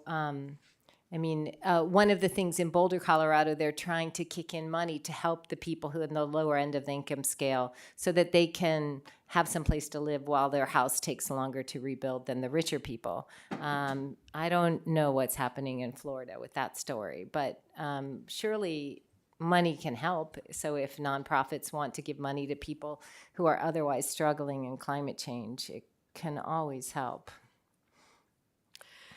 And your second question, the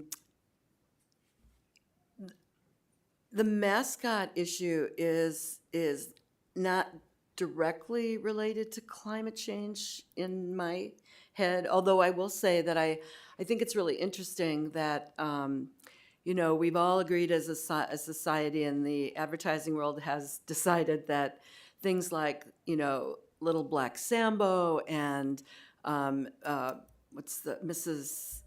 Uncle Ben's Rice and the Frito Bandito that all of that is just cringeworthy and we're not going to do that anymore. But for some reason, it's still open season on Native Americans when it comes to mascots. I think it's interesting, the Supreme Court decision I think you might be referencing is the one that involving the Washington R word. And that was basically framed as an economic story. It was about copyright and logos and such. This is you, but you gave me you opened the door a little bit, so I'm going to stick my foot in and ask you all to watch the Indian child welfare case at the Supreme Court level. And you may say, well, what does that have to do with climate change? Look at who has written amicus briefs, the friend of the court briefs, the Goldwater Institute. There are all these, ultra-conservative, not in any way connected to child welfare that have signed on. They're all institutes that have something to do with natural resources. And, the Indian Child Welfare Act is probably the bedrock of Indian sovereignty. And if that crumbles, then all the legislation protecting Native American natural resources, the question is what's going to happen to those statutes and codes and laws. So I'll just kind of toss that out there as a little tantalizing thing for you to ponder. Question here.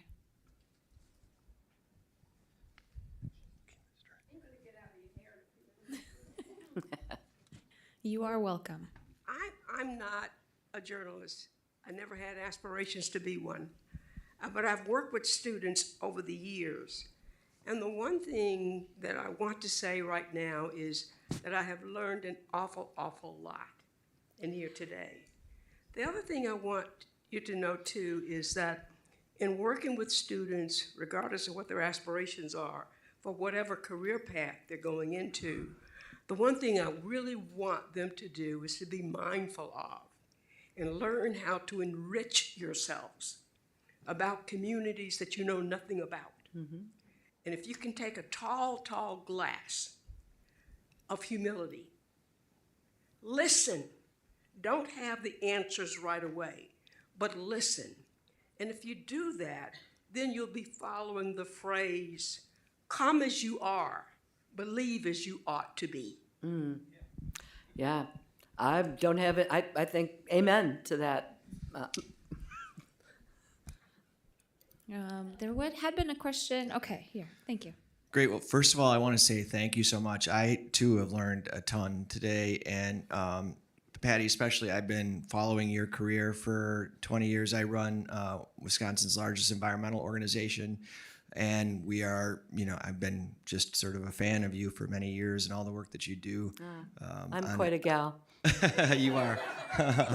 The question, since you brought up the Inflation Reduction Act and the bipartisan infrastructure bill, and really, the billions of dollars of new resources that are coming to address climate change in our country, what I have learned about this is that there's so much flexibility built into a lot of these dollars, and I'm wondering what journalism schools are doing to participate in the resources and building the infrastructure around journalism to use some of these dollars. What are tribal nations doing, that kind of thing, to really build out the infrastructure that we need to better tell the stories, because I think there's just tons of opportunity for that. I'll just say, sadly, I know my tribe has not thought about journalism within this context.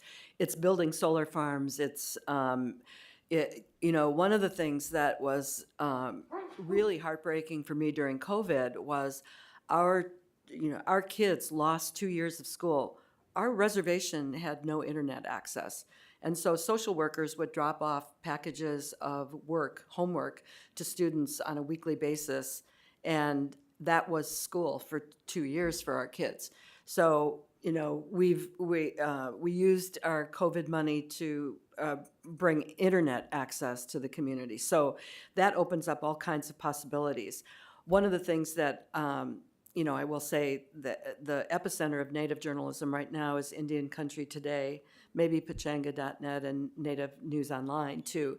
So I'd say look to those organizations because they're kind of shaping the landscape of journalism in Native American communities. Actually, this is the first I've thought about the fact that there could be inflation reduction money that could help journalism students. So as you might know, journalism could use some help these days. So that's great to know. I'd love to hear more. Yeah. I don't see how we could get money there, but if we can, that's great. Yeah, I think there is a challenge going on in journalism now with all the layoffs. It's not just that I'm sorry for my colleagues who are out of work, although I am, but I'm also very sorry for the communities that don't have good journalism anymore. It becomes very hard to know what's going on in your community, and then only the people with a lot of money have any influence on what the local governments and state governments are doing. So I think it would be great if we could figure out solutions, and that takes money. And I think if I can just say one more thing is, I really think that a lot of it begins with individual intent. We need to support nonprofit journalism as individuals. We need to be subscribers. And we also need to look at our smartphones and ask, how often do I need to upgrade my phone?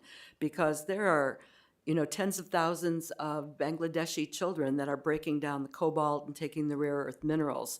So, we have a responsibility individually to think about our own personal ethics. And I will just put a shout out to all the student journalists who are here and who are on our campus. We have 2 independent student newspapers, if you don't know that. So in addition to our wonderful journalism school, we also have talented students who volunteer their time to do journalism. And if you're in this room, you can help by being sources for them when they reach out and ask for comment and ask for help on their stories. Any more questions? Thank you, everybody. Thank you. Thank you. Thank you. Oh, you too.